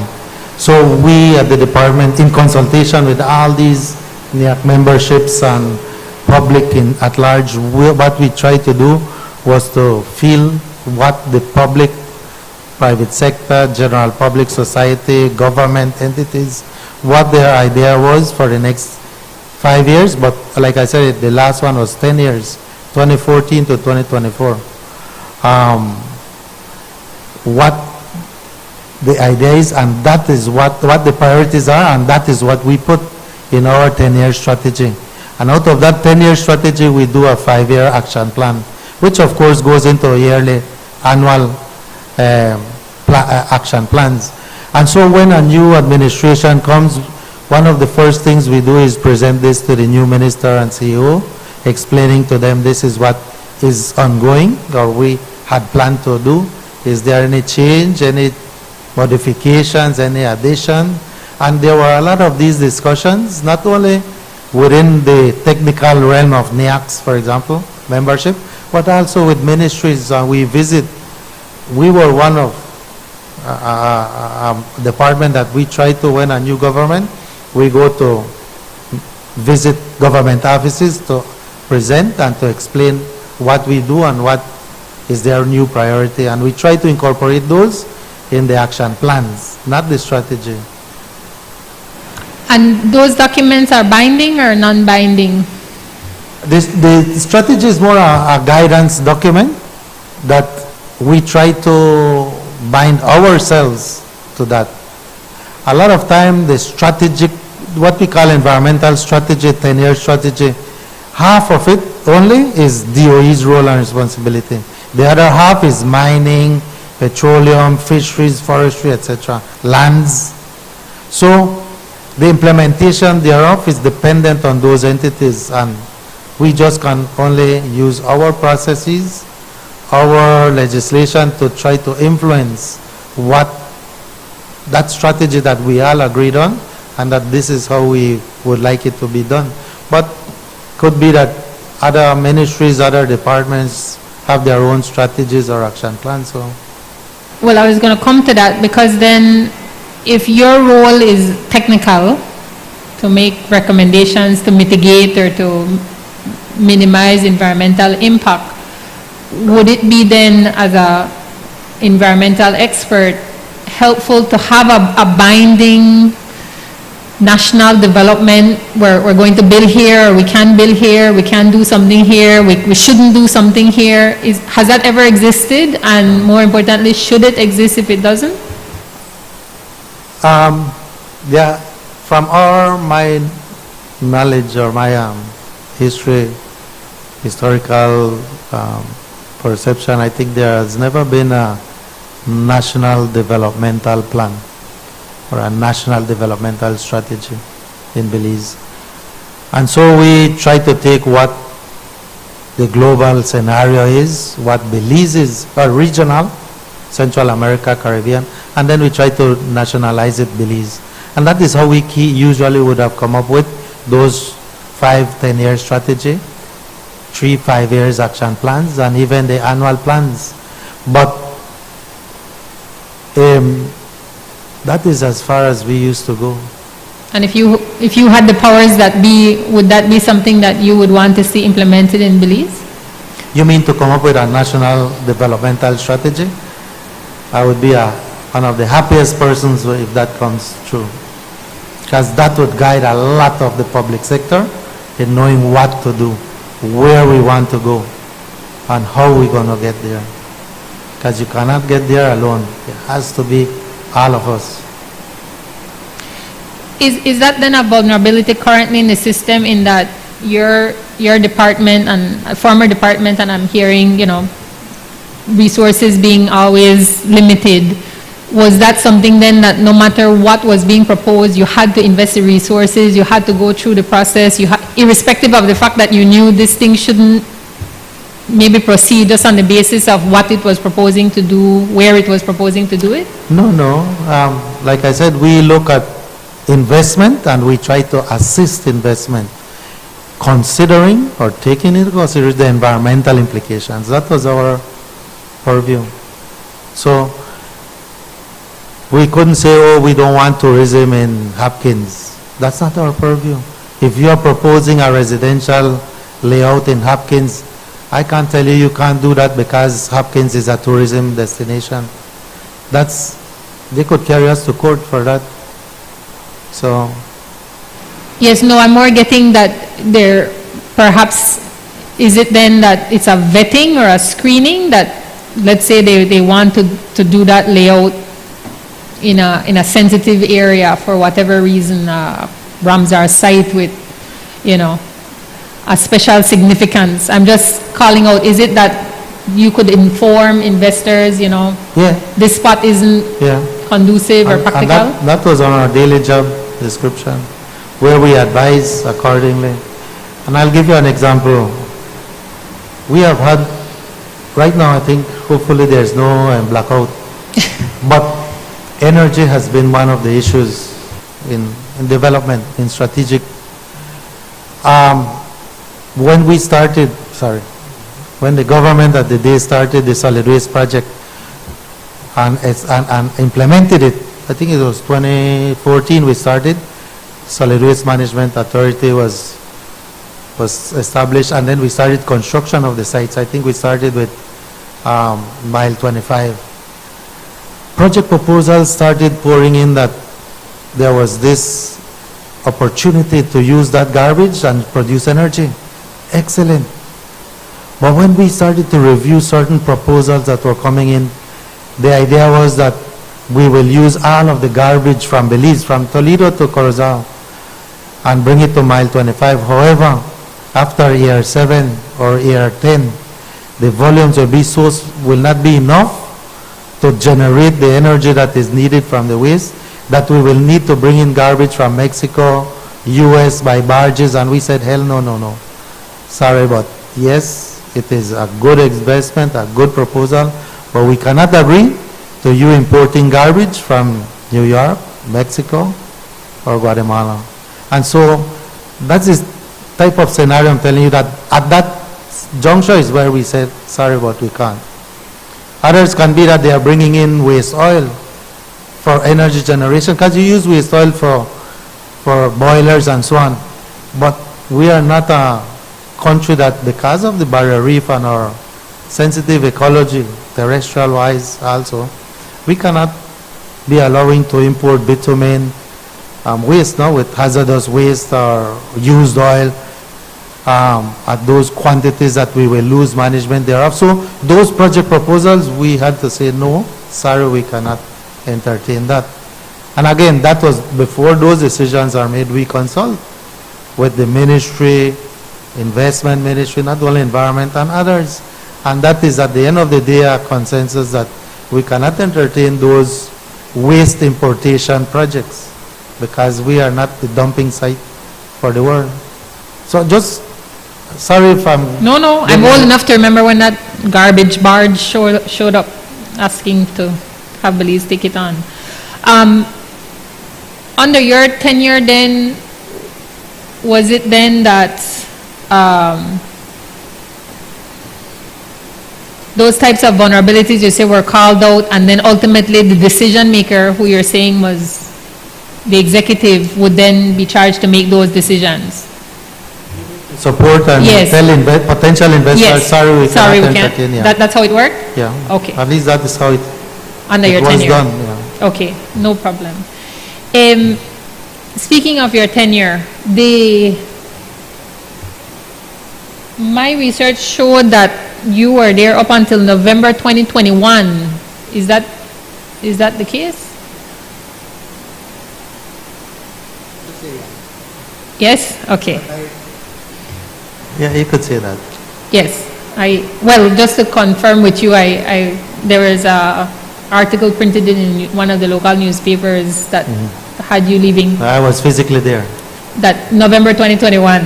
But you mentioned earlier that you were asked to leave, and then you said you resigned. Which one was say it? no comment? No comment? Yeah. Why you don't want to comment? I left earlier, maybe November, maybe September, I don't know. Don't recall. But officially February 8th, 2021 was when my birthday. That was when I was officially, yeah. So you weren't performing any functions officially between February and November?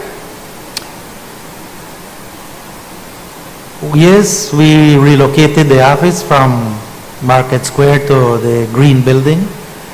So that was one job that I put my heart to, because that Green Building was my idea years ago, to put a Department of the Environment, a Ministry of the Environment, with the key government-related entities in one building as a one-stop shop for investment. So yes, that was one. Two, from September or thereabouts, I was asked to be returning officer for the elections, responsible for Rural South. And so there were other duties that I dedicated to. Okay. Speaking of other duties, I also found online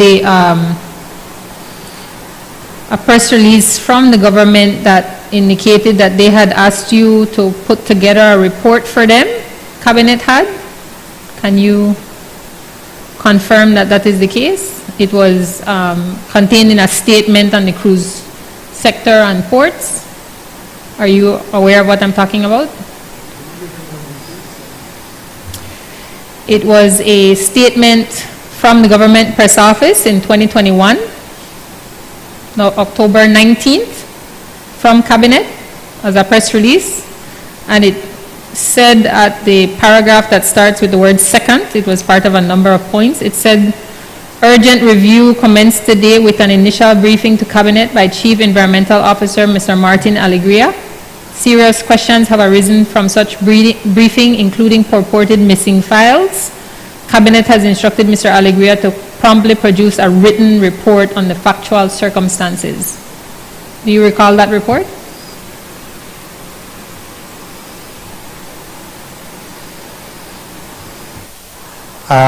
This wasn't related to Portico, though?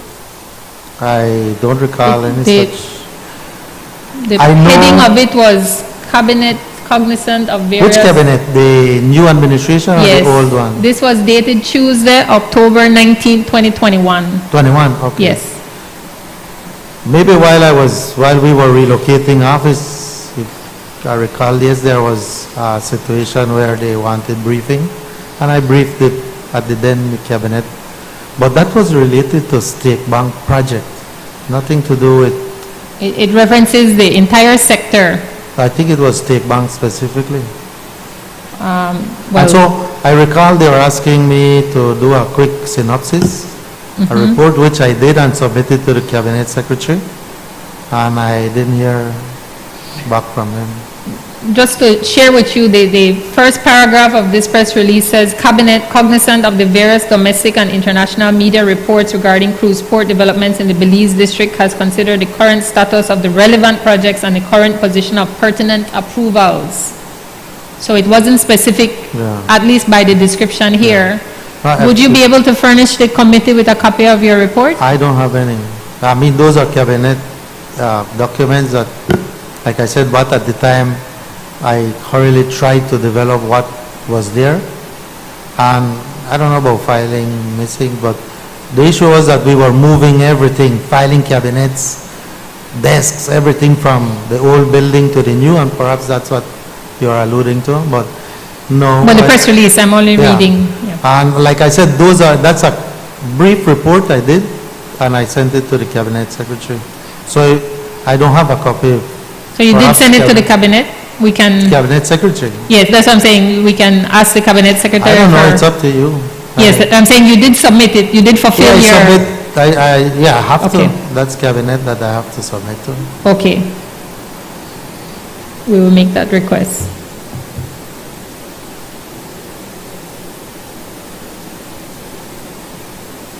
Were the minutes of NIAC meetings kept? Were they recorded minutes? Generally. Generally, yes. Yeah, generally, NIAC has a minutes at the end of the day, which is, what do you call it, approved at the next meeting. So there has always been NIAC minutes, as you say. Okay. I don't know if in the back room you were able to hear the earlier witness, but he was talking about getting a signed ECP, and according to the DOE website, that was signed October 15, 2021. So given that you were still in your office October 2021, did you sign that document? I don't know what you're referring to. The DOE's website, No, what Has you're a- referring to a document. a I don't- Portico ECP? No, like I said, it was 2021.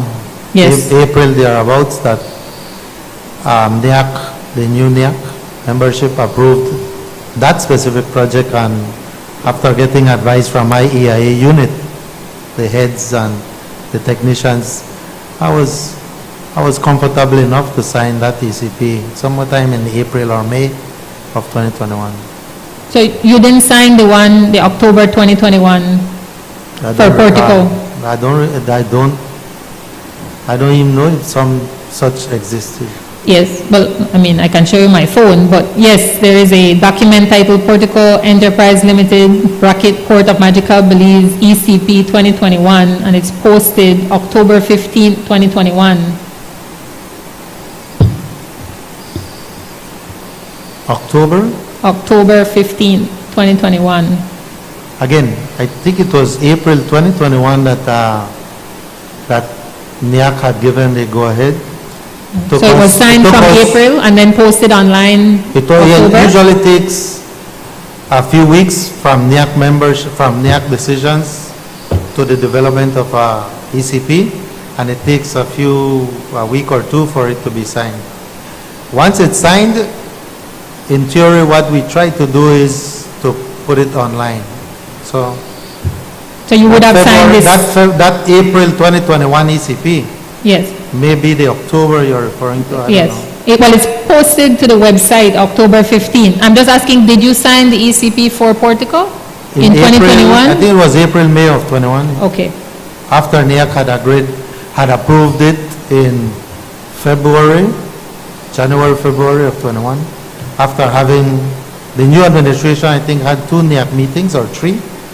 After that, to have agreed to that it's okay to sign in phases, blah, blah, blah. And that is what my technicians, my officers had briefed me on because I wasn't part of. And they said it's comfortable enough for you to sign because it has safeguards. And that is what I signed in April, May. okay. Of Yeah, just 21. wanted to confirm it's the same documents. We requested from the developer the copy because he said that signatures are redacted. So that's why I'm having to ask if you signed it. Yes, what happened is when we published, way back in 2015, 16, I think it was, we started publishing ECPs and trying to alert and inform the general public that this project had signed an ECP and here it is. Okay. But unfortunately, we were threatened legally by 1 or 2 investors that their signature in that open document could be used or may have been used, I don't know, for fraudulent activities of signing checks and so on. And so we were advised at the time by our legal office to do what they said, take out the signature part, put crazy glue, how do I call it? White out. So that we do not, but the rest of the document, the other one was the financial outlay, how much ECP fees, how much, the financial information and signatures Yes. were taken out because of that legal implication of people using those signatures for other stuff.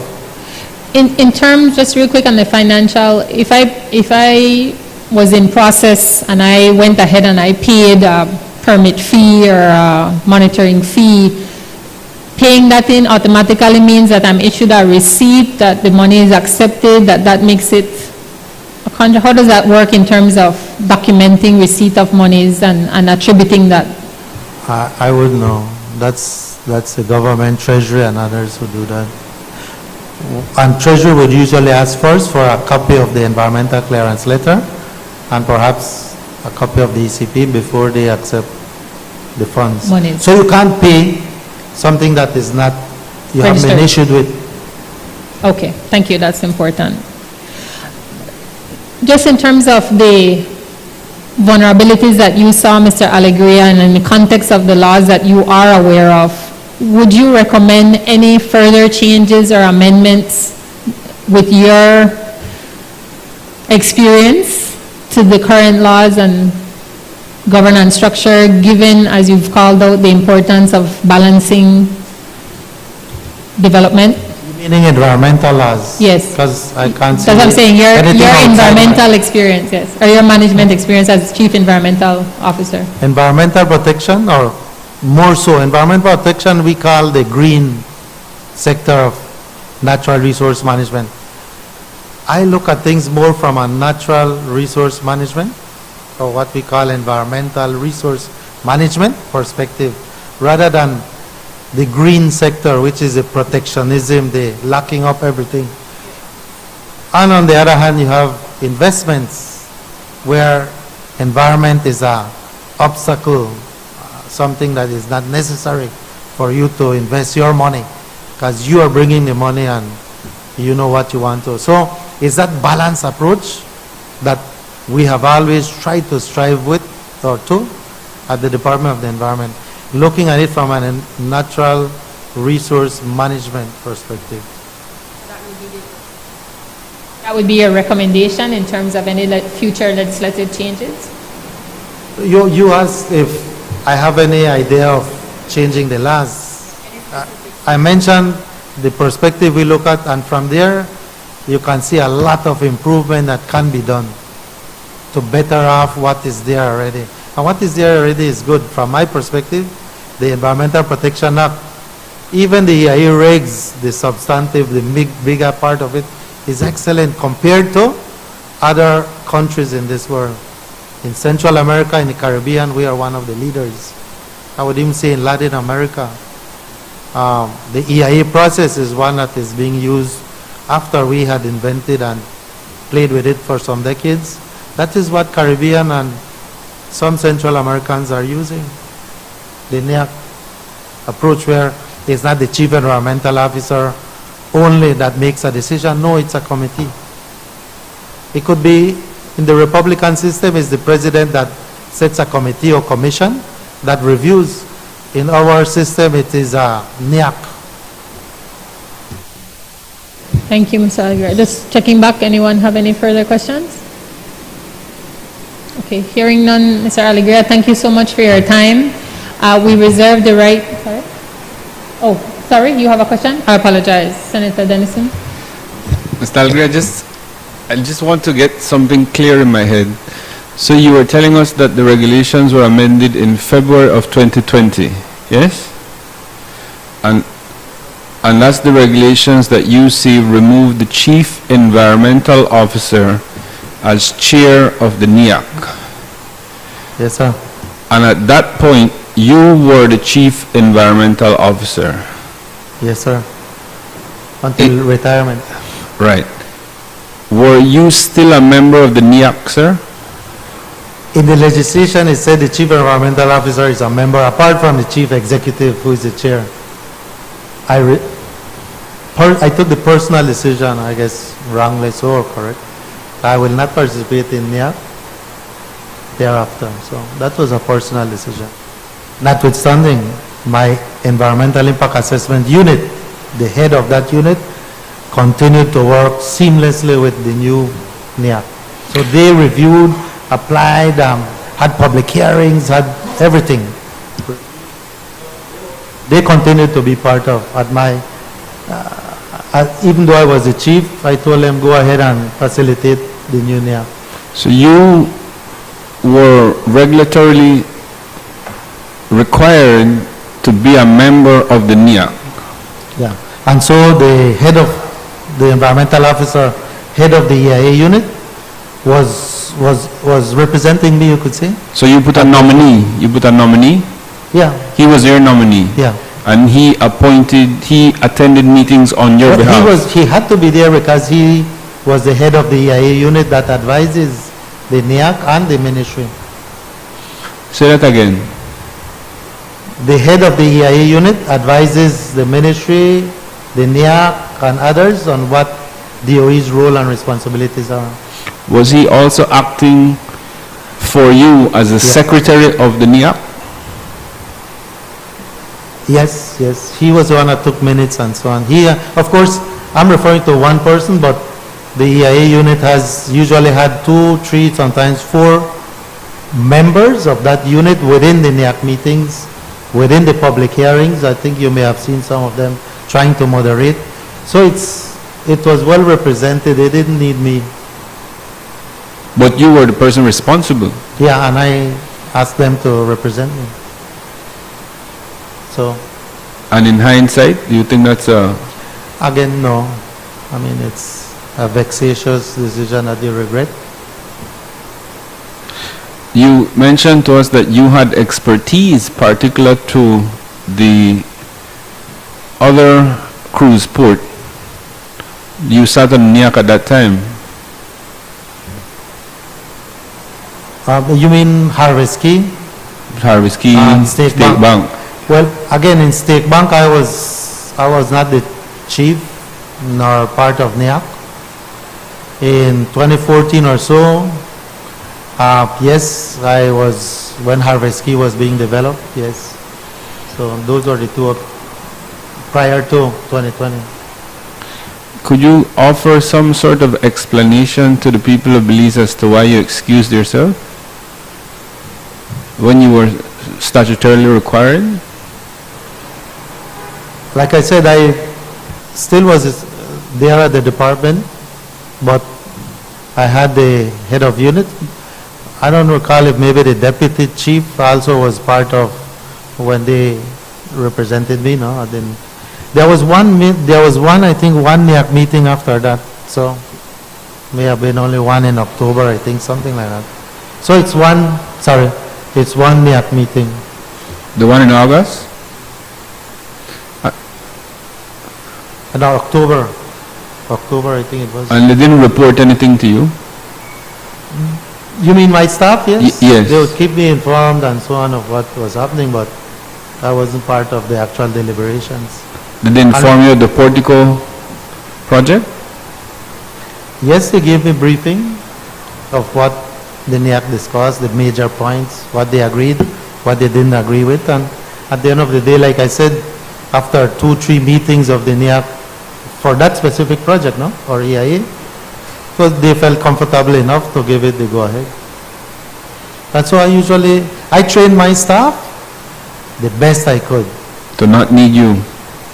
Yeah, so That's a good public servant, Mr. thank God Algria. they're doing the same job I would have done at the Department of the Environment.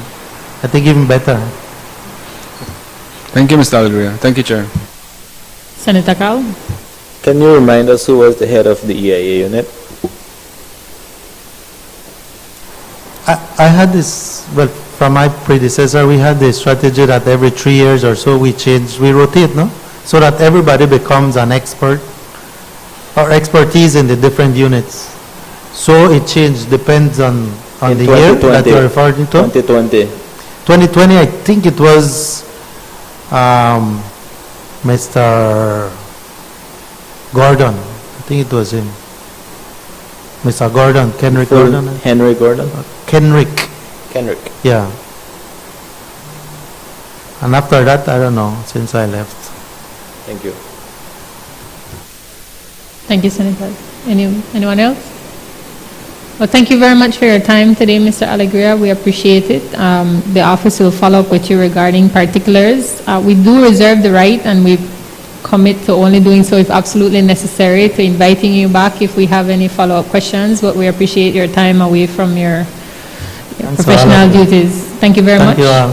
Thank you. Bye-bye. We will suspend until we go back to the committee room. Thank you very much. Public hearing ends.